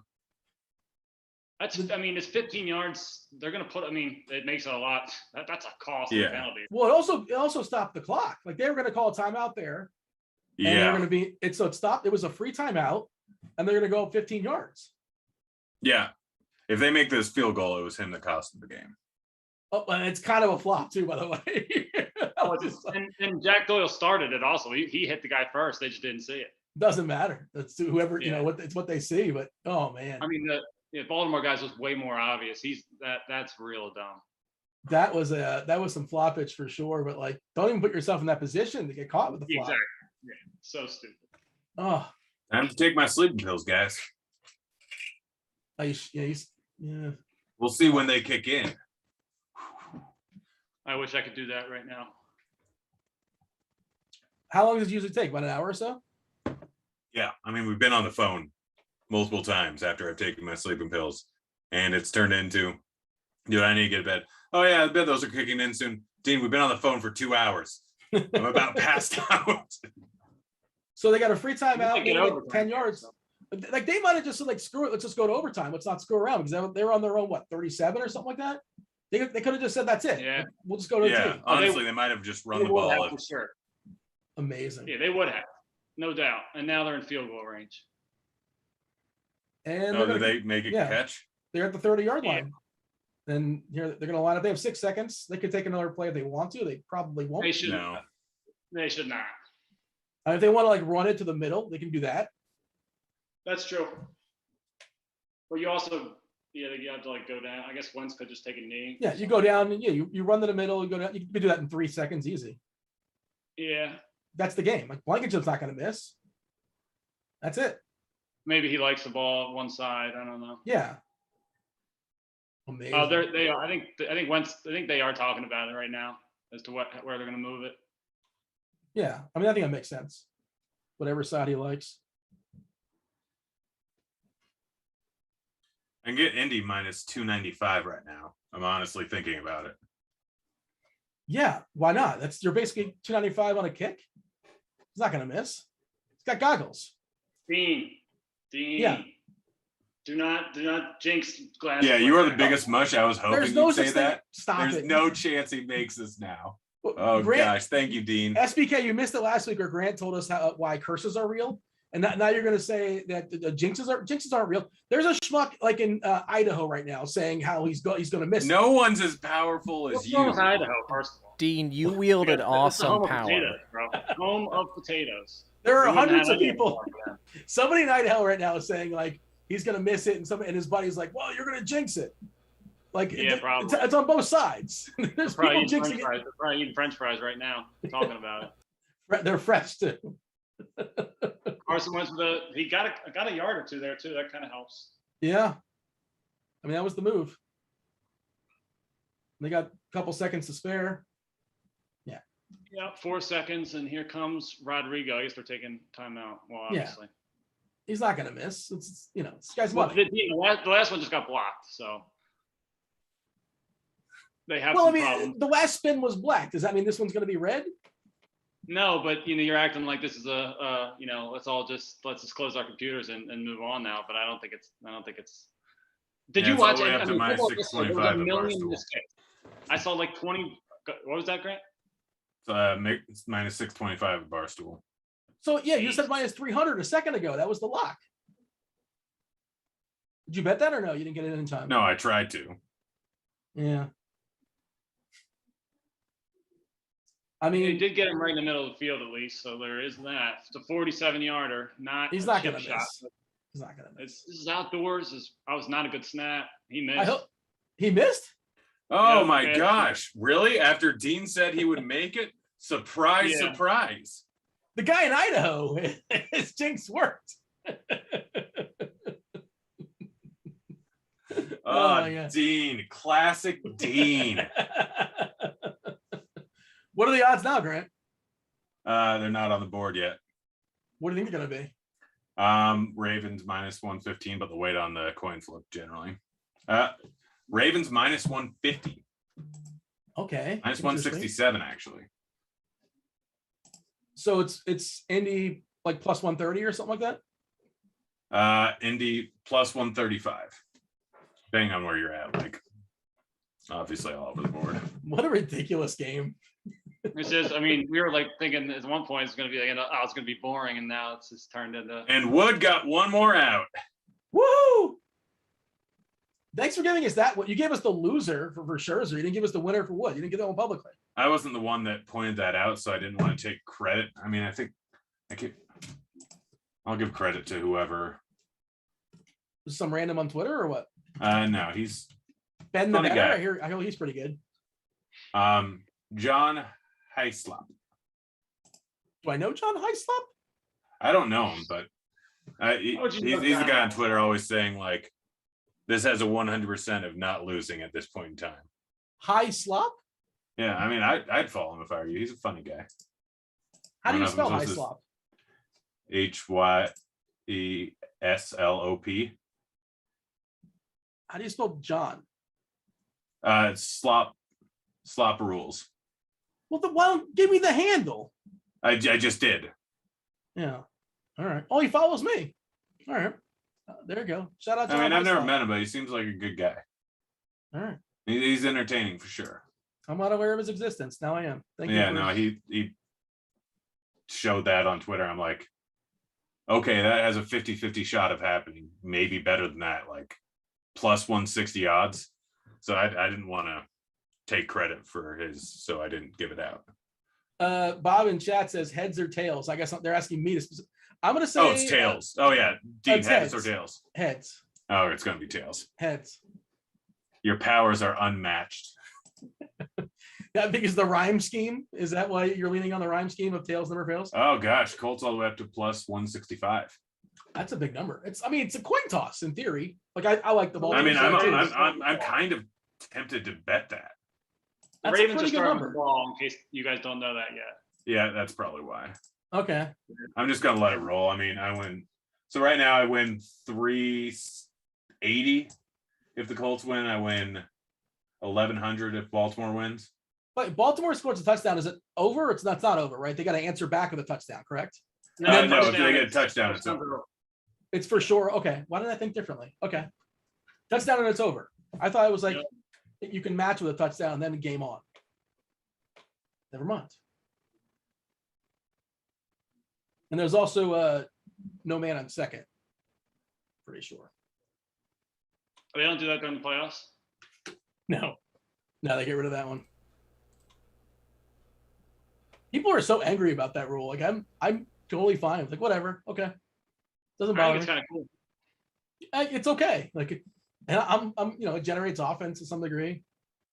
It's kind of a nightmare if you're betting an under on a game that goes to overtime, though, or it goes Yes. to extra. Yeah, because Ran in like into a few of those scenarios this year. a couple innings where they match. Yeah. Man, guys, Yeah. if the Ravens win this, I'm back to even since September 1st on gambling. That's it? I Oh, thought you were yeah. ahead. Since September 1st. Oh, So okay. I had my first losing month of 2021 in September. That's good. And it's all because of a like 10 grand loss the last week. It went bad. What's It the went worst real- beat you had in the last week? I mean, the other day I had, are you talking about the worst day? Yeah, is there like a worst day or worst week? Is there one moment you can point to or some goofy variance or The Just use it to- 29th. Let's see. The 29th, what day was that? A Wednesday. I don't know what happened on the 29th of September, but I lost like $5,000. Oh, there was a promotion for Caesars and I was trying to get players points. And so I did it like $3,000, 10 pick round robin. I got one right. 1 out of 10? It was 1 out of 8, I think, actually. But that's almost as impressive as getting like 8 out of 8 correct. Well, I got 7 out of 8 on the one the day before that was for 1/4 of the amount. Yeah. Well. Oh yeah, that was not a smart move by my part, but I'm just trying to get status. By the way, Andrews, is he doing better than Taylor now? Andrews 11 catches. I think he is. He's up to like 170 yards. 147 yards, 11 catches, 2 touchdowns. He's behind Taylor still. Well, depending on it. It's close. At FanDuel, I think Taylor's ahead. DraftKings, Andrews is ahead. That could be the case. That might make sense. Let's see, 8, so 4. Yeah, Taylor's ahead on FanDuel. Andrews is ahead on DraftKings. Oh, look at me. I'm Dean. I'm saying Taylor captain is a guaranteed win. Another mush by you. What was the coin flip? Was it heads or tails? Did Dean get it wrong? I don't know. Let's see what the chat did. Let me know if Dean got it wrong. I said it was heads, and the chat, I don't know if we saw it. I wasn't paying attention if it happened. No, I wasn't either. Josh in chat is saying both teams hit the ball regardless, but like I don't think that's correct. Just said in the screen, No, score a touchdown. No, touchdown wins. Let's see if Twitter has. Yeah, Wentz called heads. It was tails. Dean. Carson Wentz. Your powers are unmatched. The guy in Idaho is saying tails. He's all over it. The guy in Idaho. Yeah, this guy in Idaho, he's making out like a killing in this game.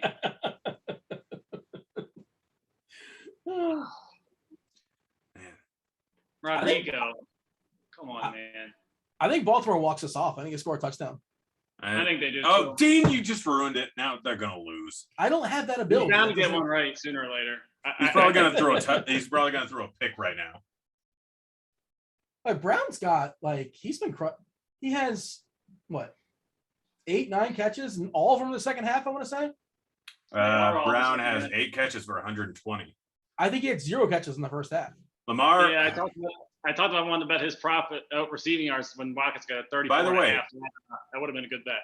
How much offense do there? I think there's over 1,000 yards of offense in this game already. Yeah, it's crazy. Yeah, there's got to be. Let's see. 50, 60. None of which in the first. Well, there's that 1 catch for Taylor. So 505 yards of offense for Baltimore, and then 523. This might be. That would be more than 1,000. Well, no, I was trying to think if it was going to be more than the Browns Chargers. Like this might be a better game than the Browns Chargers was after being one of the most boring first halves we've ever seen. By the way, Wood was taken out right after the Scherzer missing his bunt. You got really lucky. I only needed 4.1 apparently. Guess what? Wood, he's not going to get the win. He did not pitch 5 innings. He's got no chance at it. As much as they care for it. I don't care. All that matters to me is I won my bet. That's all that matters. I also have a odds boost that had Braves and Giants. I mean, it's only like $500, but still nice. All right, 20-yard line. I think they're going to score a touchdown here. Dean, stop saying that. It's going to happen. Like I have no ability to control it. It's going to happen. It's going to happen. Indy's deflated. It's over. Carson Wentz doesn't win this football game. In no world does that happen. Yeah, this was just a fun betting show for me. I had tilts with Scherzer, tilts with Wood. What do you got, SBK, for as far as what's well? Actually, you have Baltimore plus 4.5 or something like that, right? You can't lose essentially. Well, I don't want to say that, but you're well positioned. He has Baltimore plus 4.5, and he has the Colts plus 7.5, right? If the Colts don't touch the ball, I can't lose. Yeah. And we had the Brown over. My Colts money line bets are also free bets, so that is another saving grace. But yeah. Oh, nice. Yeah, always. That's like I try and accumulate free bets throughout the week for this show. Like Yeah. Well, I just like to use them on money line. Like, I mean, the Colts were like a perfect free bet situation. Yeah, no, I mean, you go plus 250 or more with free bets. And if you can get like, my favorite thing to use them for is futures. Like, get a plus 1,000, plus 1,500 if you think it's a good bet. Yeah. Like right now, I don't do it. next free bet I get, I might bet the Suns to win the championship. Yeah, that's great, Dean, because you've said that about a few things tonight. Well, yeah, sometimes I'm wrong about stuff. Like, you're wrong about stuff too. That's when you make enough predictions, you're going to be wrong about stuff. Lamar Jackson's rushing prop was 62.5. What's he at? And he's at 62. You get the official score, but we need some some stack corrections. So I think me and Smartwater, we chat back and forth. He lets me know when the lines are coming out. I let him know I'm betting for props each week. And yeah, we had who was it? It was someone at like 32 over 32.5. Mm-hmm. And huh? Was it Zach Ertz? I don't know. I can't remember who it was. Now it's going to bother me, so I have to look it up. He had asked me about Ertz, and that was what the prop number was. Jordan. I think the prop was 32.5. It was just like 2 weeks ago. Oh, okay. Well, then this past week. By the way, crazy part about gambling is it's funny with props this week. I had like such a bad week 1 and a mediocre week 2. I'm like, oh man, maybe they've gotten too sharp. Maybe I'm done for. And there then it is, boys. Touchdown. Good night. That is the ball game, boys. Is that Brown? Yeah. Yeah, Dean, you finally hit one there. You finally called a pretty good play. Is Brown possibly the captain? Oh, Nito. No, he's not. It's Mark Andrews. I don't. Oh, it is Andrews. Yeah. Brown has 2 touchdowns and like 100 and something. 125 yards. They each have 2 touchdowns. 147 yards for Andrews, 125 for Brown, and Andrews had 2 more catches. So. Yeah. Wait, are they not giving it to him? Demoralizing loss. Okay, that's just weird stat chart. Yeah, that is I mean, the Colts they're not good. Oh, it was DeAndre Swift over 32 or over 32 and a half. And yeah, he was listed at 32 receiving yards. And then all of a sudden they gave him extra yards with the stat correction. So on Yahoo, I got first place.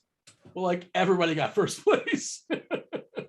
Yeah, first with Andrews, Taylor. Yeah, let me guess. It was Wentz. Yeah. What was the winning lineup? Taylor, Andrews, Brown, and Lamar, Wentz, Andrews, Brown, and Paris Campbell. Okay. Lamar and captain. I got first place, and I'm pretty sure I lost money. Oh, classic showdown. Let me see if this changed it all. Yep, I lost money because also one guy I think Mass entered with the same lineup and banked it, and that kind of mucks it up too. Yeah, if he throws 150 in there. Yeah, it's just I got first place and I lost half my money. What are you gonna do?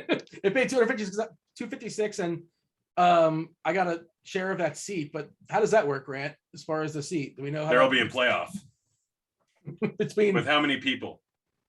I don't. It's hundreds of people because it's one guy. I'm pretty sure put it 150 times. Oh, so he's gonna max enter. Yeah. Oh my gosh. He gets the max enter the playoff. I'm looking at it now. Professor Chaos, good name. I'm clicking through, and I think he's got it 150 times. He banked it. That is impressive. $266 is the share. What is the point? What's the point of even hitting it? If Professor Chaos wasn't a thing, Do you know what the Professor Chaos reference is to? From the superhero movies. What are they called? The South Park. Really? Yeah. I know a little bit about South Park, but I've never. It was Butter's name, alter ego. Yes, I did see that episode. Yeah, I did see that. Good for Professor Chaos. Good for Butters. Yeah. Do you have a favorite South Park episode? No, it's all in. They're all probably close to as good in the time they come out. They're what now? Like they're very, at the time, they're great. Like they're always very relevant to the world at that point in time. There's very few that are just kind of standalone, not really pointing at anything that's going on in the world. Did Devin win anything? I see Devin talking in chat. Did he hit something big there, or is that just am I misreading something? And I got Devin? Jordan in Slack. That stat correction was lovely. Yeah, I mean that's got to be the stat corrections. They can be really, really fun or really, really tilting. It can go one of two ways on you. Oh yeah. But every once in a while, the stat correcting gods are on your side. Devin, I don't know if you can hear me or not. No, I do not have a sweat going. No, I was remarking at the 170 DK for a cash line on a showdown. Is that what it was? I think that's what somebody said. Yeah. Let me see what I have on my main. Yeah, 168. And my cash line, it didn't do it. I don't think that got there. That's unfortunate. I had too much Tucker. Tucker's a bum. Yeah. It was 44.7 points. 0 for 3 on flash drafts. I was 1 point off. Yeah. It was not a good night. I'd love to hear about your DFS lineup. Yeah, let's get the fudge out of here. I got stuff I got to do. I may or may not be back here next week. All right. If not, me and Dino will ride the ship. We'll make this happen. Devin, I may just get a Fat Tuesday in Vegas and drink my way through this show. That could be interesting too. Why do you have to go to Fat Tuesday though? I just love Fat Tuesdays. Okay. That's with an F, right? Not a PH? I'm trying It's to with remember. an F, yeah. I know I've been there before, but I just forget. All right. Chat, thank you for hanging out with us. Watch this fabulous game. Watching Dean mush everything over and over again. I don't have that ability. Who can we bring? We can bring somebody on next week if Grant's. See you, kids. You might get replaced. See you, kids. Yeah, see you, kids. See you, Grant. See if Will wants to come on. Who? Will. Yeah, well, he keeps that's like a running joke. It seems like I don't know if he really wants to hang out with us. Well, he's got the Food for Thought podcast. Yeah. He said he was coming up with the fourth quarter. Remember that? Three quarters ago. Maybe I'll get. I'll pester Notorious or somebody. Well, maybe got to be somebody that lives in legal state, I guess. But yeah, we'll find somebody. Lito's got a kid. He's always, who knows what he's up to. But yeah, we'll figure it out. Or maybe Grant will be with us. A very liquored up Grant. Maybe he'll. I don't even know if I'll be liquored up. I have to wait and see how many apps I can get signed up for and lost wages, as I like to call it. Or is it? I might be. I don't even know. We'll see. That's SBK. That was Devin for producing. That was Grant making a lot of American dollars. Hopefully you guys enjoyed this and you played along well in your legal states at home. Do come back next Monday. We'll probably give away another. We'll give away another Scores and Odds premium or a Rotogrinders premium. Sure, why not? We'll figure something out next week. That said, do subscribe, turn on notifications. Thursday night Showdown Slate content, basketball content around the corner, football content, of course, coming as well. You guys know how this works. Rotogrinders.com. That's Grant. That was Devin. That was SBK. That was football. That was Dean. We're out of here. Holler. Take care.